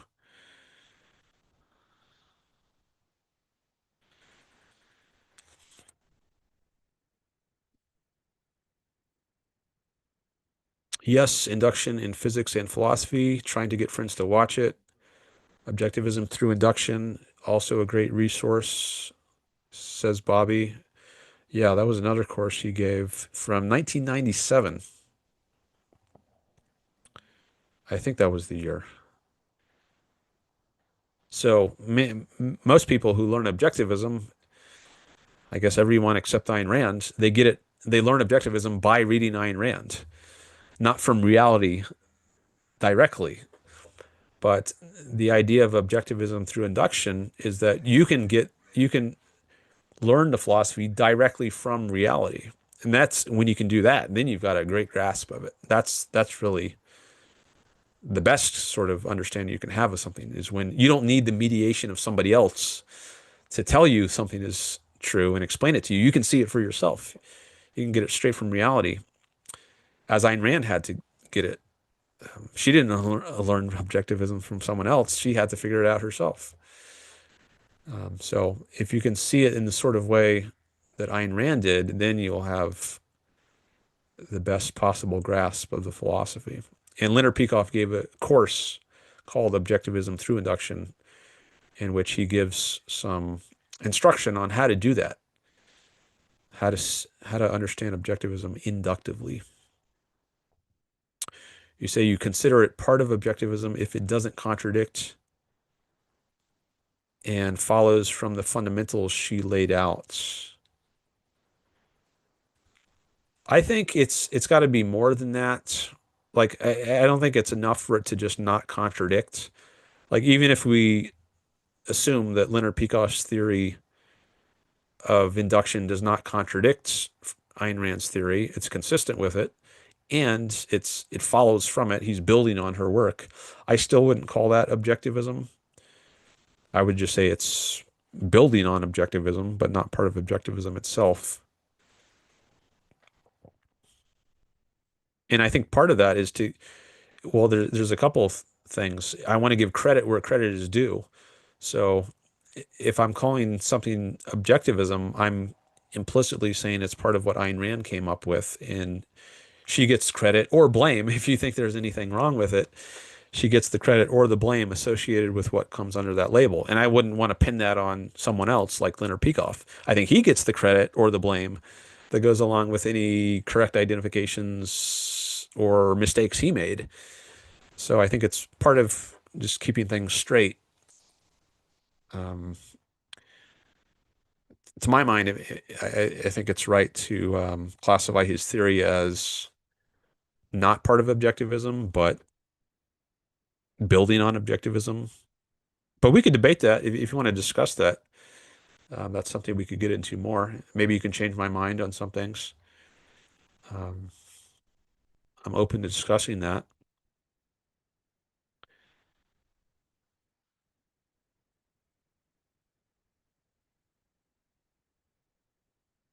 That's why it's important to define your terms at the outset.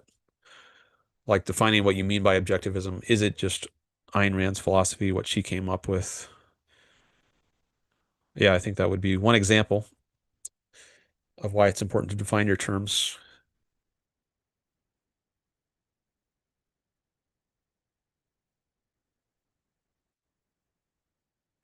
All right. So thanks again for that super chat, Bobby. And let me see what the poll looks like. It's still, the majority is still now, it's a little larger majority, isn't it? Oh, no, actually we got, I think it was a 10% spread before. Now it's another 10% spread, but it's a different 10%. I think before it was 40 to 50%. Now it's 38 to 48%. But we've got some votes for these others. We got one vote for go in the random most interesting order. I haven't done that yet. Maybe I should try that at least a little bit. I got one vote for that. Yeah, I'm going to quickly scroll through, and if I see anything that looks especially interesting, I'll pause on it and address it. So let me see how far I can go. So now I can only go back to 3:06 p.m., which is about an hour and a half again, a half ago. But I think on my other window, I can go back further. Oh, this one. But let's see if I pop in the chat. Oh yeah, now this one allows me to go back to 2:39. Okay, let me go through this and I'll go through quicker and see if I find any that sound particularly interesting to me at least. Okay. No progress that I'm aware of. I don't know what that's in reference to.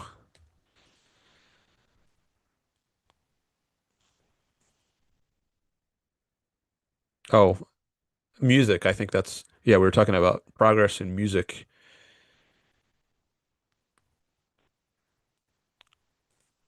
I don't know about the science of it, but creative and technological progress in music has been huge, says Agosti.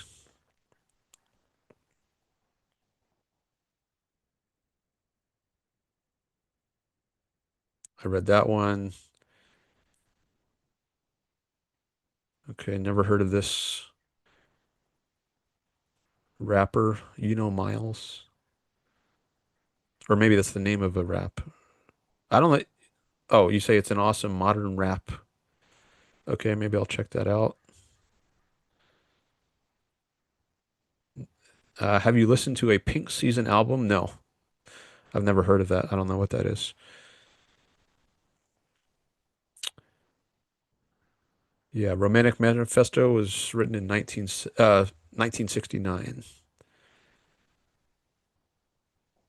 I guess if I can address these fast, I'll just do it now. Like I'll just address them quickly as I see them. Okay. Already read that one.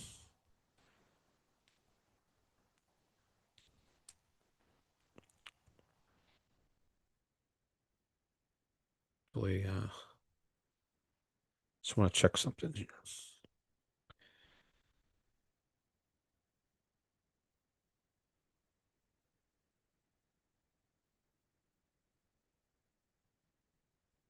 Yeah, Romantic Manifesto was written. Yeah, my phone volume is working. Okay.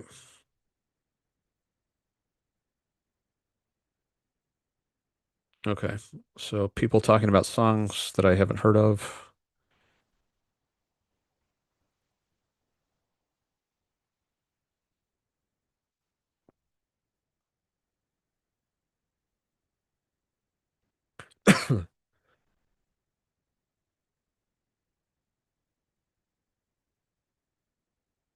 I can make this a little larger.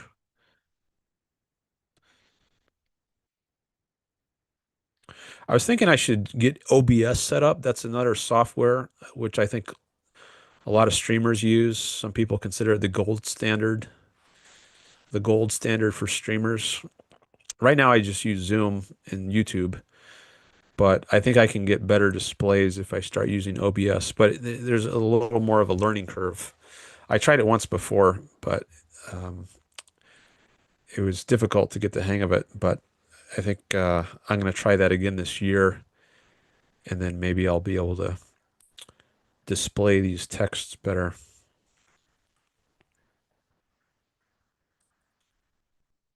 Is this a video game, Fear and Hunger? It's been so long since I played video games. Someone is telling me I should play that on stream. I guess that's what it means. Or maybe they're just talking to each other. Oh, this person asked, will I play Fear and Hunger on stream? Probably not. I don't play video games, so I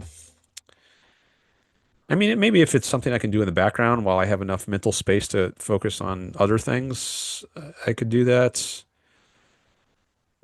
Um, but probably I'm going to have enough to think about just aside from video games that I would want to put all my attention just on whatever topic I'm discussing.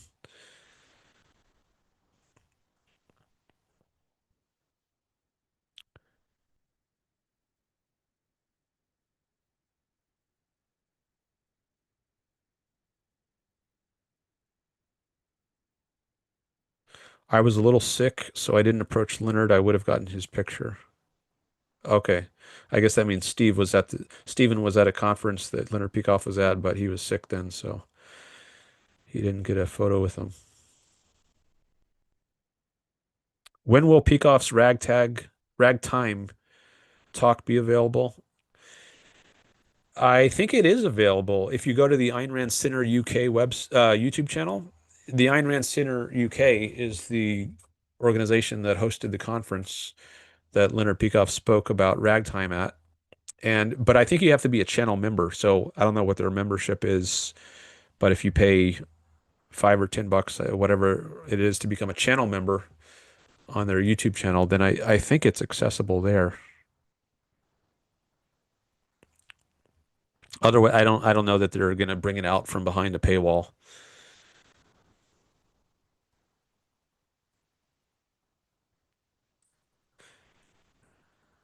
Random number generator to figure out which chat to address next.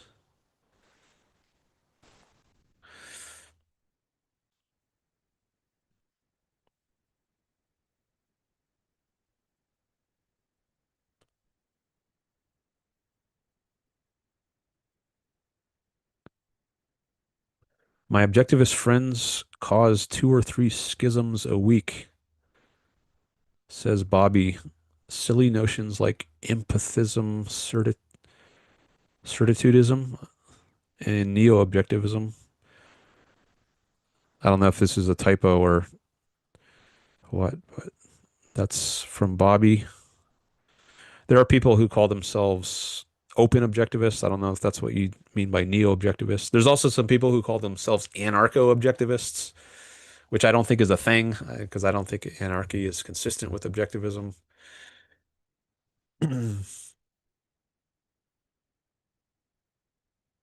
But I don't think open objectivism is a thing either, because as I said, I think objectivism is just what Ayn Rand came up with or endorsed. Whereas I think the people who call themselves open objectivists think that objectivism can be more than that.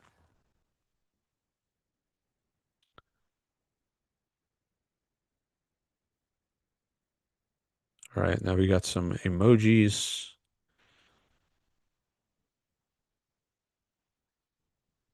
Peikoff is right about immigration, says Bobby.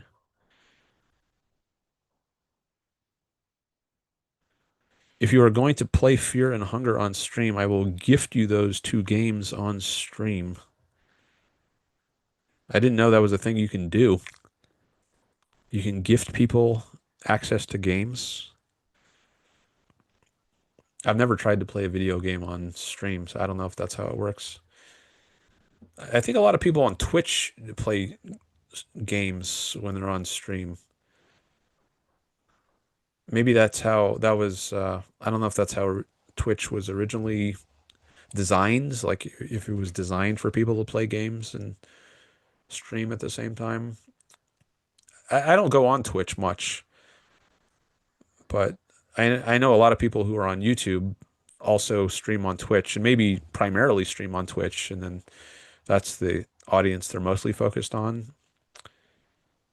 But I'm not very familiar with that community myself. I thought maybe I should also stream on Twitch.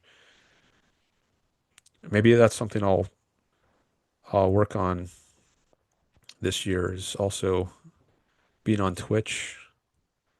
But there might be a drawback to doing that. Like I might like have fewer, smaller audience on YouTube. Like I might get more subscribers on YouTube and more views there if people know they can only see me if I'm on only on that platform. So if I want to focus all my growth on one platform, then maybe that's a good reason to only stream on one platform. Like maybe if people are watching me on Facebook or X or Twitch, they're less likely going to come over and do super chats, for instance. But if they know they can only see me on YouTube and that's where you can do super chats, maybe I'll get more super chats that way. So I'm not sure. It's something worth thinking about. What's the best way to do the show?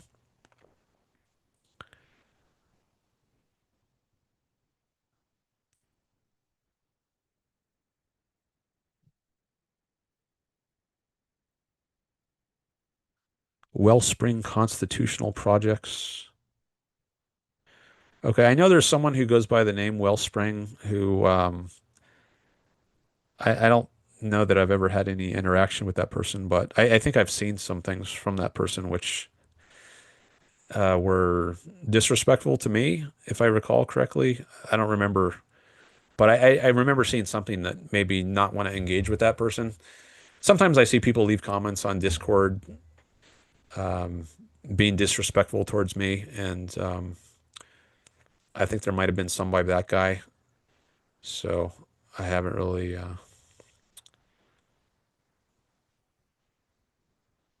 pursued his server. If he has a server, I don't know. Or I don't know if he's a mod somewhere, but that name does, I do recognize that name.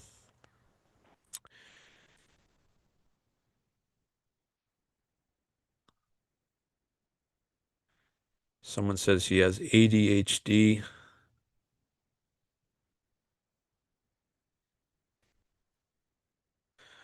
You flinch every time you say, I flinch like an abused child every time I see the Instagram icon. I am sweating and shaking, trying not to open it right now.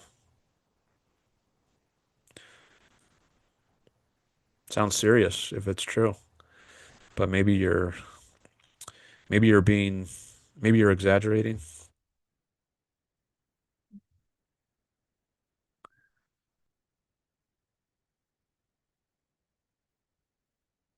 Okay, well, I guess I ended up going in order here.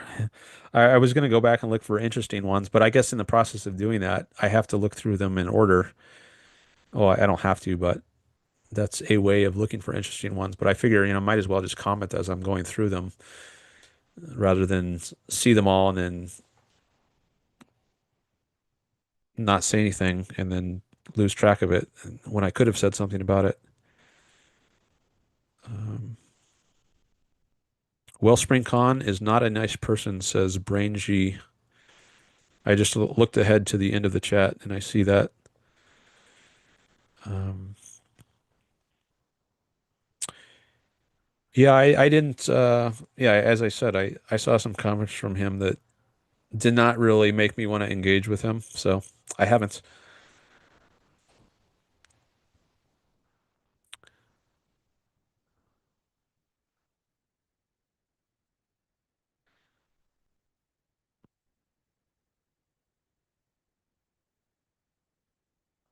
We appreciate you, Daniel. Thank you. I appreciate your appreciation. We love you, Mr. Norton. Well, thank you. I appreciate it. Excommunicated by Rand, says Bobby Williams. Who is excommunicated by Rand?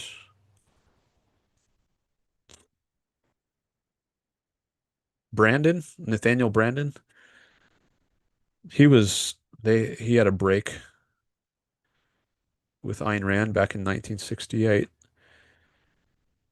I don't know if that's who you're talking about.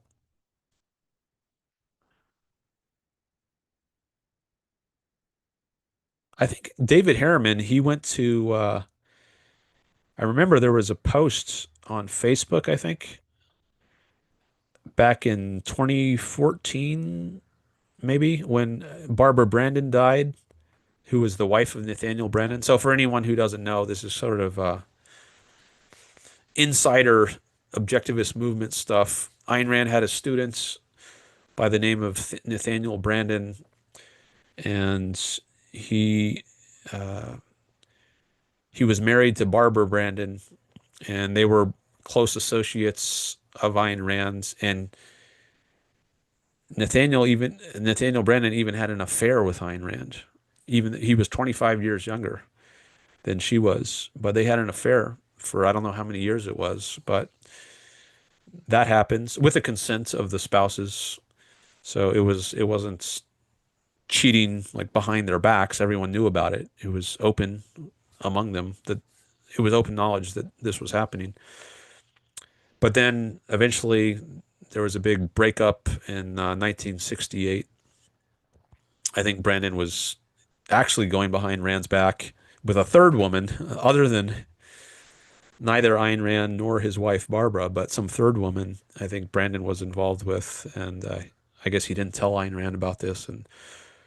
Um, and I think that was just one issue. There were other issues, but I think that was a major one. And so I think he was being dishonest with Rand. And there was this big breakup in 1968. And after Ayn Rand died, Barbara Brandon published a biography of Ayn Rand. So Ayn Rand dies in 1982, and there's still no knowledge of the affair. So the affair happened, I think it started in the 50s, like maybe 1955-ish, and it went on for till sometime in the 60s.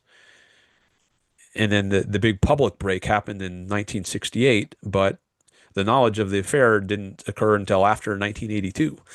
So, and I think it might have been Barbara Brandon's biography, which was published in 1986, 4 years after Ayn Rand died, that brought this affair to public attention for the first time.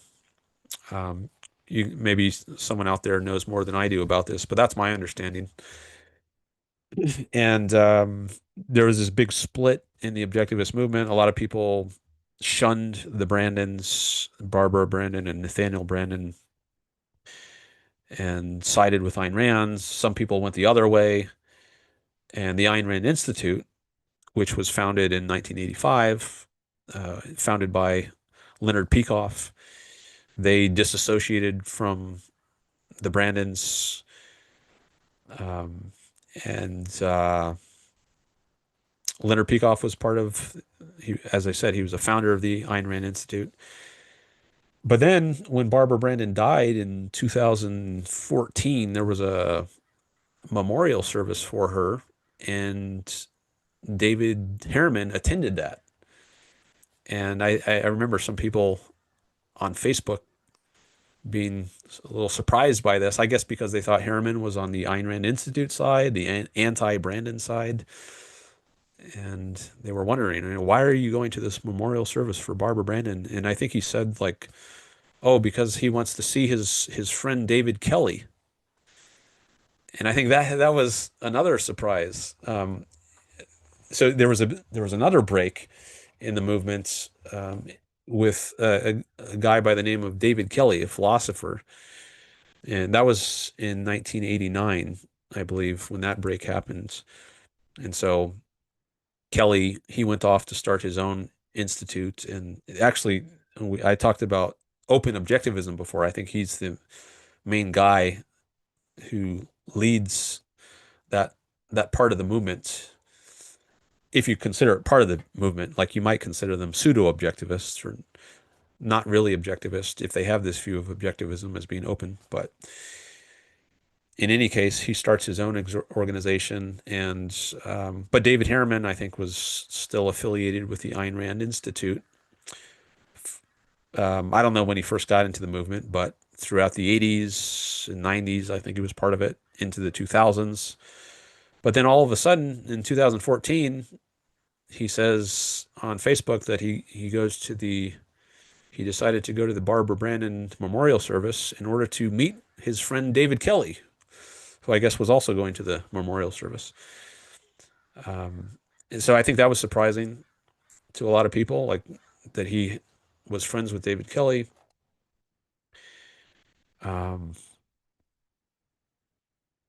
So I thought of all this because I saw this comment from Bobby in the chat that says excommunicated by Rand, and that was making me think of other excommunications, and also because Bobby had asked about David Harriman in the chat, and so that made me remember some more things about Harriman, his connections to people who have been excommunicated, well, which I'll use air quotes for. I mean, it's not like an official thing that the Catholic Church does, but there is disassociation. Maybe some people might call it cancel culture. I think that's maybe a problematic term, a package deal sort of term. Ben Bayer was recently commenting on that on the Yaron Brooks show. But anyway, since Bobby put in a super chat, and I had some more thoughts related to his super chat about Harriman, and I had some more thoughts related to Harriman, I wanted to say some more things about Harriman that I could remember. Okay, but let me look back at the chat now.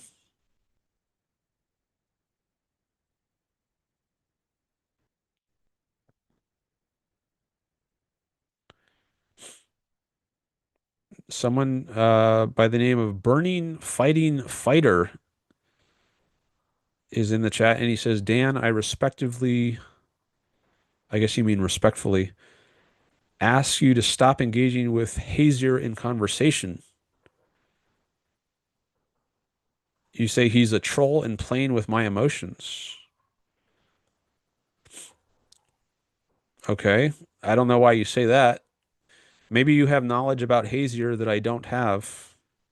This is the first time I've seen Hazier in my chat. And it's also the first time I've seen you in my chat. So I don't know either of you. I don't know if I should take your word about him or I should take his word about you, or maybe I should give both of you the benefit of the doubt now because I don't know either of you. But I think right now I need to see some more evidence first before I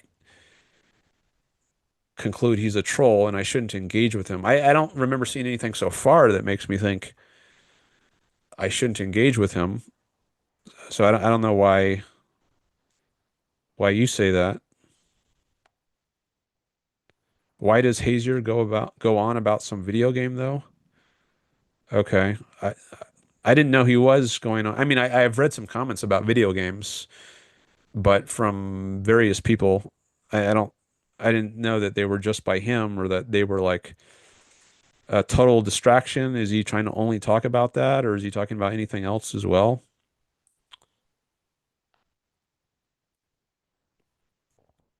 You say he really gets on my nerves with the heart spam. What's the heart spam? Is he like clicking the heart emoji to make the heart float up in the chat, or I don't know what you mean by heart spam.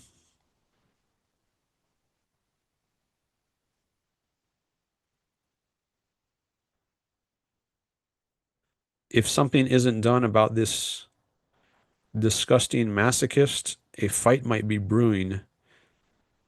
Very unserious guy.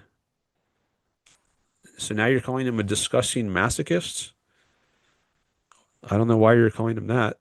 I might have missed something in the chat. I mean, I haven't read all the chats. I haven't been able to keep up with everything, and I've been jumping around a bit, partly in accordance with the poll results. I asked people what part of the chat I should focus on, but maybe there are some things I haven't seen.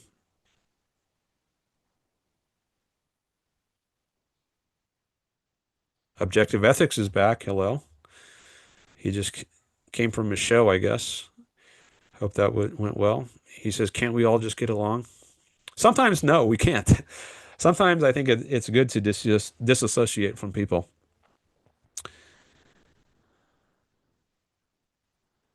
Why are you affected?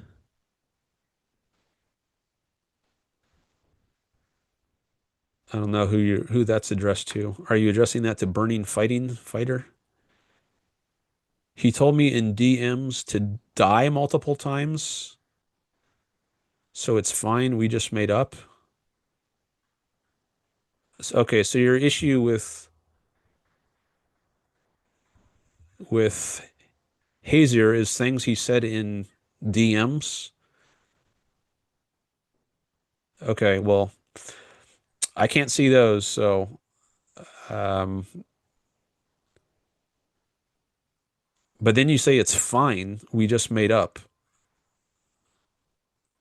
Okay, so now you don't have an issue with him? You've made up?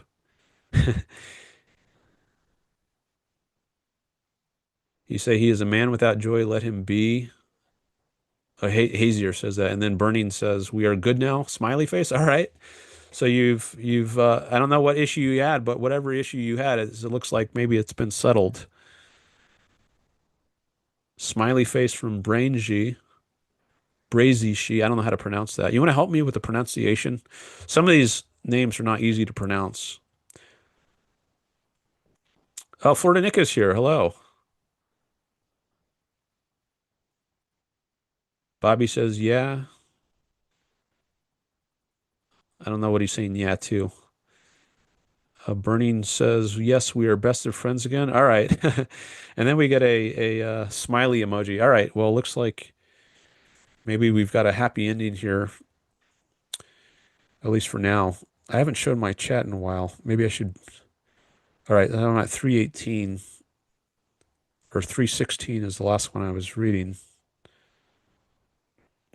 But see if I scrolled into the end. Here's the ones I just read. Yes, we are best friends again. Hazier gives a little smiley emoji with hearts on it. So, okay, well, I guess what do they say? All's well that ends well. Um,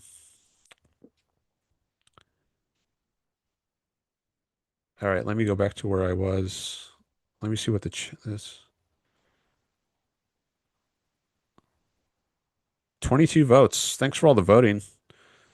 It looks like the dominant options are start from the earliest and start from the latest. And mostly there's a slight majority for start from the latest chats. Okay. Well, it's been a while since I did that, so maybe I should go back to the end and work my way back since I've been looking at some of the older chats. So, all right. So let me do that.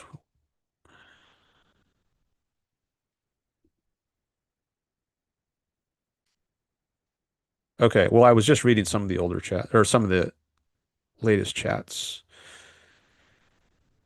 but let me try to pop that out. Actually, no, let me pop out from a different window. Otherwise, I might lose some of the chats. I'll do it from this window.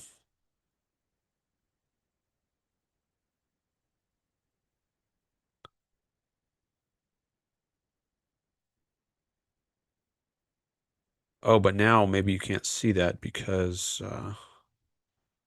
yeah, because I have to share a different window.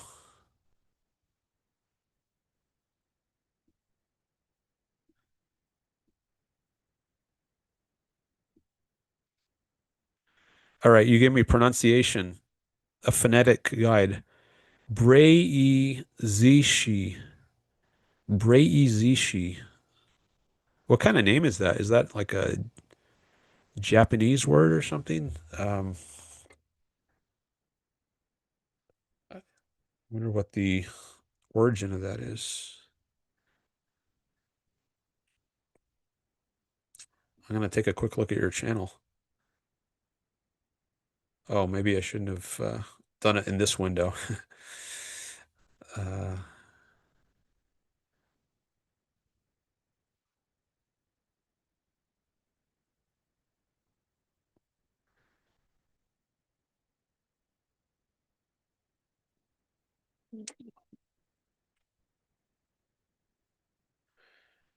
I got to take a look at my. Okay, I had a text come in. I just wanted to quickly see what that is. Okay, so I was going to pop out the chat on this page and then share that.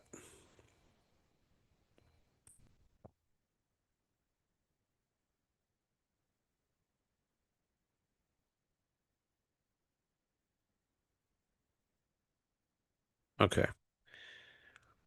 All right, so Steven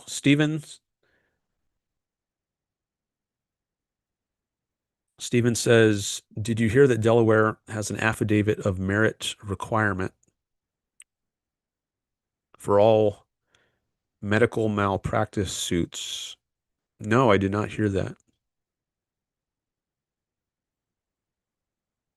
So what does that mean? Your next chat says a plaintiff needs to present to the court an affidavit from a doctor basically stating that he thinks the plaintiff is likely to prevail. What do I think of that? Okay, so if you think a doctor has engaged in medical malpractice, then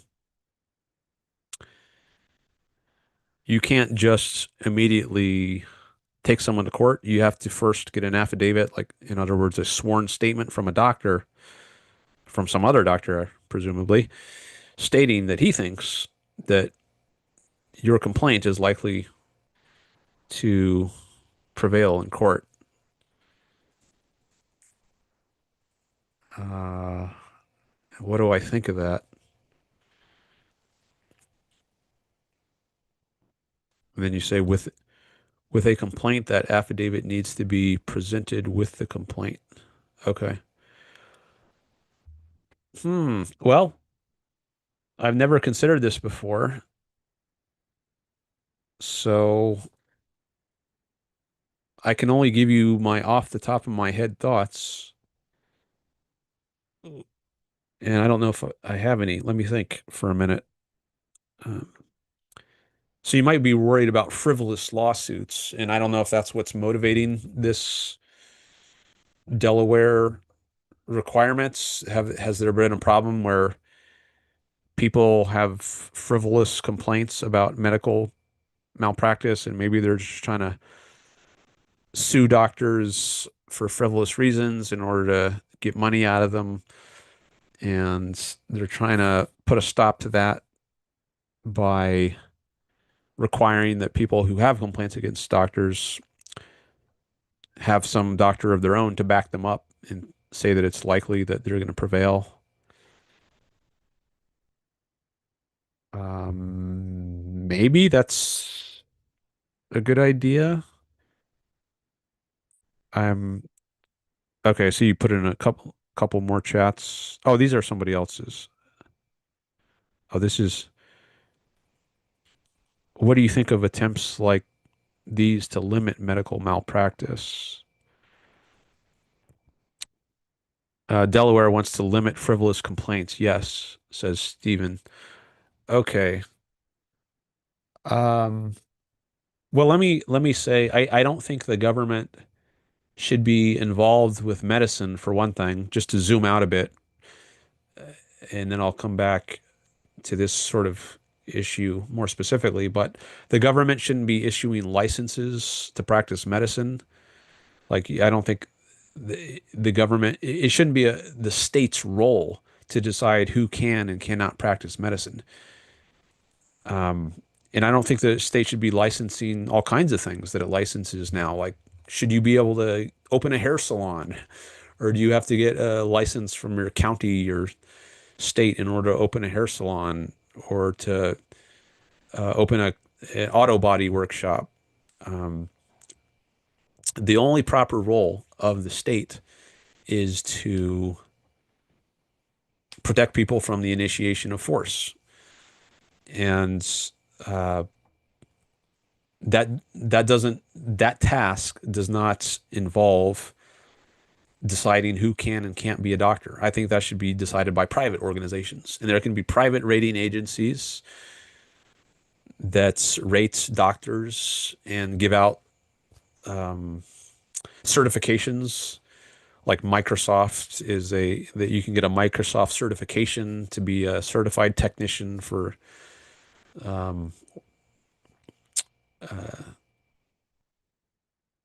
repairing someone's Microsoft operating system if it crashes or if it breaks down or something.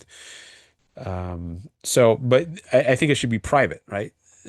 And the free market should decide who can and can't practice medicine. Now, I don't know how, if that issue of state licensing factors in here. Like, maybe this kind of malpractice, maybe a lot of the malpractice only exists because medicine is a very heavily regulated industry. And I think the health insurance industry is heavily regulated. Like, there's a lot of, like, you can't have insurance that doesn't cover pre-existing conditions. In some cases, like with Obamacare, I think that was part of the law, and I think that's horrible. I think that's a violation of the rights of insurance companies. They should be able to cover whatever they want or don't want, and then you can decide as a customer on the market, what kind of insurance do I want to buy? Maybe you as an insurance company don't want to cover transgender surgeries for people, but maybe you're required to in some places. I don't know if that's the case, but if it is the case, I don't think it should be. So the government needs to get out of the business of medicine in healthcare. So I don't know how that might be affecting this, like the malpractice suits that exist today. I don't know if there's more of that because of the regulations, but I I wonder about that. Like, if we would have a much better system where there are fewer frivolous lawsuits, if we didn't have a heavily regulated system. Let me see. There are a couple more comments from Stephen, or one more. The Supreme Court just ruled that this AOM requirement cannot be required in federal court. This affidavit of merit requirement cannot be required in federal court. Okay. So I don't know. Yeah, I wonder what the reasoning is on that. Like I'm not really coming down on one side of this or the other. So I said at one point, well, maybe that's a good idea in order to help avoid frivolous lawsuits, but maybe you don't want to have a requirement like that because it's too onerous to make people get another doctor's opinion. Maybe you want to make it easier for people to have to engage in complaints against doctors and file suits against doctors, and you would be deterring people from doing that if you required them to get some other physician to be on their side. So it's also a higher bar to say that the doctor has to think that their suit is going to prevail. Yeah, you say likely to prevail, as opposed to just be worth considering. So it's a lower threshold to say, well, I can see how maybe this is a legitimate complaint. Maybe, maybe not. But likely to prevail means the the preponderance of the evidence suggests that the complainer is in the right, and maybe the Supreme Court thought that was too high of a bar, and they want it to be easier for people to press complaints. I don't know. I would need to learn more about this, but so I don't really have much to say about that. But for what it's worth, those are some off the top of my head thoughts or reactions um, on that. And maybe we can talk about this more, but I want to spread the time around somewhat and read some of these other chats. But you did send in a super chat earlier, so I want to take that into account and give some more time and attention to you. You also say the plaintiff in this case couldn't get a doctor to issue an affidavit, so maybe it's really hard to get one. Berk versus Choy. Okay. Yeah, so I wonder about that. Maybe it makes it too hard for the plaintiff if you set the bar as some other physician has to think you're likely to be in the right. Maybe that's unfair to complainers and it's too hard for them to get restitution if you set the bar that high.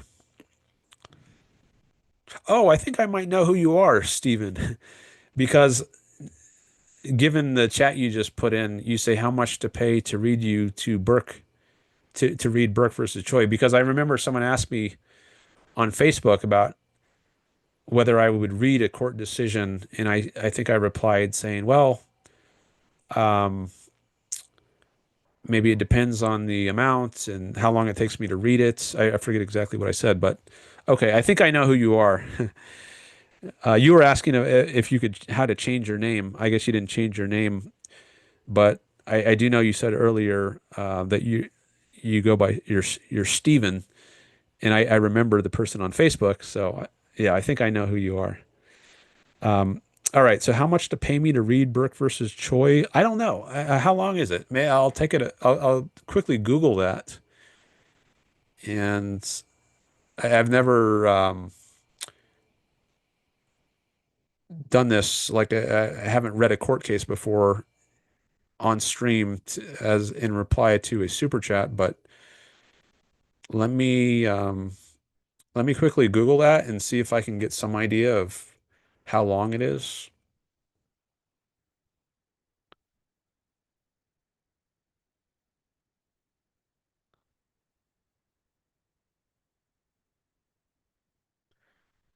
Okay, Berk versus Choice, SCOTUS blog, reversed and remanded 9-0 in an opinion by Justice Barrett on January 20th, 2026. Justice Jackson filed an opinion concurring in the judgment.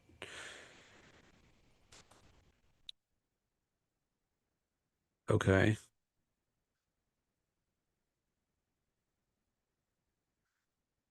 I guess I can share this. Well, I'll just read it. It's just a short um, sketch of what the case is about. Delaware law requiring a plaintiff suing for medical malpractice to provide an affidavit from a medical professional attesting to the suit's merit conflicts with a valid federal rule of civil procedure and does not apply in federal court. Okay, so that's what the court ruled. All right, now where's the actual file that that explains their reasoning?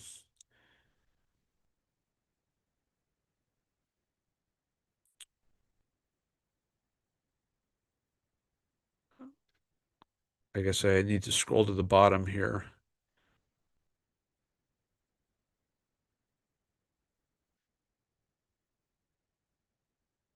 Oh, maybe I just well, here's a docket number. Maybe that spells out the original case.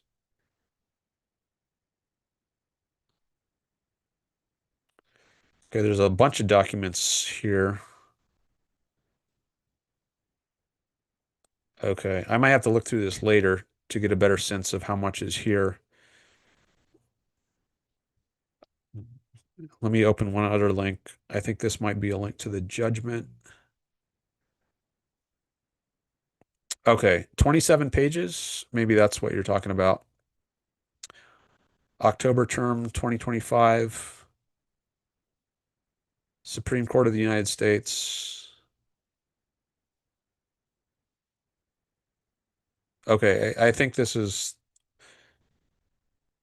the relevant file here. So it looks like it's a 27-page PDF. And I mean, I could read that as a non-lawyer. I'm not a lawyer, so I would only give you my philosopher's take on this. So, um, and there's also the question of like, should I charge in advance or after the fact? And maybe I could do both in different cases. Like when you go to a restaurant, you eat the food and then you pay afterwards, and you decide how much you want to tip. But other services, like you go to a grocery store, you buy it up front before you consume the food. But maybe there because it's less risky, you know what you're getting. There's nothing really surprising. You're comfortable doing that. So you could pay after the fact, after you've seen the kind of value I've provided, if any. Hopefully, I provide some, and then you could decide how much to pay after the fact, or you could pay in advance. And I don't know what the better way to do it is, but maybe one idea that just occurred to me is I could charge the same price that I said I would.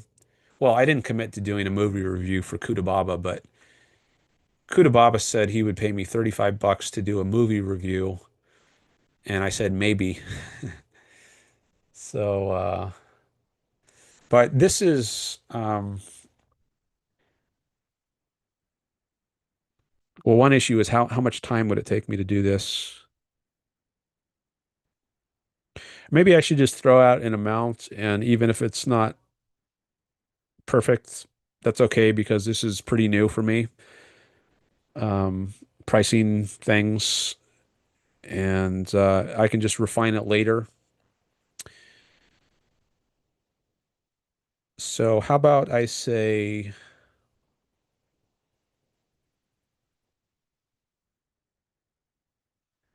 how about 50 bucks? I'll do it for 50 bucks. So that would involve reading it. Now, just reading it, that's probably going to take me at least an hour. But then thinking about it and coming up with some comments, that would probably be at least another hour. So if we assume it's at least 2 hours, then that would be like 25 an hour. Um, it might take me much longer than that, but that's okay. I'm just starting out, figuring out how to price things. So I'll say that for $50, I will read this case and I'll give you some comments. I'm not going to guarantee like how much comments. Like I'm going to talk about it for an hour or 2 hours or 10 minutes. I don't know. That's hard to predict how much time I would spend on it, but um, I think if I'm going to be reading this whole thing, I would probably have at least 15 minutes. I would guess it'd be pretty easy for me to come up with at least that amount of material. Um, so that's what I'll say, $50, and then I'll read it and comment on it on stream. That's my offer.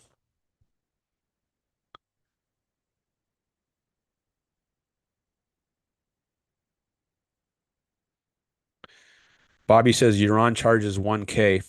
That's if you want to dictate the entire show.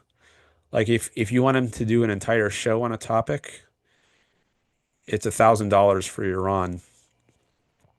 Now, given the length of his shows and the length of my streams, I might in effect be doing as much time as he did. Like sometimes I stream for 5 or more hours.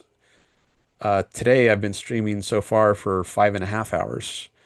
So even if let's say I spend 2 hours on stream discussing this, that might be equivalent to $1,000 for your on because his shows are often about 2 hours. So, but I'm also not your on, right? He's got a much larger audience and he's got a lot more experience doing reviews of things. So I think as a streamer who is much newer to doing this, my rates are going to be lower. Now, maybe eventually I'll work up to the point where I'm charging Neuron's rates, but right now I'm pretty new to doing super chats and taking requests like this. So I see Steve just said in the chat, I'll up it to $75, not on YouTube. What do you mean not on YouTube? No, what I meant is I would do a stream on YouTube just like I'm doing now. I would do well, at least part of a stream, not necessarily like 8 hours, but I would at least do part of stream devoted to this case. And I would do that for $50. Since you said you'll up it to 75, I would definitely do it for 75. Um, but I'm not sure what you mean here when you say not on YouTube.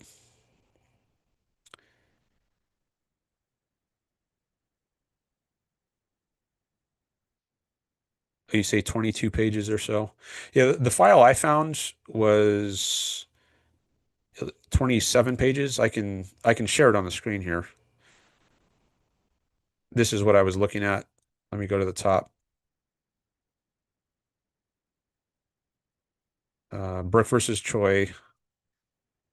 And it says the case was decided January 20th of this year. So I didn't scroll all the way to the bottom, but maybe there's some footnotes at the end. So you didn't count that. And maybe that's why you said, well, this goes all the way to the last page, but it's numbered 13. I guess the numbering, maybe there are different sections of this document. Let's go to page 1, see what that. Or okay, so this is Justice Jackson talking, and maybe there's a table of contents. Oh, here's page 1, which is actually the 15th PDF page. So I guess starting on PDF page 15 is the beginning of Justice Jackson's concurrence. Let's see, does that go all the way to the end?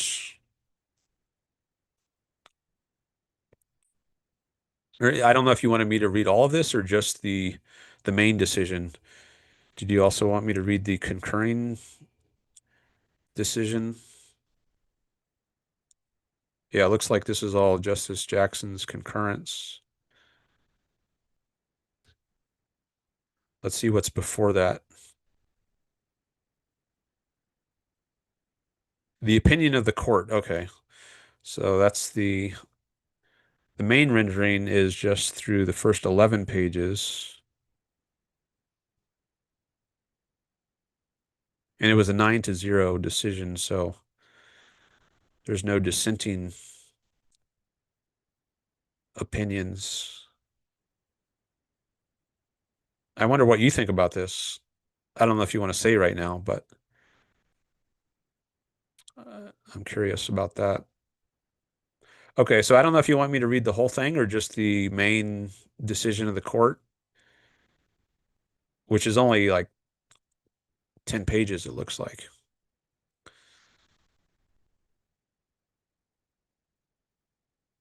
Let me come back to the chat. Oh, wow. Steve just did a super sticker for $50. I guess he's paid for it. All right.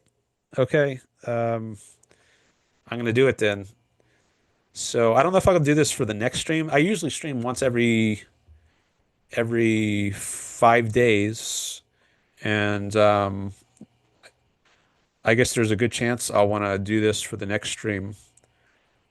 Um, yeah, I think I'll plan on doing that, which would be February 6th. What day is that? Friday? Yeah, that's Friday. Okay, so I'll plan to do this on Friday, February 6th as part of my next stream. Unless something like really important comes up and I can't stream that day. Sometimes that does happen and I have to or if I get sick. Actually, I had to cancel my last stream because of that. But assuming that I stream on Friday, I will plan to go over this then. Thank you, Steve. I appreciate that. Now you have the record. You have given the highest super chat ever, $50. Awesome. Thank you, Stephen. Okay, you say, let me share this on the screen. See, I definitely give priority to the chats that attach money to them because I want this to become a financially self-sustaining venture. So I'm focusing on Steve right now because Steve has been talking about paying me to do work here, and now he has paid me. So money talks. And that's why I'm giving him time and attention and priority right now. So if you want more of that, more time, attention, more priority, then you put some dollars behind it, and then I'll come to you.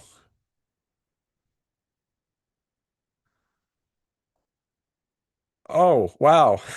Steve just put in another chat for $20, Berk versus Choy. All right, I gotta give these a heart, hearts and likes. Thank you, Steve. And another one. All right. Oh, I see, because there's no, he said he was gonna do $75, but there's no super chat option for exactly 75. And maybe you can't um, put in certain amount. Like sometimes you can customize, like in PayPal, you can put in whatever amount you want. But in YouTube Super Chat, I guess you're restricted to a certain set of options. And to get a combination that adds up to 75, Steven had to do 3 separate Super Chats. Okay, great. Thank you, Steven. All right, so I'm going to look at that before my next stream, and then I will give you some comments on it. Yeah, you say the numbering starts over at Jackson's concurrence. First is Barrett's majority opinion. Concurring, not necessary. Just get a sense of how they viewed the conflicts. So you might want to read through FRCP 8 and 9. Okay. I don't know what FRCP 8 is and 9 mean, but I guess I'll learn what that means. I said 75. I'm a man of my word. Okay. Thanks, Stephen. Appreciate it. So you've got the record now for the highest super chats. I guess I'll consider it all one super chat of $75. I almost got to my $100 threshold just today. I mean, actually, I think I did. Yeah, because with all the other super chats that came in, I think it's easily over $100 today. I wonder if my page updated yet, because I was looking before to see if the super chat amount went up.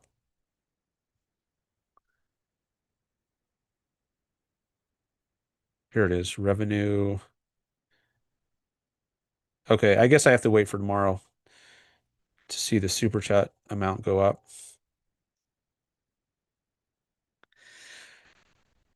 Federal Rules of Civil Procedure. Okay, so that's what FRCP is. Okay. Now, I don't know what you're, or I don't know if you're a lawyer or you said something earlier. Oh, yeah, you said you're some kind of lawyer. I'm trying to remember what it was. I think that was you earlier in the chat. I don't think I can scroll back that far now, but someone in the chat earlier said that they're a type of lawyer, and maybe that was you. So I don't know if this is, if that was you, if this is your special field, like medical law, or if you're just interested in this for some other reason. I'm curious to know a little about that, like what motivates your interest in this topic.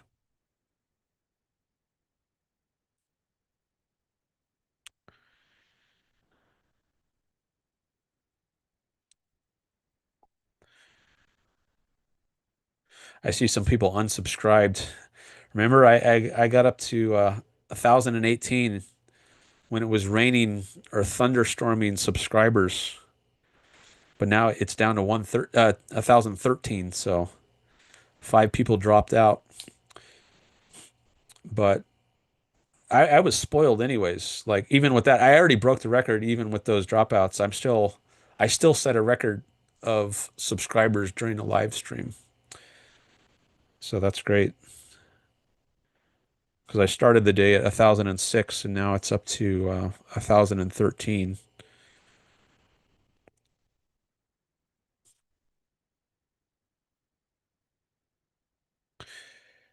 Oh, you say you're an immigration lawyer. All right. Interesting. But you have an interest in this non-immigration part of the law.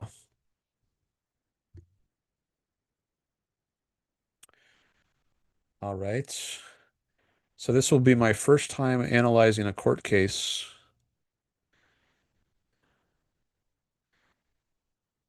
All right. Cool. All right. I'm going to check that out. Thank you. Thank you for this super chatting. All right. It's now 20 minutes to 6 about Pacific time. I do have to end by 8 at the latest because I have something else to do, and I might want to give myself a little cushion before that. So I guess the maximum I could stream from now is maybe 2 hours more tops. At that point, I need to start winding down,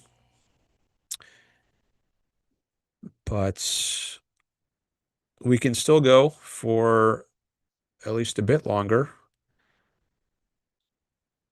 Let me take a look at the poll here. It's up to 25 votes now. So now it's getting very close. It's only a 4 point spread on people saying start from the latest unread chats and start from the earliest.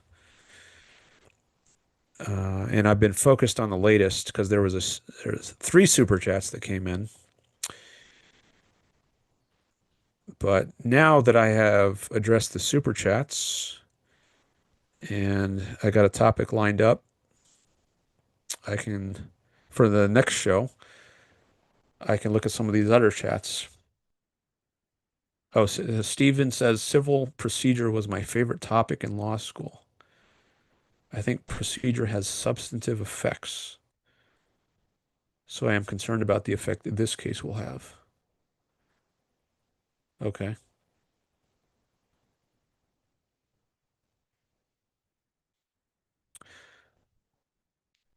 All right.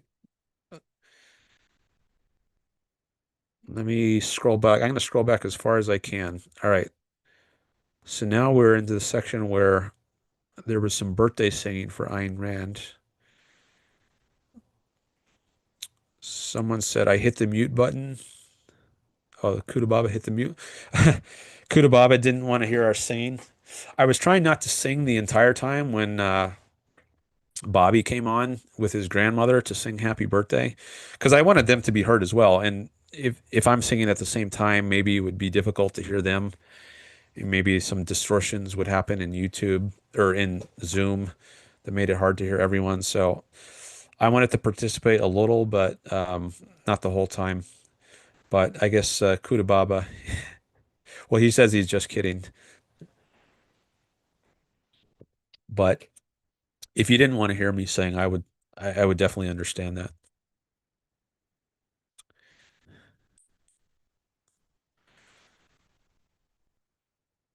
All right, then we have someone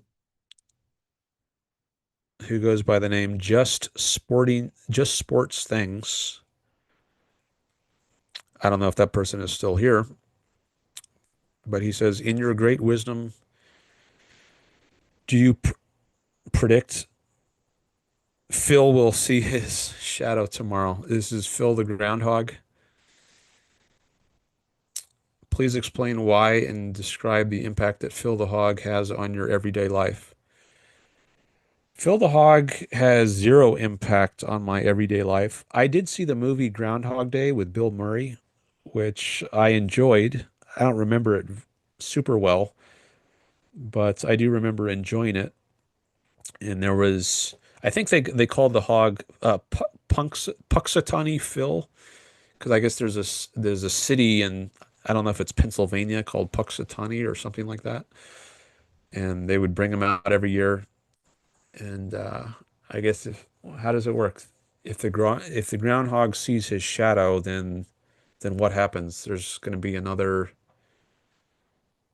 Uh, it's not officially spring yet, or I don't remember what it is. What hangs on whether Phil the groundhog sees his shadow? You can let me know in the chat, or somebody else can. If um, all right, and then I addressed this one.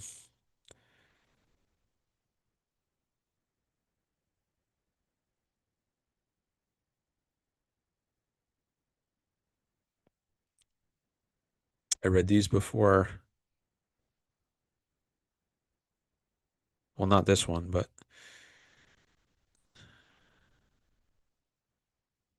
every letter of my name is for win. Even the R? Oh, there's no R in Bobby Williams, but your Zoom name had an R in it.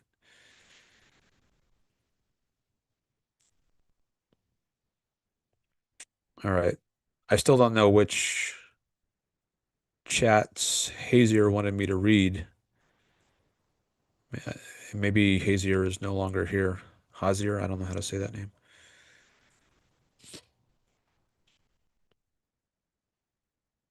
Okay, I read these from Bobby before.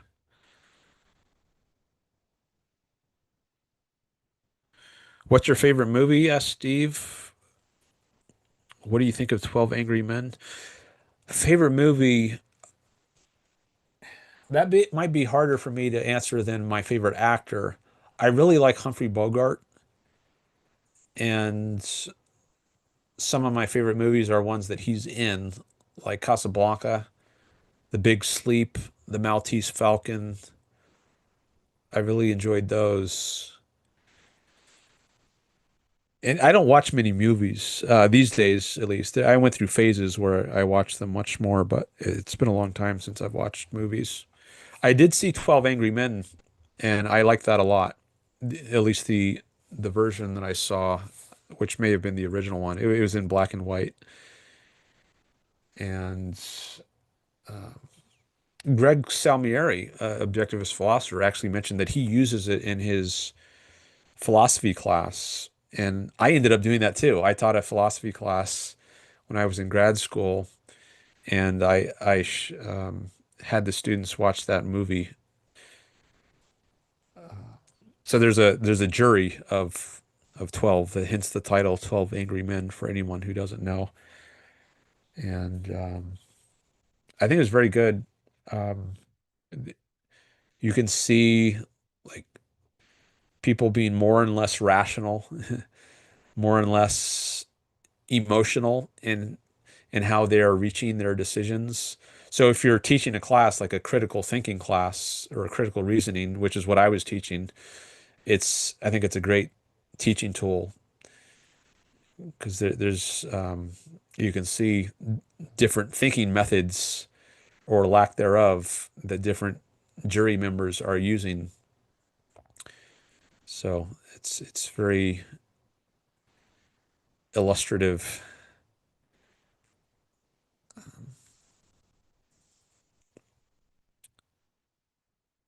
There's some more recent movies I liked, like Terminator 2. I remember I really enjoyed that when I saw that. It came out in 1990 something. Forget exactly the year. Arnold Schwarzenegger. Um, but I guess in general, I preferred the older movies from the like 40s, 50s, the Bogart days.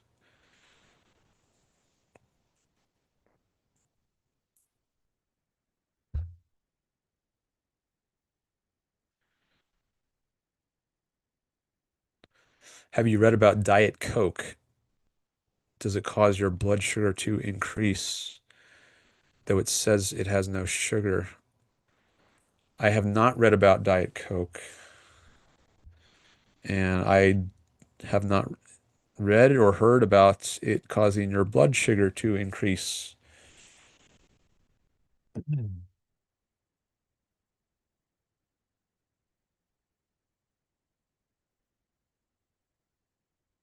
Anarchy versus freedom, says Frederick. Okay, not sure what that's in reference to.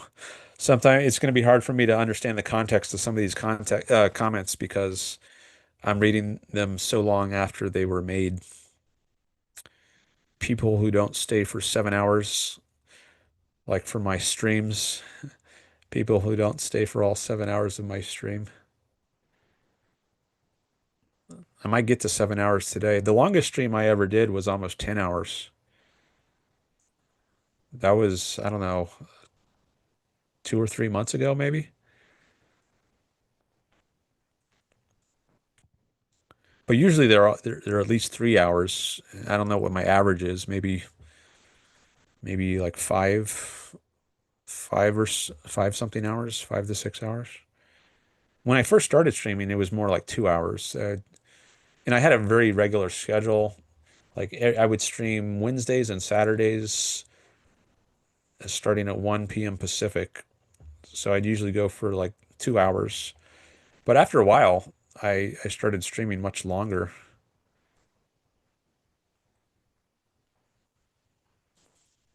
Dr. Peikoff is an immigrant, as is novelist philosopher Ayn Rand. Yeah, Dr. Peikoff is from Canada. Winnipeg, I believe. Winnipeg, Manitoba. Is that the state or the province? Manitoba. And Ayn Rand is from Russia.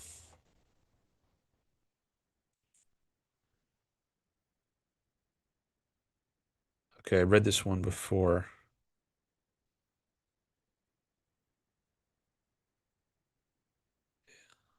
about video games.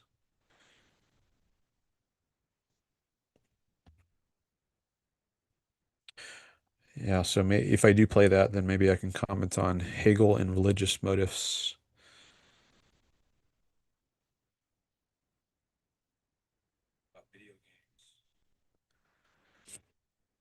Okay, and then I read these before,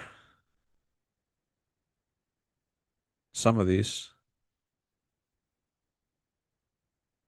Brandon has philosophic errors as well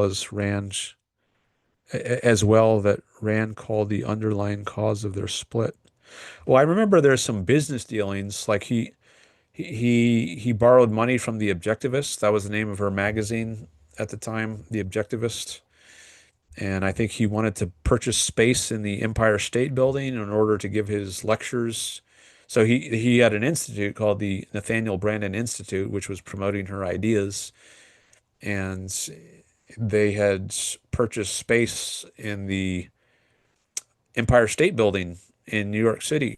And I think that's where the lectures or some of the events were held, events associated with the Nathaniel Brandon Institute. And I think he borrowed money, the NBI borrowed money from the Objectivists in order to purchase this space. And then I don't know, I don't remember if he didn't pay it back or I don't remember exactly what happens, but some of the dispute was financial.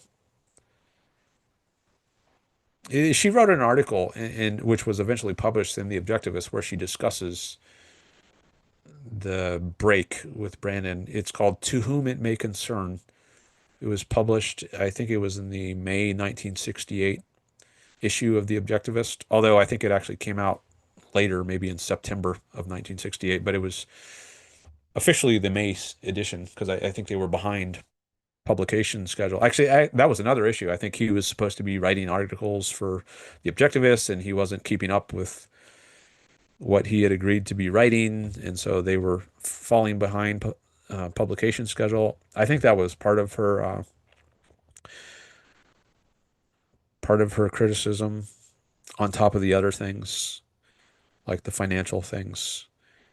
But she didn't get into the romantic affair issues, at least not explicitly in that article. I think there might have been some like allusions to it, but not discussing it directly.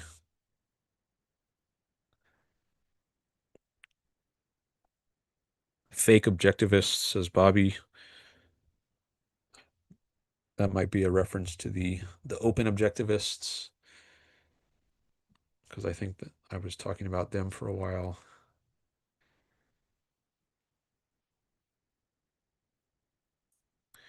Okay, I read some of these before.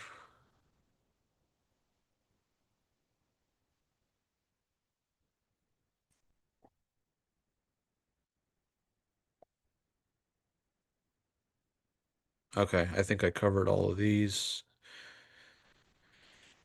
And then finally, I get the pronunciation of Breizishi, but I don't know where the accent goes.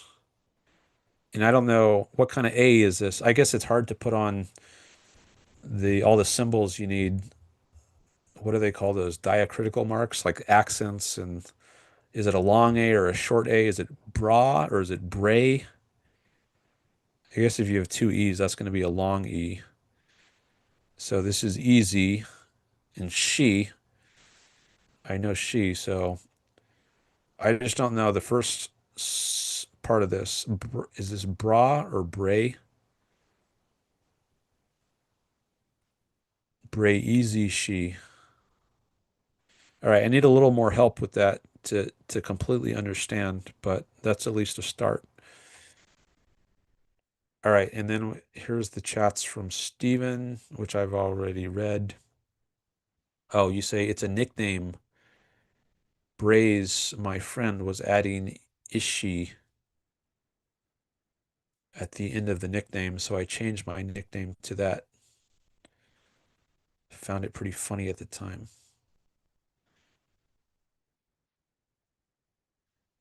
Bray's Ishi.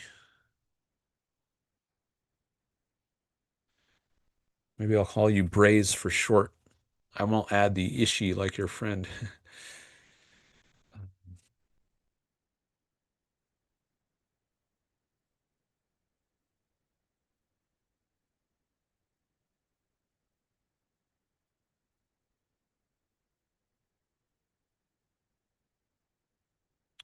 Bobby says, in future, I wouldn't concede if pedos could gain happiness from abusing children for sake of argument. Under Rand's theory of value, it's not possible. We have no responsibility to engage the arbitrary.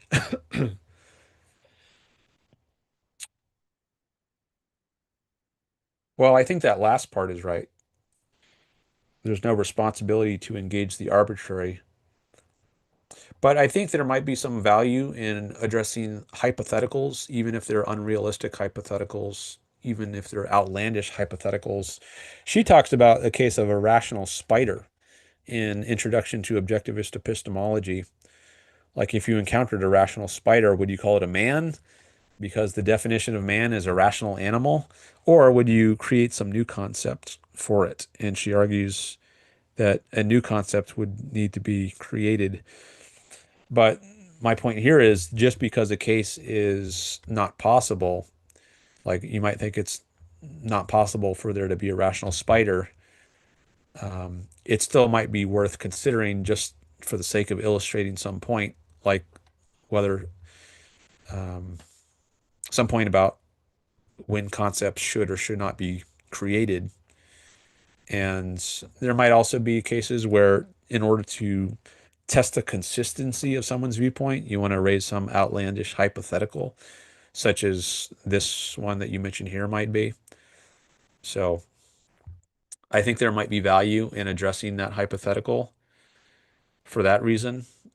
There's some hypotheticals which I think are just gross, and there's no reason you need to raise the particular gross hypothetical in order to get your point across. And I can see objecting to addressing a hypothetical on those grounds. It's just gross.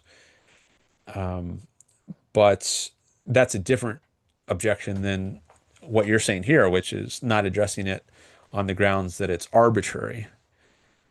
And I don't really see this as, like, you might say it's arbitrary to suppose someone could gain happiness in this way, but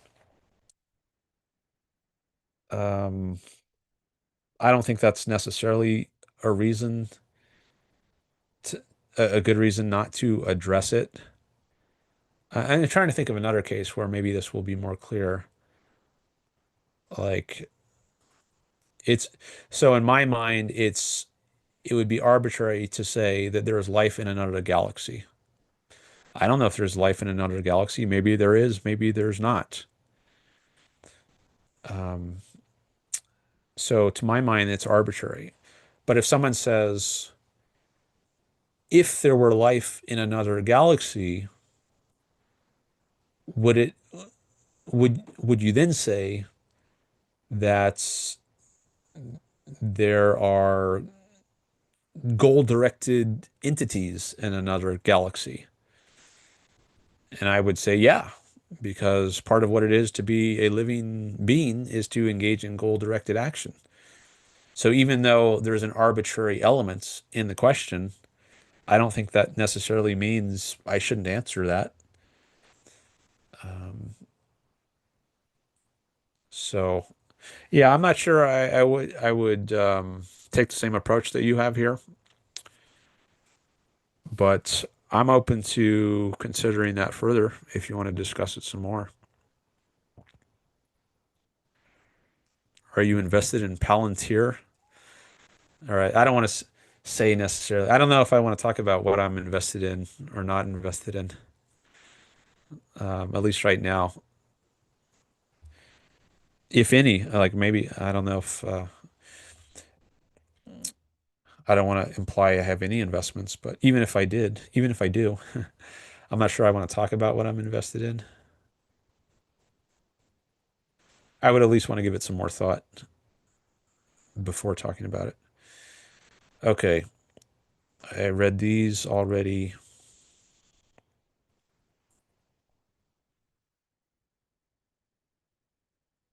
Then we get to the super chats. You should charge 2,500K. That would be 2.5 million if it's 2,500K. Maybe you meant 2.5K.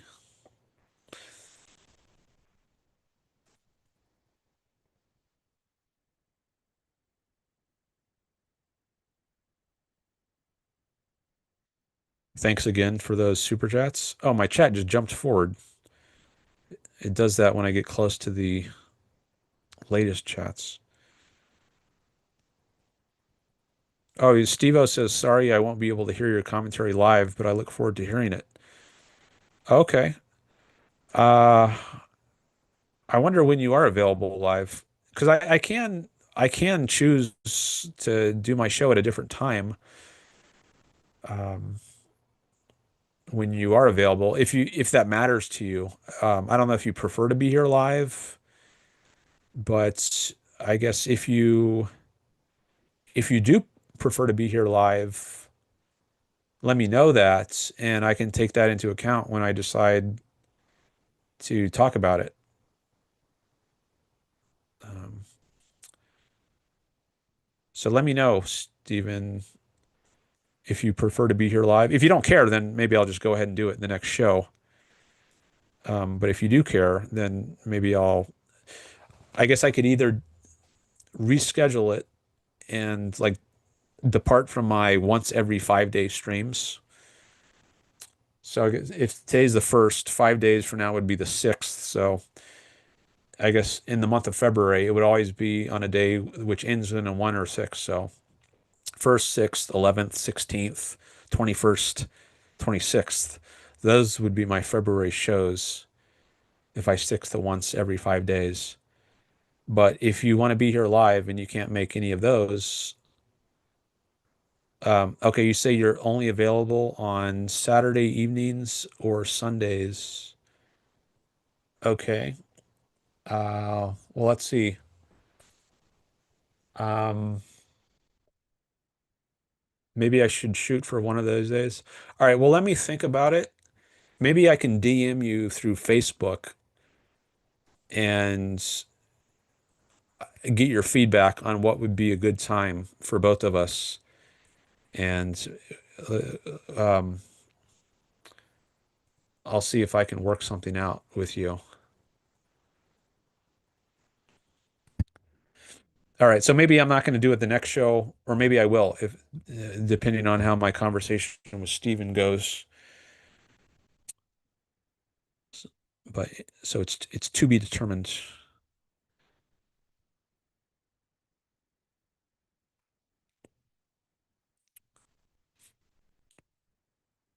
But also, do you want to be? I mean, does it matter to you um, whether you're here live or not?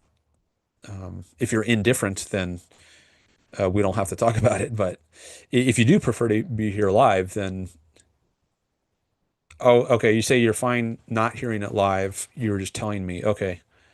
All right. Well, I guess then I will just assume that I'll go with my. So it sounds like you don't really have a strong preference.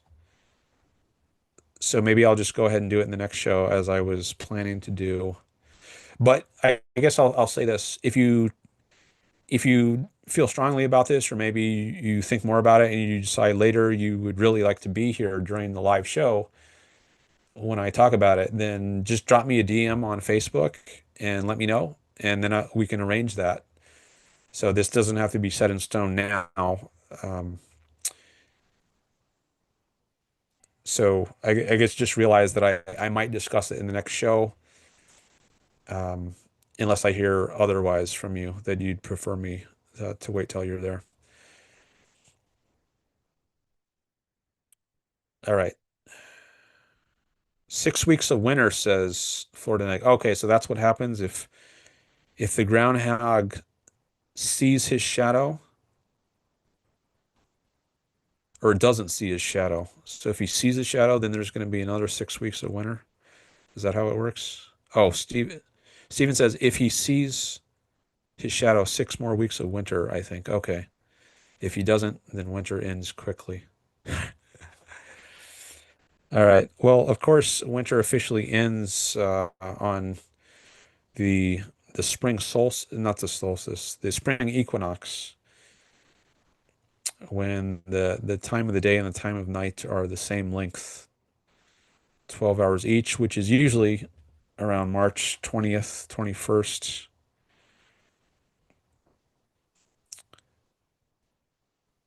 But that's about 6 weeks, 6 weeks after Groundhog Day. If Groundhog Day is February 2nd, is that always Groundhog Day?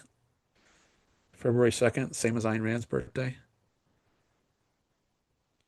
Um, so I guess if winter typically ends, it goes for another 6 weeks, then that means he never sees his shadow. I guess that's what happens. He never sees his shadow. Or maybe you just mean the weather associated with winter, even if technically winter always goes until mid-March. Maybe the idea is that the weather is better for the remainder of winter if he does not see a shadow. Do you like the movie Event Horizon? Never seen it.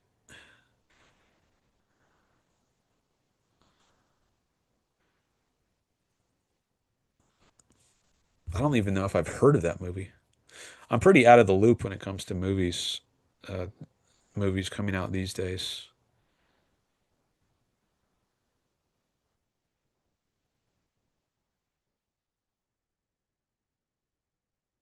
At least he's not from Quebec. I don't know what that means. Did someone say they're? Oh, I guess that was must have been related to Leonard Peikoff. I said he's from Winnipeg, Manitoba, and so I guess that's why you're saying at least he's not from Quebec. Bra as in bra. Okay, so that's how you pronounce the first part of your name. Bra. Where was that? Uh, oh, someone said something about OBS. I missed that earlier.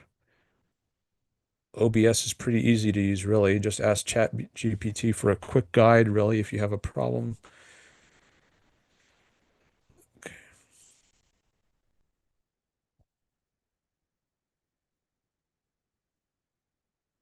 My chat window is not scrolling the way I want. Where was that pronunciation guide for the name? Oh, now it just crashed. All right. I think I'm going to have to reload this now.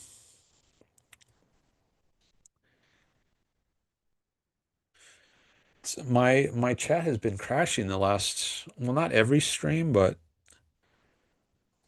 in the last couple weeks, it's been crashing fairly regularly. I don't know what's going on.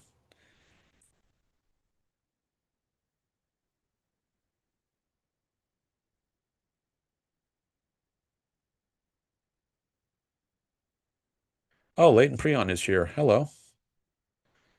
And Charlie Painter is here. Hello to you as well.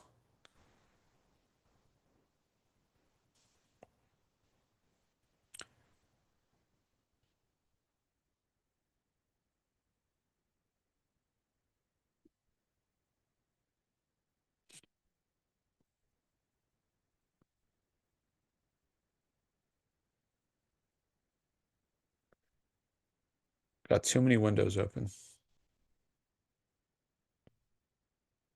Thanks to all my new subscribers. If you are new here and you value the content, you might consider subscribing or liking or liking.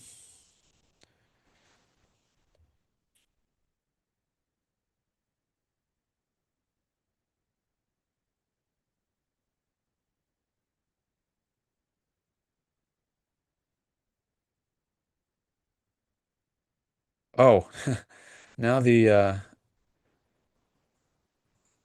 answers are exactly the same for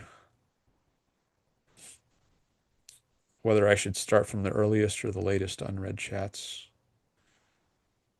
Let me pop this out.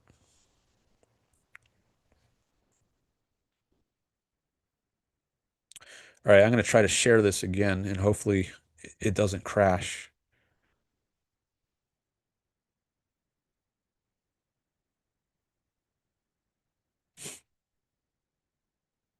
See, the chat here is exactly the same. Now it's 37% for both the first two options.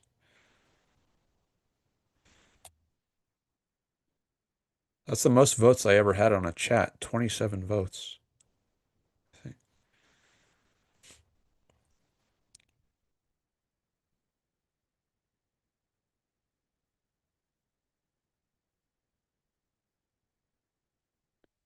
Simon says, Steve-O, I'm looking to come to America. Want to help me out?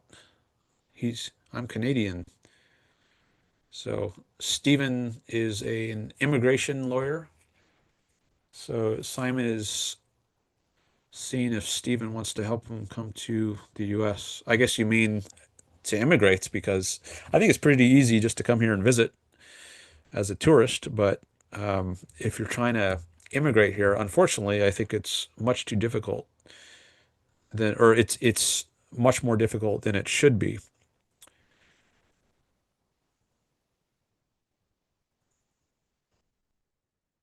I wish it were much easier to immigrate legally.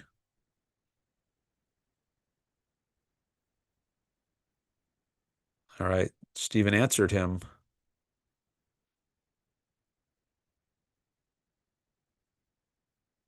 If you want to set an initial consult with my firm, sure. That's awesome that you want to be an American.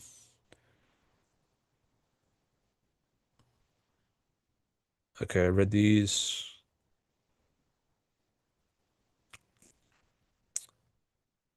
Just remember the conflict in Berk versus Choy is whether the federal court sitting in diversity needs to apply this state law. Federalism versus federal preemption. All right, I'm not sure what that means. I'm going to have to look that up.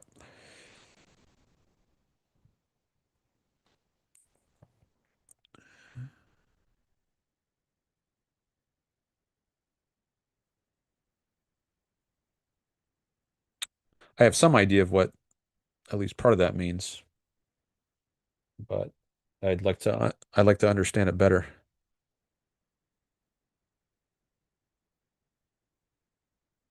All right, I'm up to 17 likes on the stream. I think that might be a record for most likes during a stream.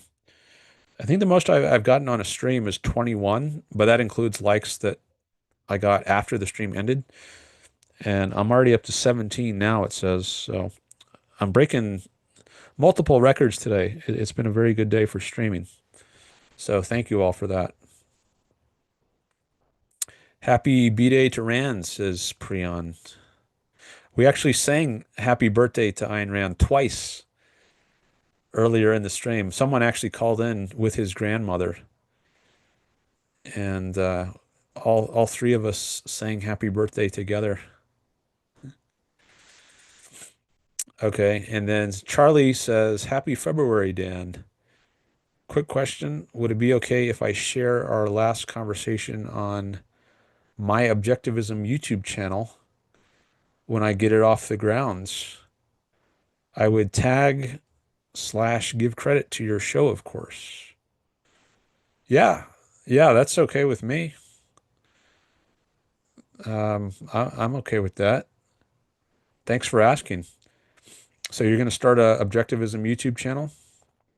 So Charlie was actually my very first caller ever back in March of 2025 when I was just setting up my live stream and testing things out. Charlie was my very first caller ever. And many months later, he called again. So we had a second call maybe a few weeks ago. And apparently, sounds like Charlie is starting an Objectivism channel. So yeah, it's fine with me, and I definitely appreciate tagging my channel. And that helps grow my audience. Hopefully, the conversation we had can help grow your audience. I always like to ask the host when I go on somebody else's channel, I ask them if it's okay if I post on their channel. And usually they'll say, yeah, that's fine. But sometimes they don't. So, but it is good to ask.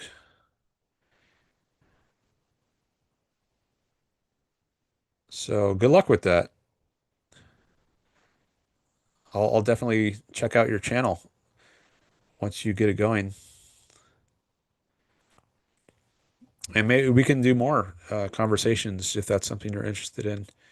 So actually, this is one of the reasons I wanted to get OBS set up. This, what is it? Open Broadcasting Source. I'm not sure what the acronym stands for, but I think it might be easier. Like I've thought about going on live streams like today and then finding other streamers who are streaming at the same time and then trying to get a call going right then and then just in OBS, I think there's an easy way to just pull them into my stream. So now their stream is showing on mine, and they could pull me into their stream if they want.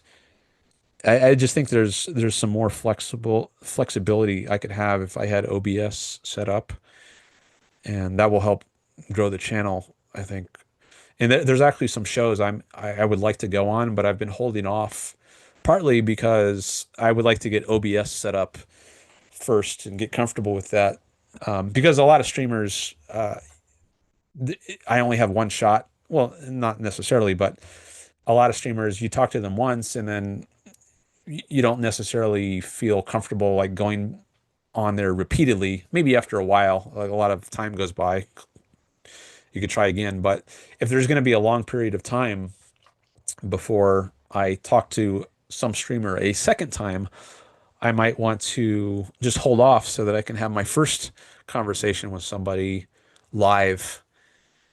And they likely would grant permission for me to post it on my own channel anyways, but just in case, well, I guess if they're not going to grant permission to do it, to post it later, they probably wouldn't want me to do it live either.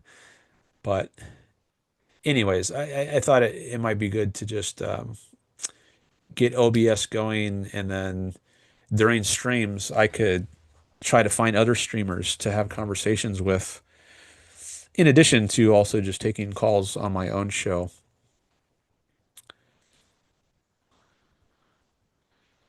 All right, let me come back to the chat.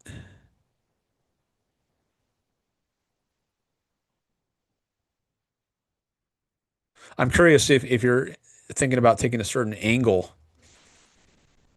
on your YouTube channel. Like I think you're interested in music. You play guitar, if I recall correctly. So I don't know if you want to take like an aesthetics angle on your channel and talk about objectivist aesthetics, or if there's some other aspect of objectivism that you're particularly interested in exploring on your channel. When I first started my channel, it was all about the topic of selfishness. And I created what I called the Selfishness Project. Actually, I can show you that. A lot of you have probably seen this, but for people who are new here, you might not know. So I gotta share two windows, this and this. Okay. So if you go to my videos tab and then sort by oldest, you can see I have my first video is called Introduction to the Selfishness Project. And then I've got all these episodes, number 7, number 3. I did 34 episodes. They're not all listed in order because this was actually the first conversation I published, the one that's called number 3. And then after that, I did the one that's now called number 2. But this is much longer. This is almost an hour. And I thought for my first video, maybe it would be better to start people off with something shorter. So I republished these videos in the order that I wanted them to be, and which is not necessarily their original publication order. So the order here is not exactly linear. That's why number 7 is the first one that shows up. But for the most part, they go in order by number. But I did up to 34 episodes. So, and I called it the Selfishness Project, number 6, number whatever. And this was a discussion with my professor in grad school, my advisor, Bernard Molyneux. He's been on my channel a couple times. And he actually used this in one of his classes. He had his class, he was teaching an intro to ethics, or no, intro to philosophy class, I think. And when he got to the unit on ethics, he had his class watch my discussion with him about egoism, and then they took a quiz on it. These are some clips I created from the Selfishness Project. So I definitely had a certain issue within objectivism that I focused on in the early days of my channel. This is back in 2019. That's when I started the channel. And I felt very comfortable with that topic. So I decided to start just with that. But then over time, about a year later, in 2020, I was feeling a need to expand my range of topics, and I had an appetite for discussing objectivism more broadly, and not just the ethics, but also talk about metaphysics and epistemology and politics. So if you scroll further down, you're going to start to see other topics make their way. This is the last episode I did of the Selfishness Project, number 34. This was a Christian who was going around university campus, not my campus, but a different campus, holding up his sign, trying to bring people to Jesus. So I had a conversation with him. I used to go out in the wild, so to speak, and just find people walking around, and sometimes on university campuses or on university towns, and then strike up a conversation. Now, I typically don't do that. I just go online and have Zoom conversations. But there have been one or two times when I've gone back out into the wild, but I didn't end up using that footage for um, whatever reason. So now I'm starting to get into other issues: God, religion, debates on abortion, debating capitalism. And that's where my channel has been ever since. So pretty much anything in philosophy I'm open to discussing these days. But when you first start out a channel, you don't necessarily know how it's going to evolve. But I'm curious if Charlie has at least a certain angle he's interested in pursuing.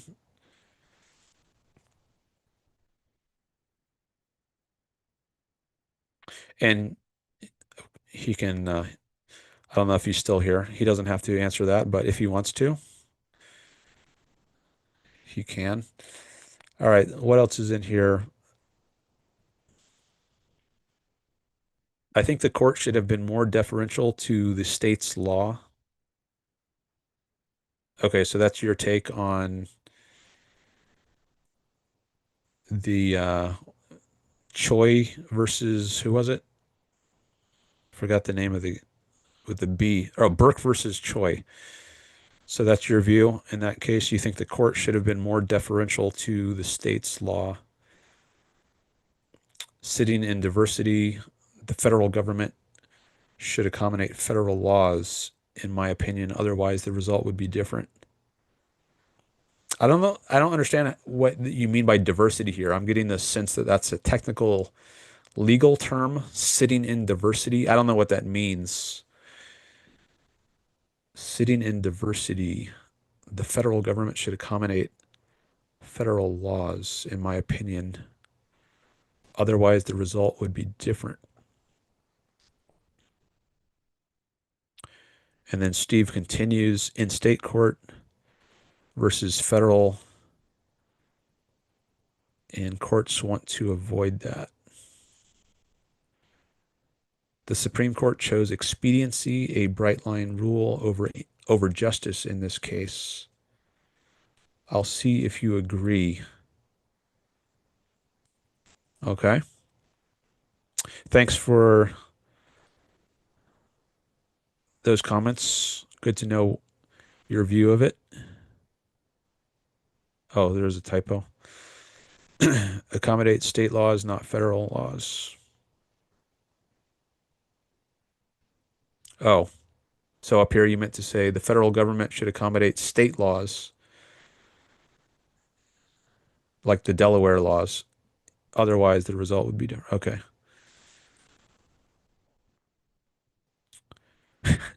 Prion says justice is overrated, satisfaction is more rational. I've had some discussions with Prion. He's called in before. He's got some takes that are pretty out there, you might think.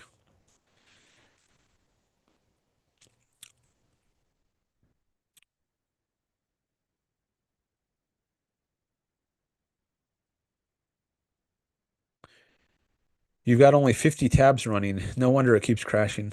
I do have a lot of tabs open, although I think I've had this many or maybe even more tabs open before, and I haven't had any problem. So I don't know if it's some tabs in particular that are using up a lot of processing power. Dan the Tab Master Norton. I could be a better master of my tabs, but I guess I'm getting better. Nick says my alternative channel has three subscribers, 229 views, and 6.7 hours of watch time. I went to your alternative channel once and saw that. I forget what it is, but I do remember checking out your channel once and seeing numbers like that. Well, I guess I can't see the watch time. Only you can see your watch time, as far as I know. Oh, we're up to 18 likes now. Nice. Thank you. Okay, Charlie says, good question. I have kept my creative musical pursuits separate from philosophy. I would focus more on objectivist ethics and a general outline of objectivism and how it relates to current events.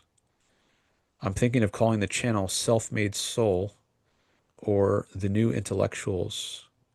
What do you think? Okay. So Charlie's YouTube channel, he says he would focus more on objectivist ethics and a general outline of objectivism and how it relates to current events. And you're thinking of calling it Self-Made Soul or The New Intellectuals. Sounds fine to me. I guess I don't have a very strong reaction to that, either positive or negative, but seems like reasonable channel name. You might also consider, so I mean, there's different parts of your channel, and I like having my name as the like you can see Dan Norton associated with my channel. Now, I don't know if you want that. Like, do you want Charlie Painter appear there? And maybe there could be a banner somewhere on your channel. Like, okay, let me go to my page and show you what I mean. So here's my channel. And at the top, you've got a place for the what I call the banner. And then below that, you've got your whatever name is associated with your channel, and then the handle that's associated with your channel, and then you've got your description.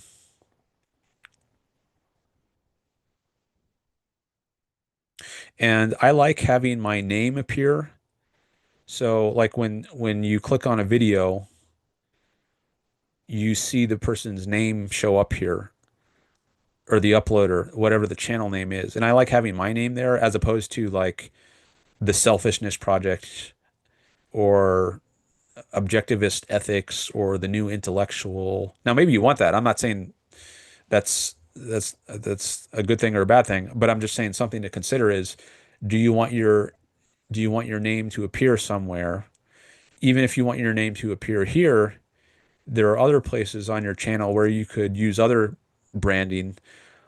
Like up here in the banner section, you could have the New Intellectuals, or what was the other thing you said? Self-made soul. So, in different parts of your branding are going to be more and less prominence. Like, not everyone is going to see this if they're just scrolling through their feed. Um, what they're going to see is the title of your video and the name it's published under. Um, so you want to think about what do you want to appear where.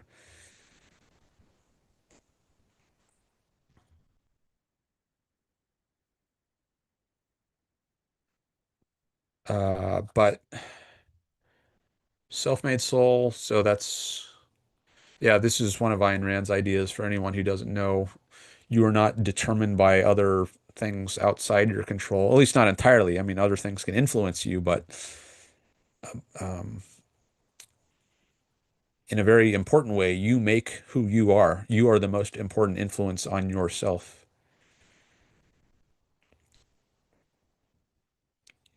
You make yourself into who you want to be.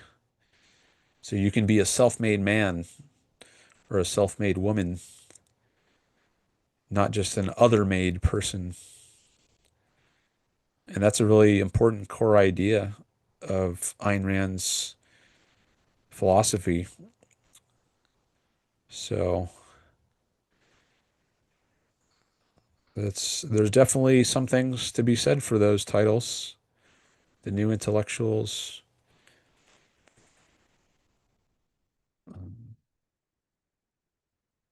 All right, so there's a little on Charlie's comments. And then I see I got some more here from Steven. Diversity jurisdiction is when a plaintiff sues a defendant in federal court based on state law. The substantive law is provided by the state law. The plaintiff is a citizen of a different state. Okay, so there's a diversity of states involved. The state of the defendant is different than the state of the plaintiff. So that's where diversity jurisdiction comes in.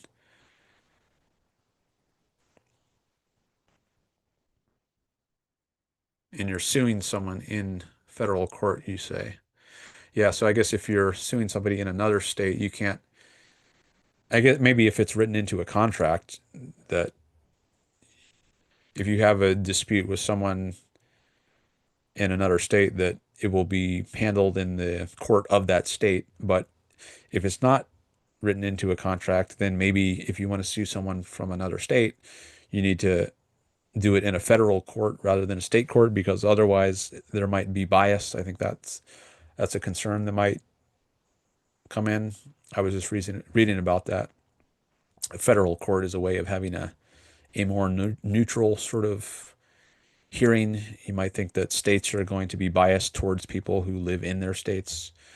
So to avoid that, you could have the trial in a third state.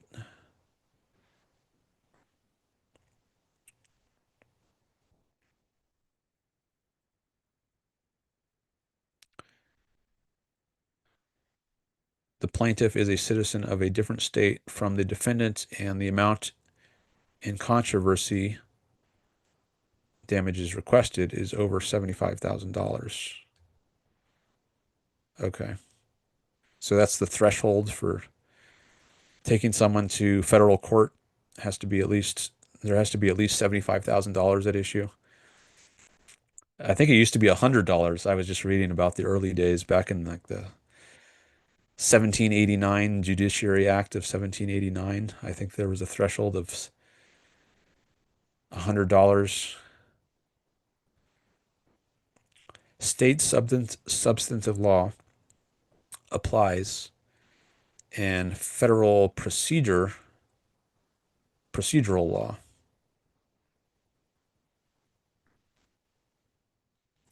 It's designed to prevent a judge in state court from discriminating against defendants. Okay. Yeah, looks like that aligns with what I was thinking.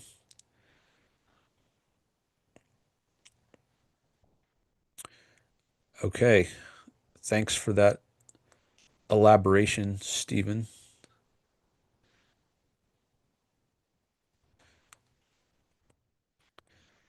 Maybe I can share the Judiciary Act of 1789 that I was just reading and show the $100 threshold. I got to pull up one of my 50 tabs in order to find where that was. Oh, I think I got it here. This is at least the PDF I wanted.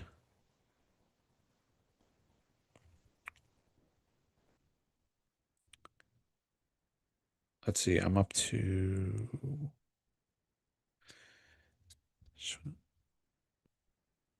I wonder if I can do a search on this, text search, even though it's a PDF. Oh yeah, looks like I found $1,000, but somewhere I'm pretty sure it said $100.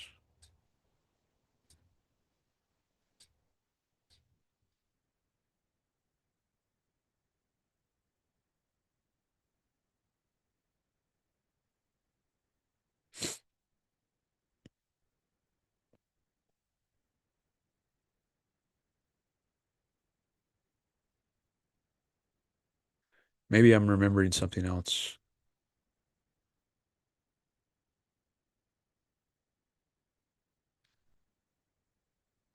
Anyways, it's much less than the original threshold for taking this someone to federal court was probably a lot less than $75,000.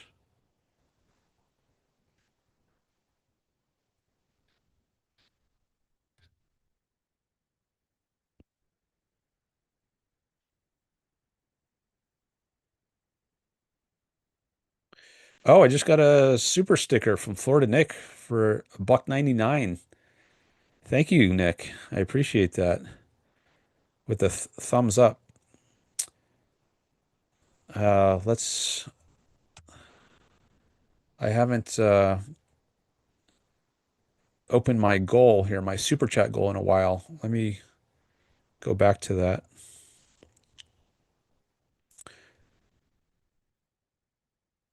See, here's the super chat goal. Now, I actually achieved my goal because remember, I was counting stickers as well as chats. So even though YouTube only counts the YouTube chat super chats that came in, I was also including stickers. But I don't know if I should start another goal because I only have about an hour max until I end the stream. So I don't know if I should start a new goal here. Maybe I could do a small goal, very modest goal, like one more. How about that? One super chat of any amounts. So it could be anywhere from I don't know what the minimum is. $2? Is that what $2 all the way up to 100? And the timer can be, let's say, an hour, because I have to go by at least an hour. And share how I'll celebrate by throwing my fists in the air and pumping the fists. Is that maybe a fist pump? Would be my how I'll celebrate.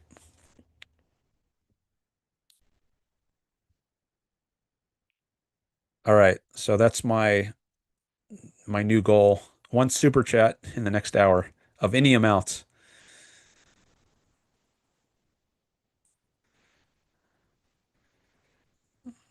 And I guess I'll include super stickers as well. Well, in that case, I already hit it if I'm going to include Florida Knicks here. But there's no option for getting two. The options were one super chat or five. There's no increment in between those. So I couldn't choose just two. But I want to see if I can get one more, either super chat or super sticker. I'll count either of those.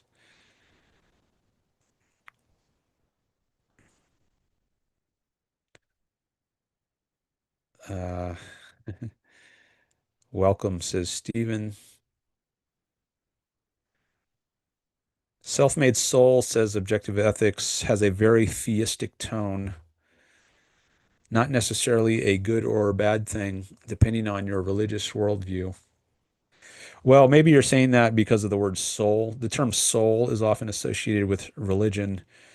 But one thing Ayn Rand did is she reconceives terms that are often associated with religion and gave them a secular meaning. And she thought she would say sometimes that religion has had a monopoly on morality, and um, that monopoly needs to be broken. And a lot of the terms, like the term sacred, is another one, which religion shouldn't have a monopoly on. There are things that we should be able to call sacred, which are secular, like your spouse, right? Would be an example of something which might be sacred, a very high value to you, or your love of your career. Maybe that's something you you have reverence towards. That's another term, reverence, which often is associated with religion, but um, people need to be able to see non-religious things in these very um, supreme, highly valued, uh, highly valuable terms. And that's part of the revolution, is changing how people think about certain concepts and getting them to see that God is not the highest value. You are your highest value. And things that contribute to your life are what make life valuable. That's the right way to look at things according to Ayn Rand's view. And part of getting people to reorient their thinking about ethics and morality is to use terminology that they've heard before, but in a new sort of way. And if you just invent totally new terminology, and there might be advantages to that, but there might also be disadvantages to that because um, I guess you have to teach people a new language, so to speak, whereas it might be more efficient or effective to just have them reconceive older terminology in a new way. It's a big topic. There's a lot to think about in terms of like how to convey a new philosophy. What's the most effective way to do that? But there's a there's a line where maybe I should pull it up. That which you call your soul or your spirit is your consciousness. I'll actually, if I put in lexicon here, why isn't it? Now it's working. Lexicon, Ayn Rand. If I do a Google search on that,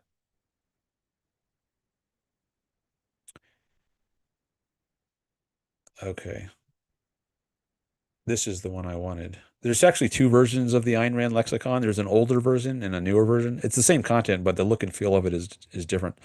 This is the newer one. It's hosted at courses.aynrand.org. And if we go to the entry on soul, I think there's an entry for soul. Oh, soul body dichotomy. Maybe there's not one just for soul. What about spirit? I don't see one for spirit. What about consciousness?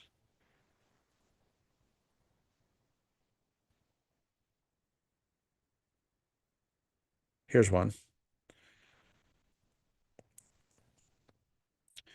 So there's a lot here, but I want to do a search on the soul because there's a certain passage. Huh. No, I guess it doesn't show up on this page.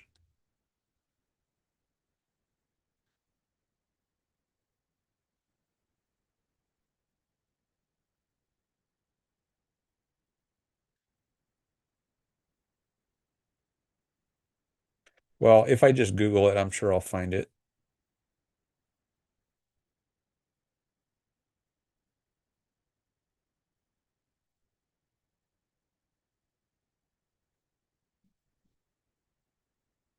Oh, it's under free will in the lexicon. Okay, let me try that.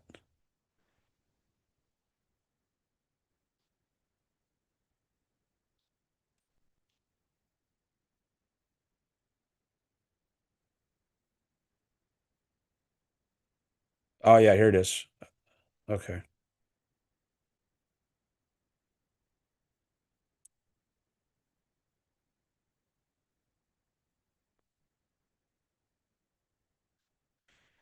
That which you call your soul or spirit is your consciousness, and that which you call free will is your mind's freedom to think or not. The only will you have, your only freedom, the choice that controls all the choices you make and determines your life and your character.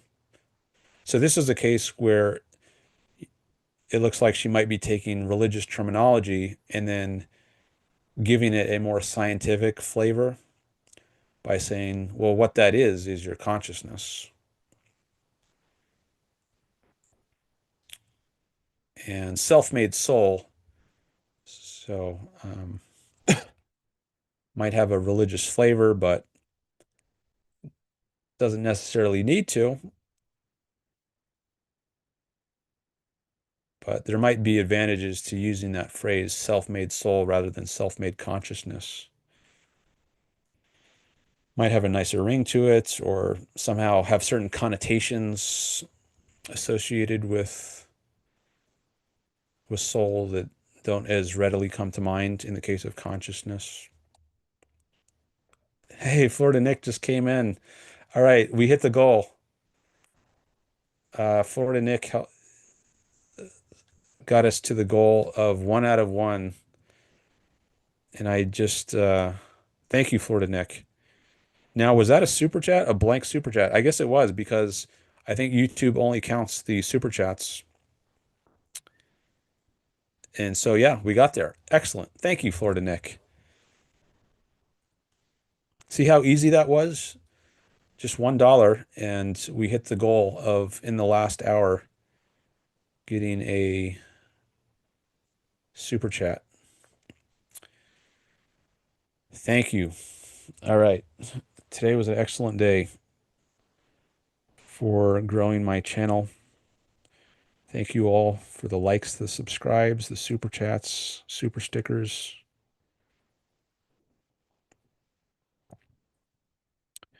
All right, so how much longer am I going to be on today? Oh, it says goal achieved. Check that out. That's the first time we had the goal achieved on screen, like at least by as YouTube, as far as YouTube is concerned. So I gotta, oh, fist pump. I gotta do the fist pump now. That's what I said. That's how I was going to celebrate if we hit the goal. So fist pump, double fist pump, right? We hit multiple goals today. So thank you all.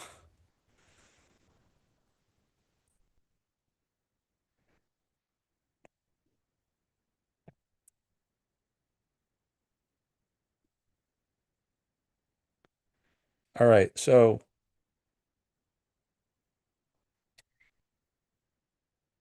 I think maybe 7:40, 7:45 my time is the latest I can go. So that would be another 50, 55 minutes max.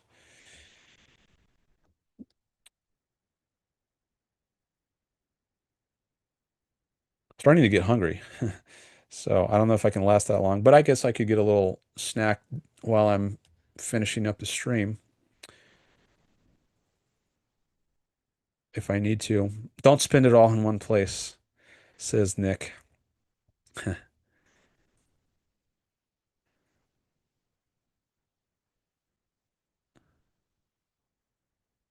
Maybe I'll use it to buy super chats on somebody else's stream. Like maybe I'll buy a 99-cent super chat or super sticker on your on show, and then another 99-cent sticker. In that case, I wouldn't be spending it all at once. Thanks, Nick. I appreciate these. The financial contributions. All right. Objective ethics says, I don't think you can get much in the way of morality from religion, ironically. Certainly not objective morality. Yeah, I agree with that. And maybe I'll say more about that. But I do need to get something to eat. What am I going to eat here? I'm going to turn off my camera for a minute and find something. I might step away from the mic for, I'm not going to take like a long break, but just for a few moments while I find something, because I don't want to pass out here during the stream. I'm not going to be able to comment very well if I'm passed out, so I need some energy here.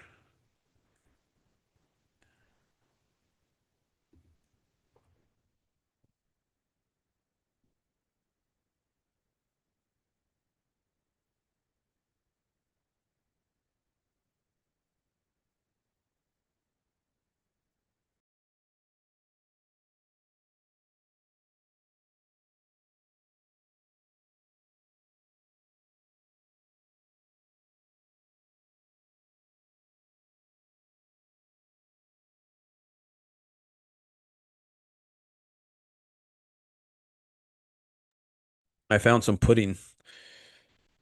That's what I'm going to have.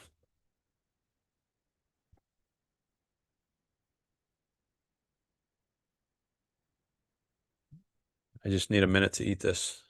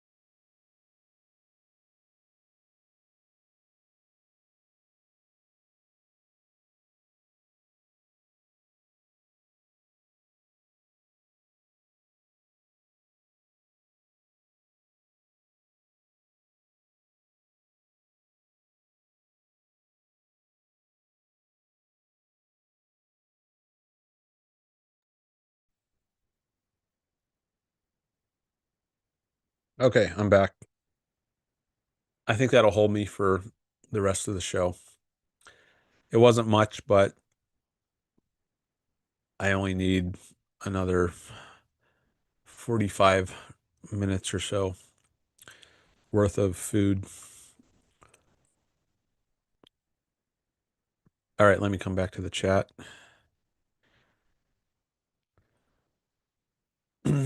I just read the one from Objective Ethics. He says, I don't think you can get much in the way of morality from religion. Ironically. Yeah, ironic because they have had such a influence on morality.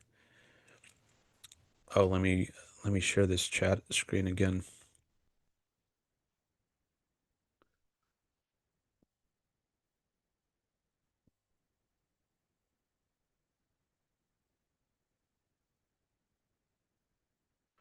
Yeah, not objective morality. What does objective mean? That's a big topic. And I think we've discussed this some.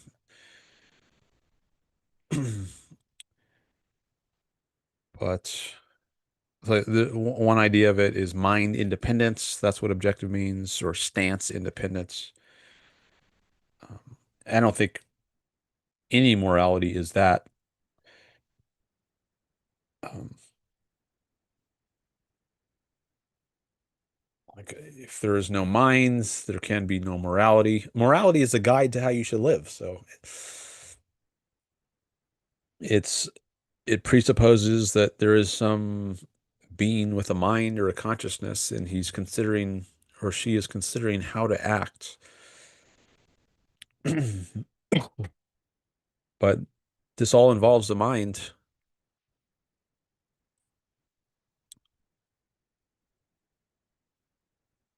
Okay, but maybe I'll say more on that later. But for now, I just want to read these others. Nick says, I got a free membership to your Ron's channel for like the third time. I get those sometimes. I don't know how many times. It might have been, I think I've gotten 3 gifted memberships to your Ron's channel.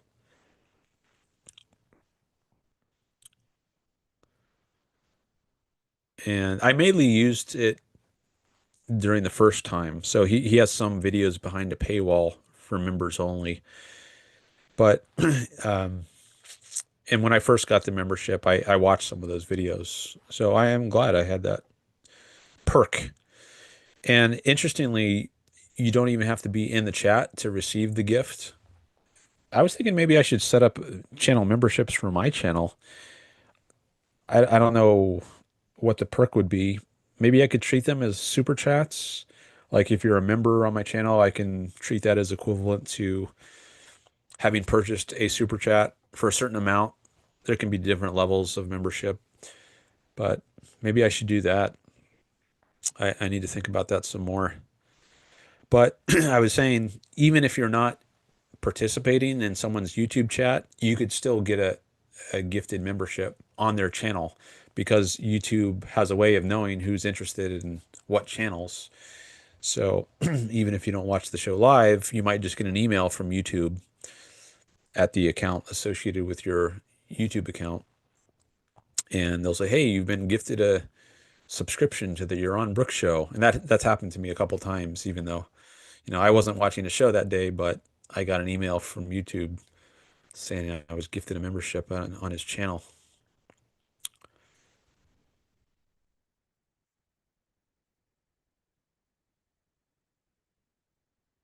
That's not a definition of free will, says Objective Ethics.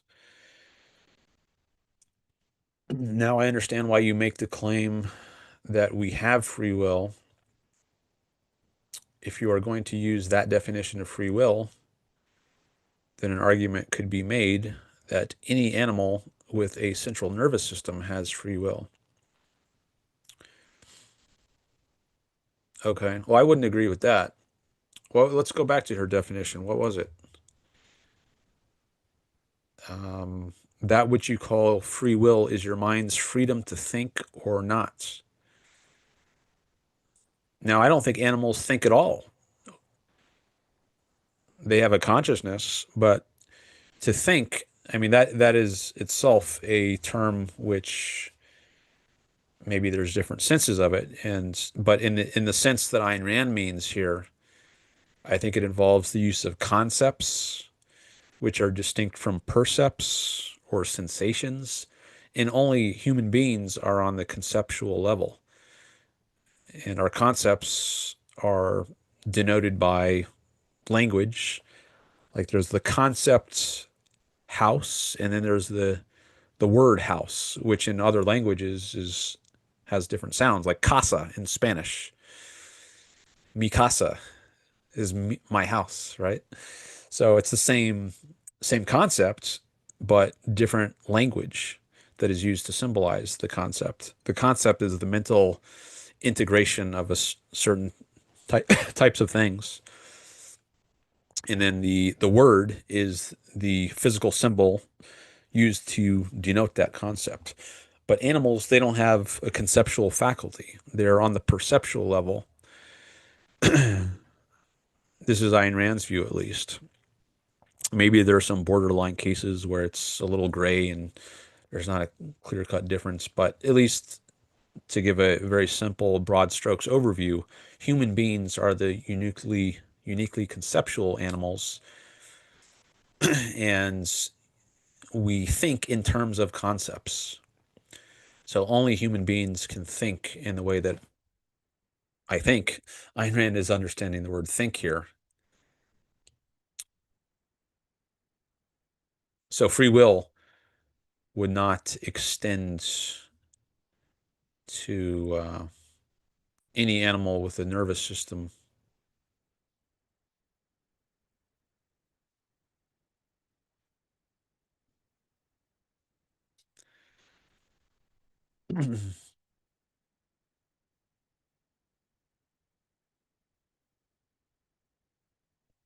And they don't select among alternatives. So they're not, how did she put it? Your mind's freedom to think or not. Yeah, that's not a choice that animals face. And here I mean non-human animals. Humans, you could say they're the rational animal, but when I say often when animals said, what's meant is non-human animals. And that's how I mean it here.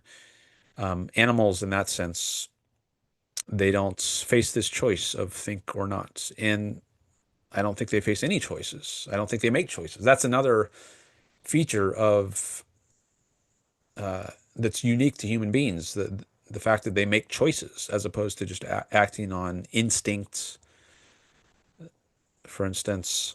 And she says maybe there's a good quote somewhere in here about volition and it being the key feature of human nature.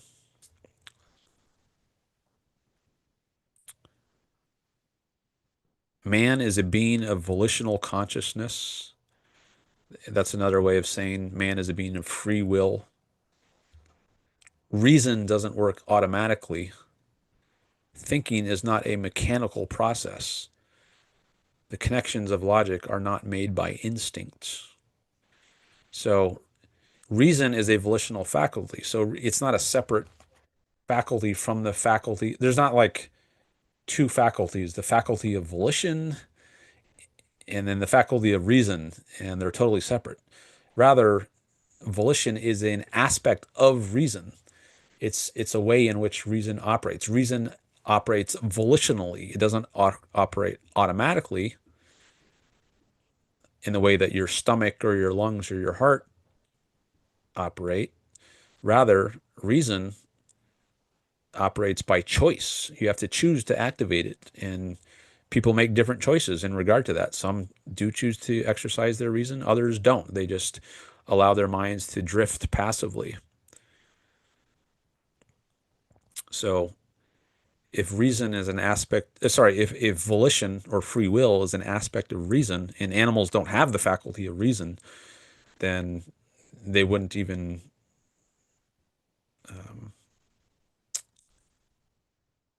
face such a choice as the choice to think or not. In other words, the choice to reason or not, because reason is just not something that they do, given their natures.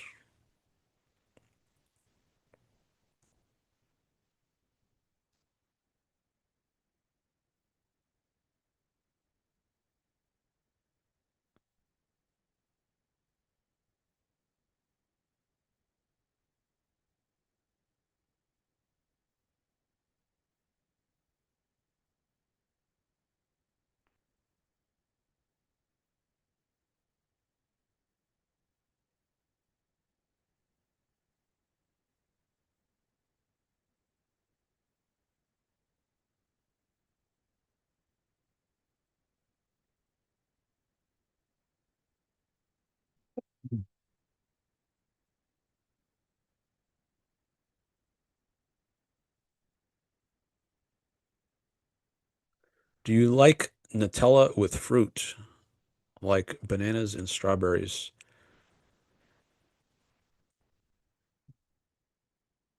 What is Nutella? Is that a pudding? Some kind of pudding?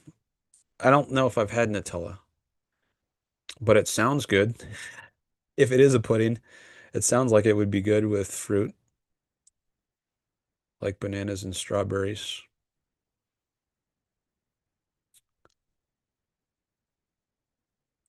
Do you like that?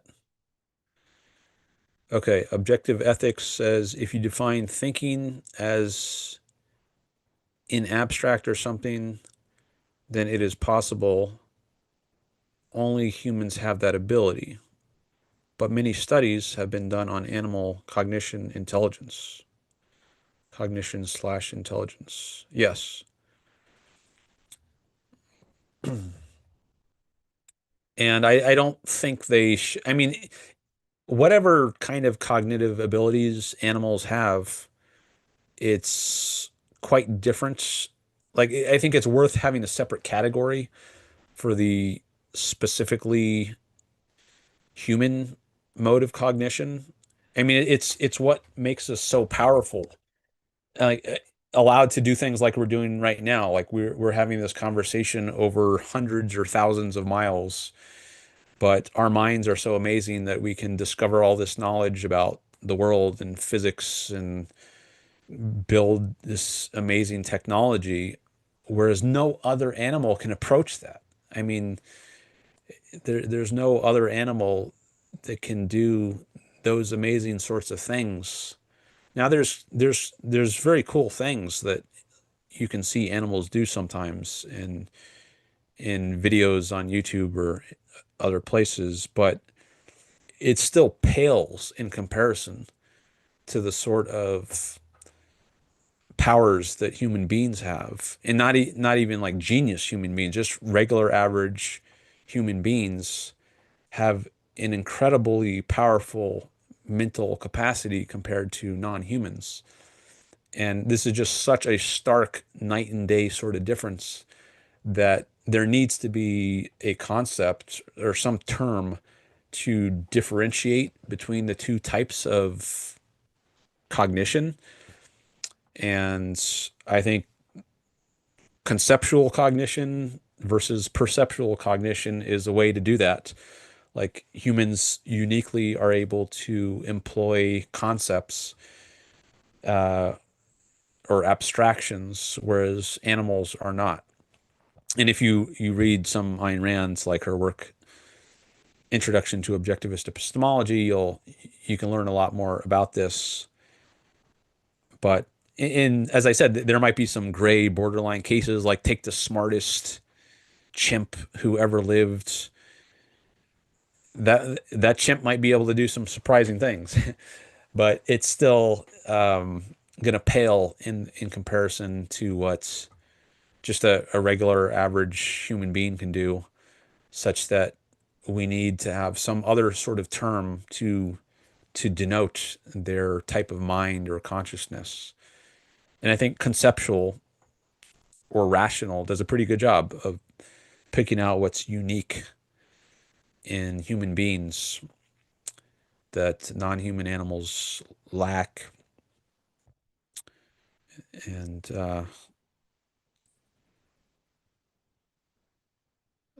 okay, some more chats have come in. Chocolate hazelnut paste.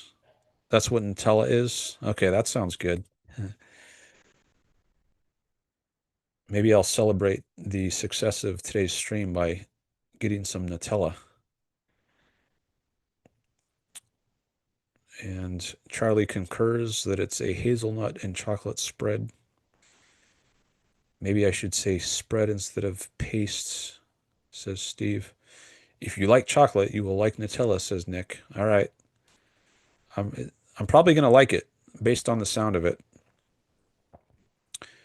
Okay, free will is libertarian in that choices can be made absent of any external cause or influence, such as coercion. We can make conscious decisions, but nothing is free, says objective ethics.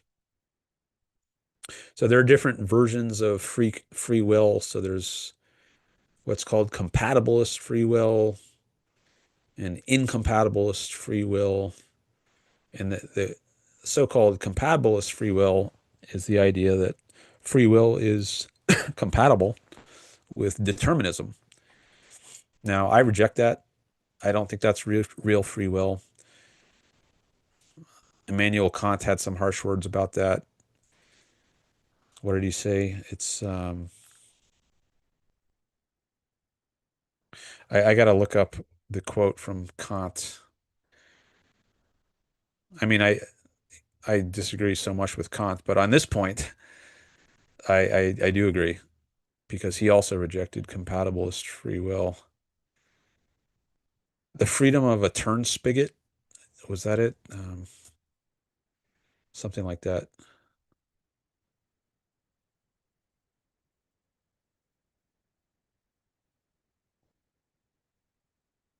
Turn spit. I think that might be, is that something that you roast meat on? Turn spit.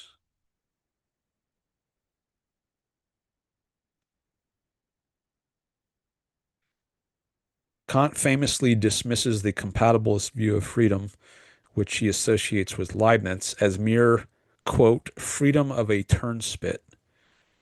A turnspit is a mechanism that spins automatically once wound up.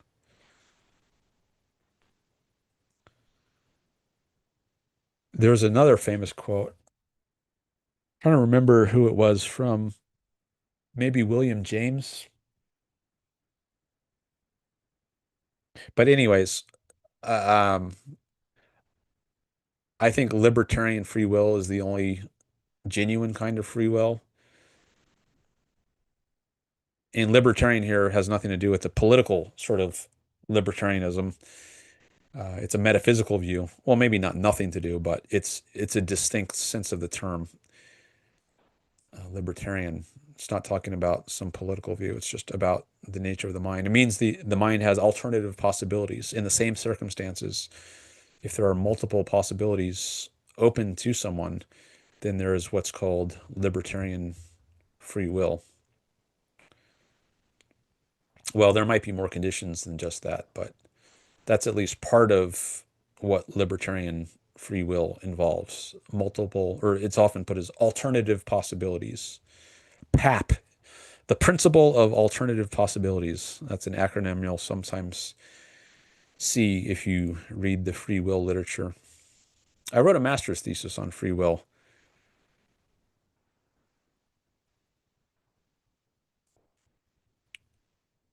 A certain version of free will called agent causation.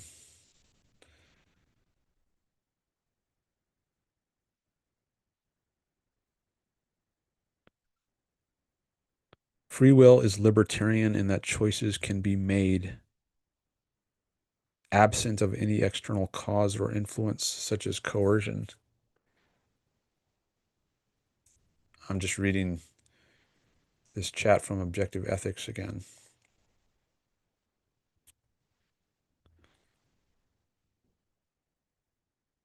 See if I want to say anything else about it. Oh, I forgot to change my name on Zoom. It still says back in about 10 minutes down in the lower left corner. Well, it's kind of late now, but I'll go ahead and change it back to Dan Norton. I had that in place for the break, for my 10-minute-ish break, and I forgot to change it back. I just changed it back to Dan Norton. Sometimes people notice that and remind me, but I caught it myself this time.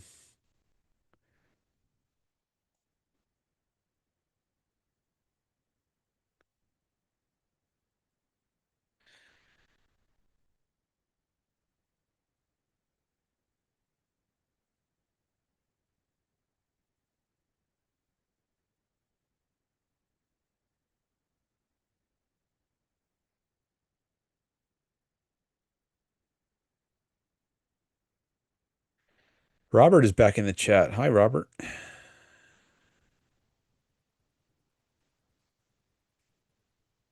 So the issue of coercion, that is a political issue. That's not a metaphysical issue. Well, maybe there's a way in which it's a metaphysical issue, but I think it's the issue of coercion is a political issue, and whereas the issue of free will is not. I mean, there are some relations between the two, but they're different issues. So coercion, trying to think of how I want to comment on this.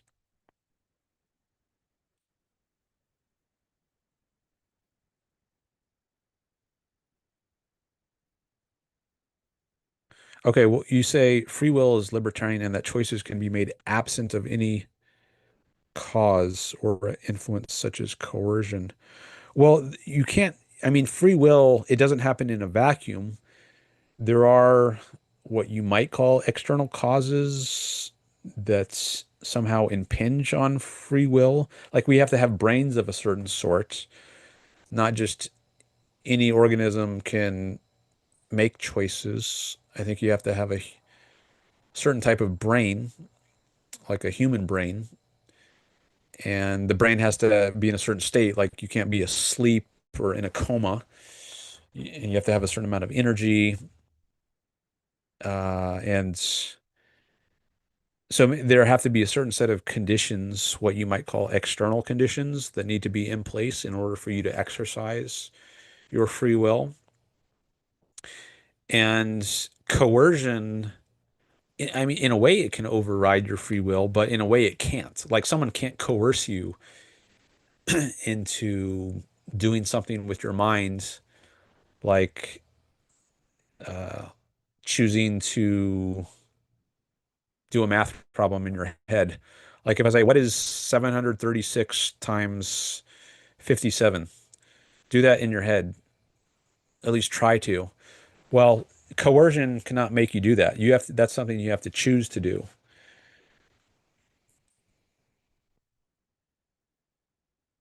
I don't know if that you were denying that at all or by implication, but um,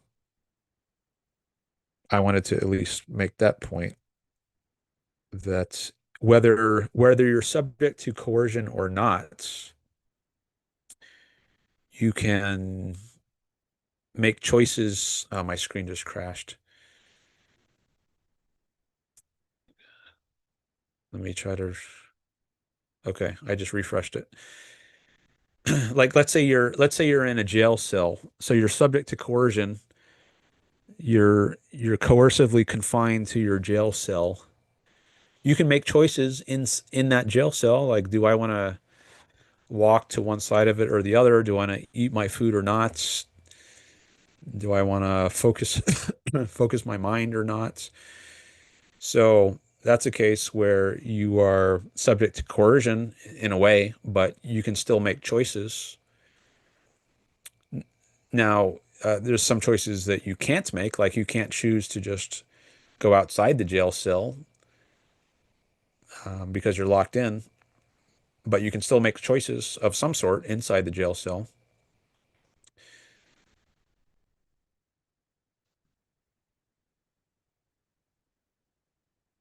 We can make conscious decisions, but nothing is free. Well, if they're really decisions, I am reluctant to call them decisions if they're not free. You're not really deciding, you're just going through some algorithmic process and there's some output at the end of the process. But if it's really a decision, I tend to think of that as something that is by its very nature free. Okay, I want to get to Robert's chat because I haven't read it yet.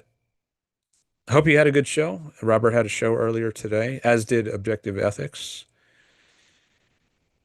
Robert says here, what does it mean to believe determinism is true if your beliefs themselves, including that one, are a product of blind, unchosen forces and no alternative was possible?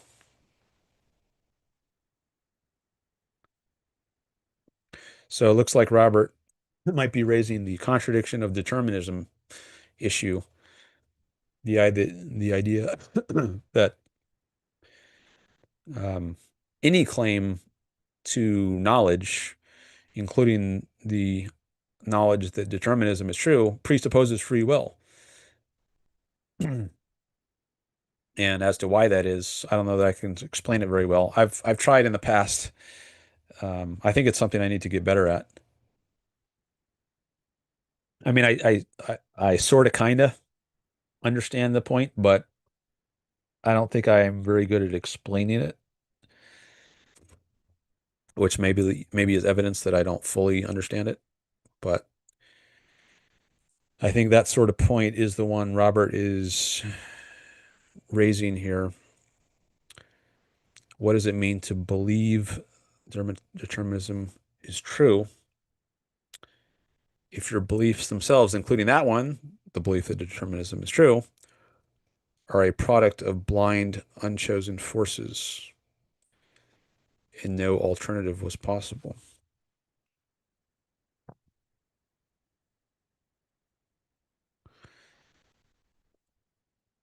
So if I were, so there's a question which is, I think, in the same vein as what Robert is asking here.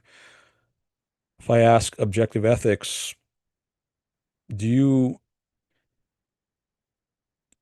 believe determinism? Do you really believe determinism is true, or are you just forced to believe determinism is true? Forced in a metaphysical sense, not in a political sense. If you're just forced to believe it's true, well, can you really believe it's true?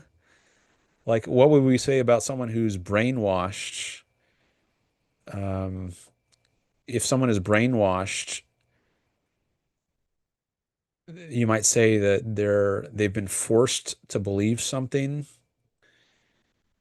but then can and if you know you're but if you know you're brainwashed, can you really rely on what you've been brainwashed into believing? Like, it seems like there's something wrong. If you've been brainwashed, you can't really trust what you've been brainwashed into believing. So if you know you've been brainwashed, similarly to the way in which you know you're determined, you might think, well, you can't really trust what you've been determined to believe, just as you can't trust what you've been brainwashed to believe. You have to have some kind of independent control of your mind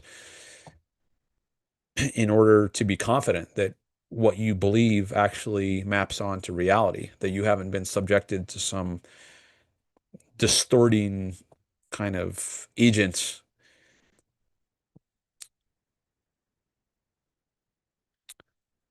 Jerry is here. Hello. He's called in before.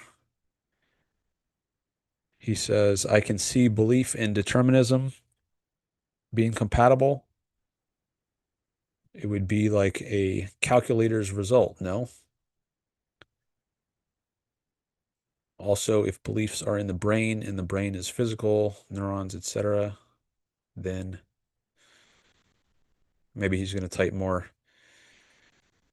Oh, I forgot. I'm not sharing this. Hopefully it doesn't crash again.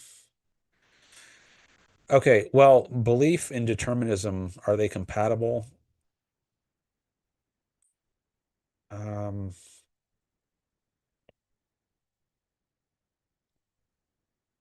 I'm doubtful. Like, I'm thinking of animals now because I think animals don't have free will. So, at least in the large majority of cases, maybe there's some borderline gray cases, but just take like a bird, not don't take the smartest chimp.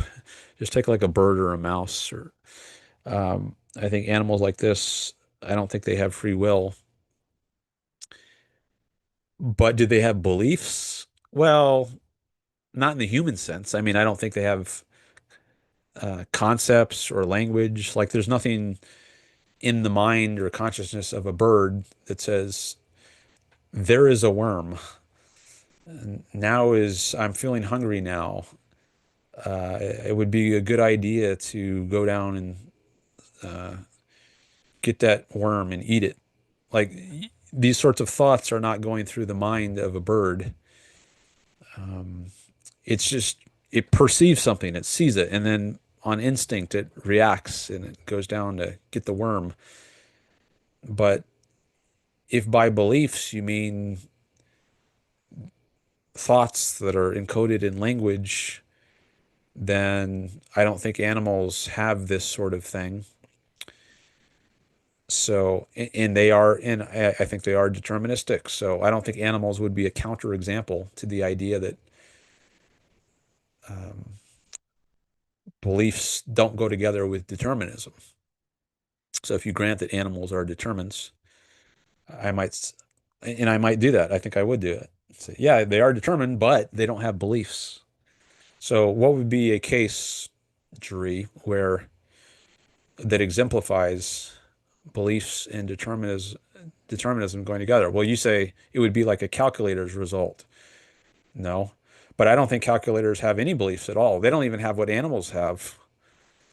They don't even have consciousness. So to a calculator,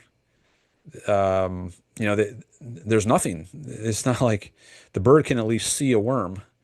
A calculator doesn't see anything, so it has no beliefs. Um, it has no perceptions. It's dead. I mean, we can interpret the patterns of light on a calculator's display, and they have meaning to us, and they can correspond to beliefs that humans have, but the calculator itself doesn't have any beliefs. You ask if you can join Zoom. Yeah, you can join Zoom. I only have about 20 minutes left, maybe not even, so we can do a short call, at least relatively short for my channel. But yeah, if you want to call in, uh, we can we can chat some.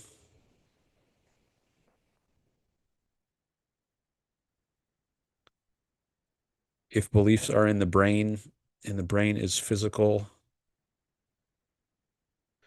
well, beliefs are encoded in the brain, but I, I'm not a materialist or a physicalist, so I'm not the type of philosopher who would say pain just is C fiber firing, or your belief that today is Sunday just is neuron such and such firing. Now, I think you need to have neurons in order to have beliefs, but I would say they are a necessary but not a sufficient condition of having a belief. Okay, Jury has just entered the waiting room on Zoom, so I want to take his call. Let me just quickly look at this other chat. Okay, there's one more from Objective Ethics that came in, but okay, two more. But maybe we'll get to that later. But I want to get to this call right now, so let me admit Jeree.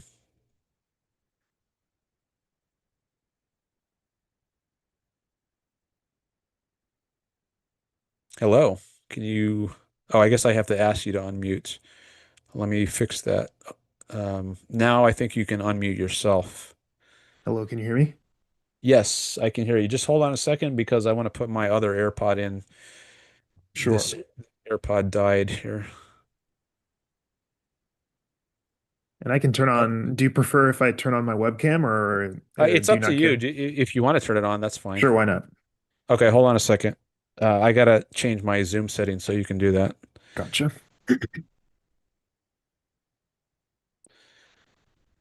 Also, want to adjust my AirPod. Okay. All right. You should be able to start your video now. Okay. Can Yeah, you there see you are. me? Great. Yep. Hey, what's up? Hey, enjoying the So, stream. huh? What's that? I'm enjoying the stream. It's been a great Oh, stream yeah. today. Nice. Yeah, yeah. And you got 1K. Congratulations. I remember Yeah. that from Thank before. you.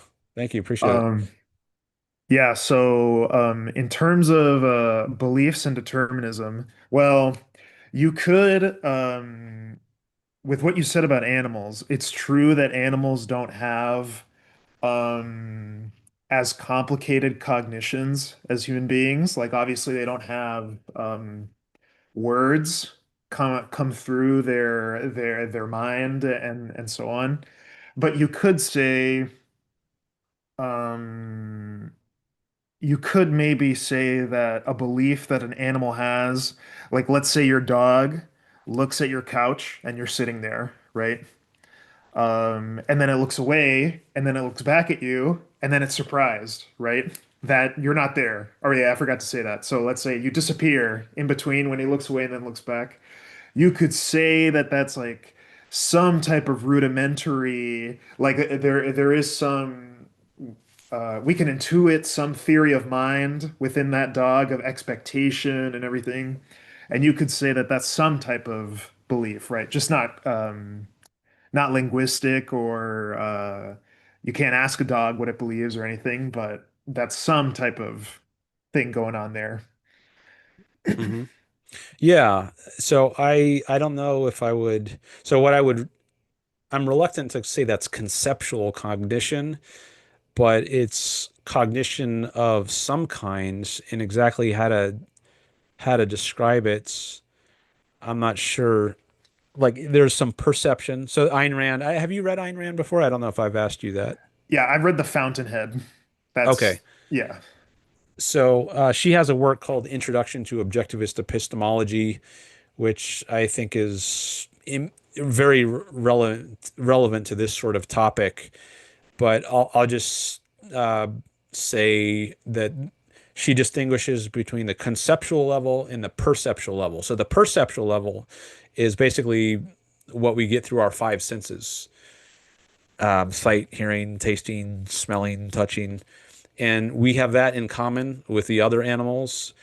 But then the distinctively human level is what she calls the conceptual level.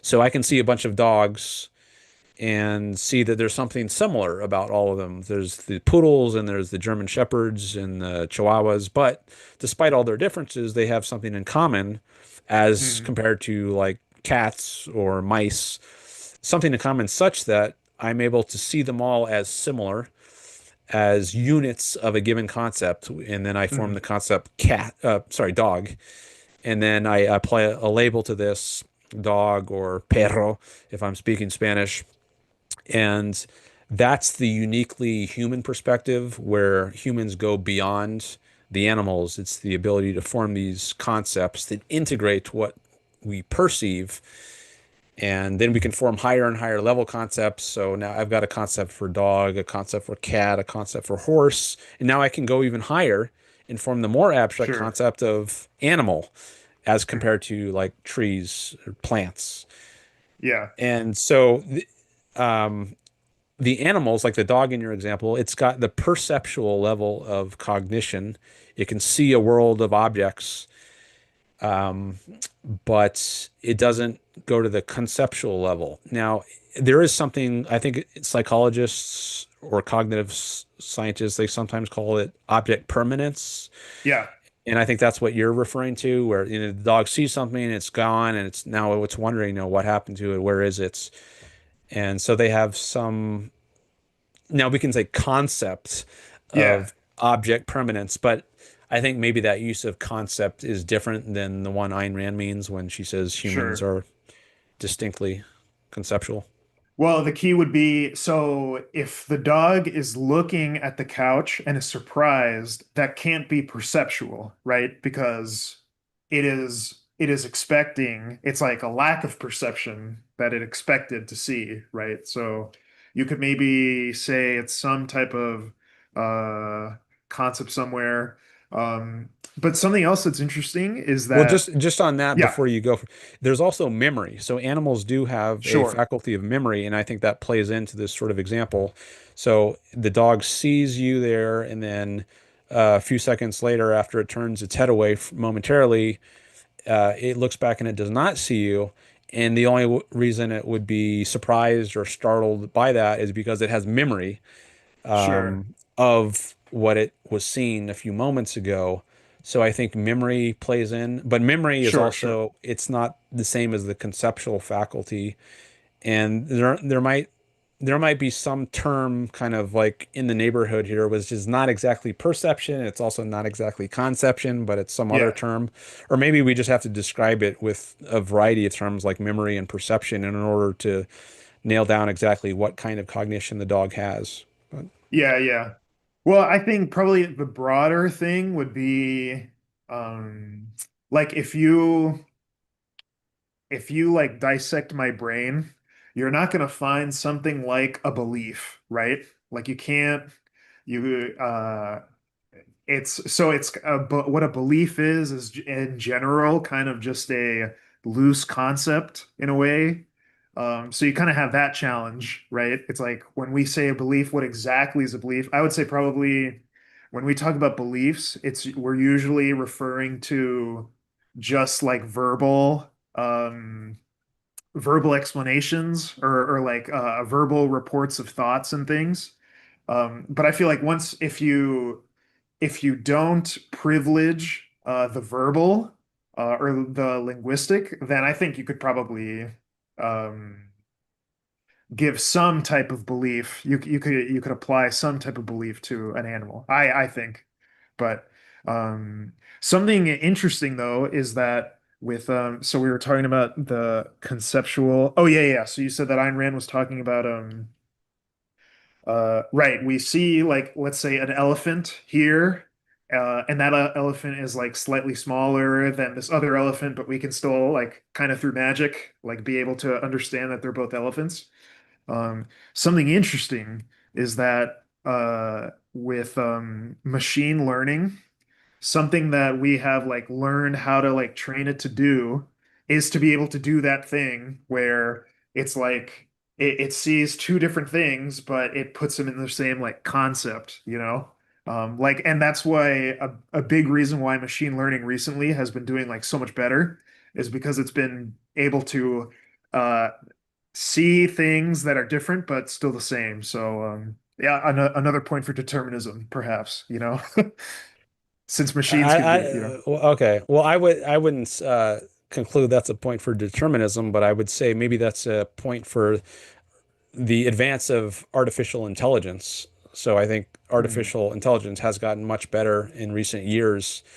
And some of these terms like learning, I would say they're not literal. It's not literal learning. It's, learning in air quotes. And we do this all the time with computers. I can say my computer went to sleep, the battery died on my phone, but I don't literally mean, it lost consciousness. It was never consciousness to begin with. When my phone battery died, it was never alive to begin with. We often use these metaphors, and it's fine as long as you Sure. understand that they are metaphors, they're not literal. And I think that's what's happening in the case of machine learning. It's not literal learning, but for convenience, we can use a term like that.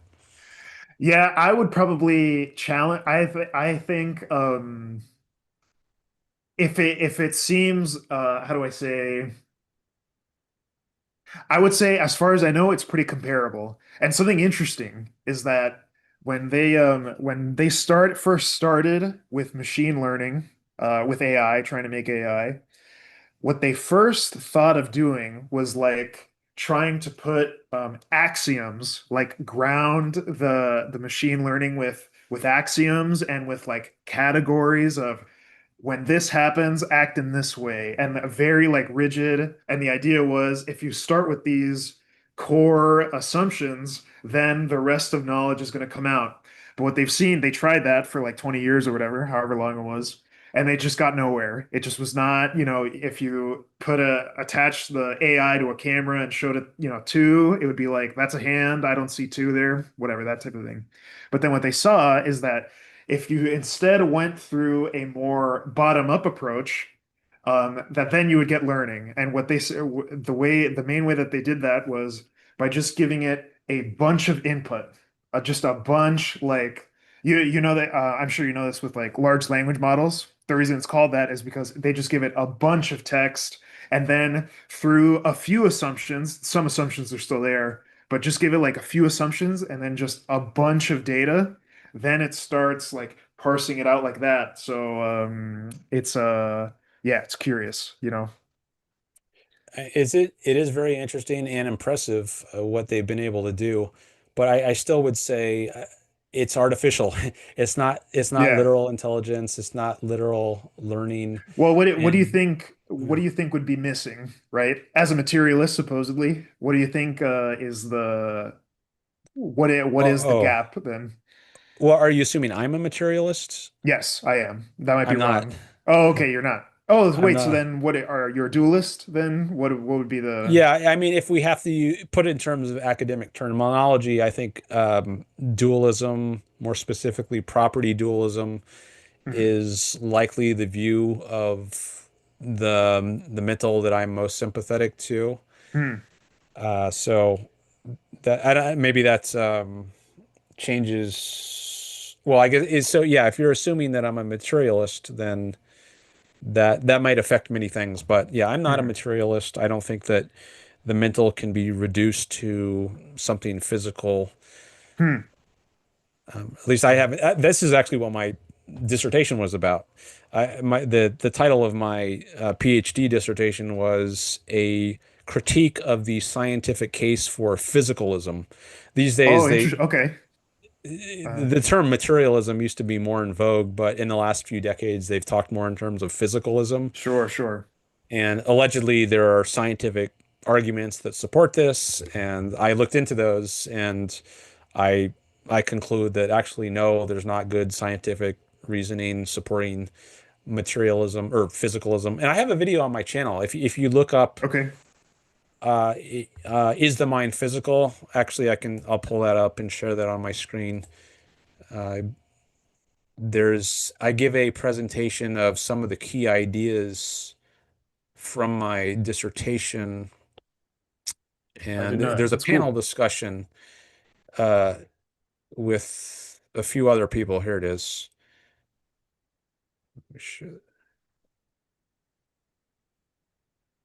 I just typed in the search box, is the mind physical? And then this first video that pops up is the one I'm referring to, a Hmm. presentation and panel discussion on physicalism. So if you're interested in this topic, I would Sure. recommend checking that. If you want to hear my views on this topic, Sure, that's a good sure. resource. What for you, what do you think what would be the main like thing? You usually for people who are dualists or don't or who aren't physicalists or aren't materialists, there's one thing, that like there's a gap somewhere. So where to you, what is the one like thing? If it's one thing at all. I mean, it might not be, but Like, what is the one main reason I'm not a materialist or yeah. physicalist? Like, well, I think that maybe the simplest way to put it is just it seems prima facie, like on the surface, that the mental has different properties than the physical. So you mentioned Uh, beliefs before, and like you can't dig in the brain and find, where is someone's belief yeah. that today is Sunday. And a lot of people they cite various properties like the mental can be true or false. Like you can have true or false beliefs, but can non-mental things be true or false? Like can physical things like a neuron, does it make sense to say a neuron is true or Right. false? Or does that seem like a kind of category error where these terms true and false, they just don't apply to the physical? Yet if they apply to Mm. something like beliefs, then okay, well now we've got a difference in properties, and if things have different properties, they can't be the same thing. Sure, So there sure. has to be some kind of difference between the mental and the physical. And there's many other properties like this. For instance, space. Like, does belief have a certain location? Like, is it my belief that today is Sunday? Is it 3 inches to the right of my left ear? Uh, Or is belief just not the sort of thing that has a spatial location? If so, then there's another case of a property difference, which might think, okay, well, the mental is not the same as the physical because they have different sorts of properties.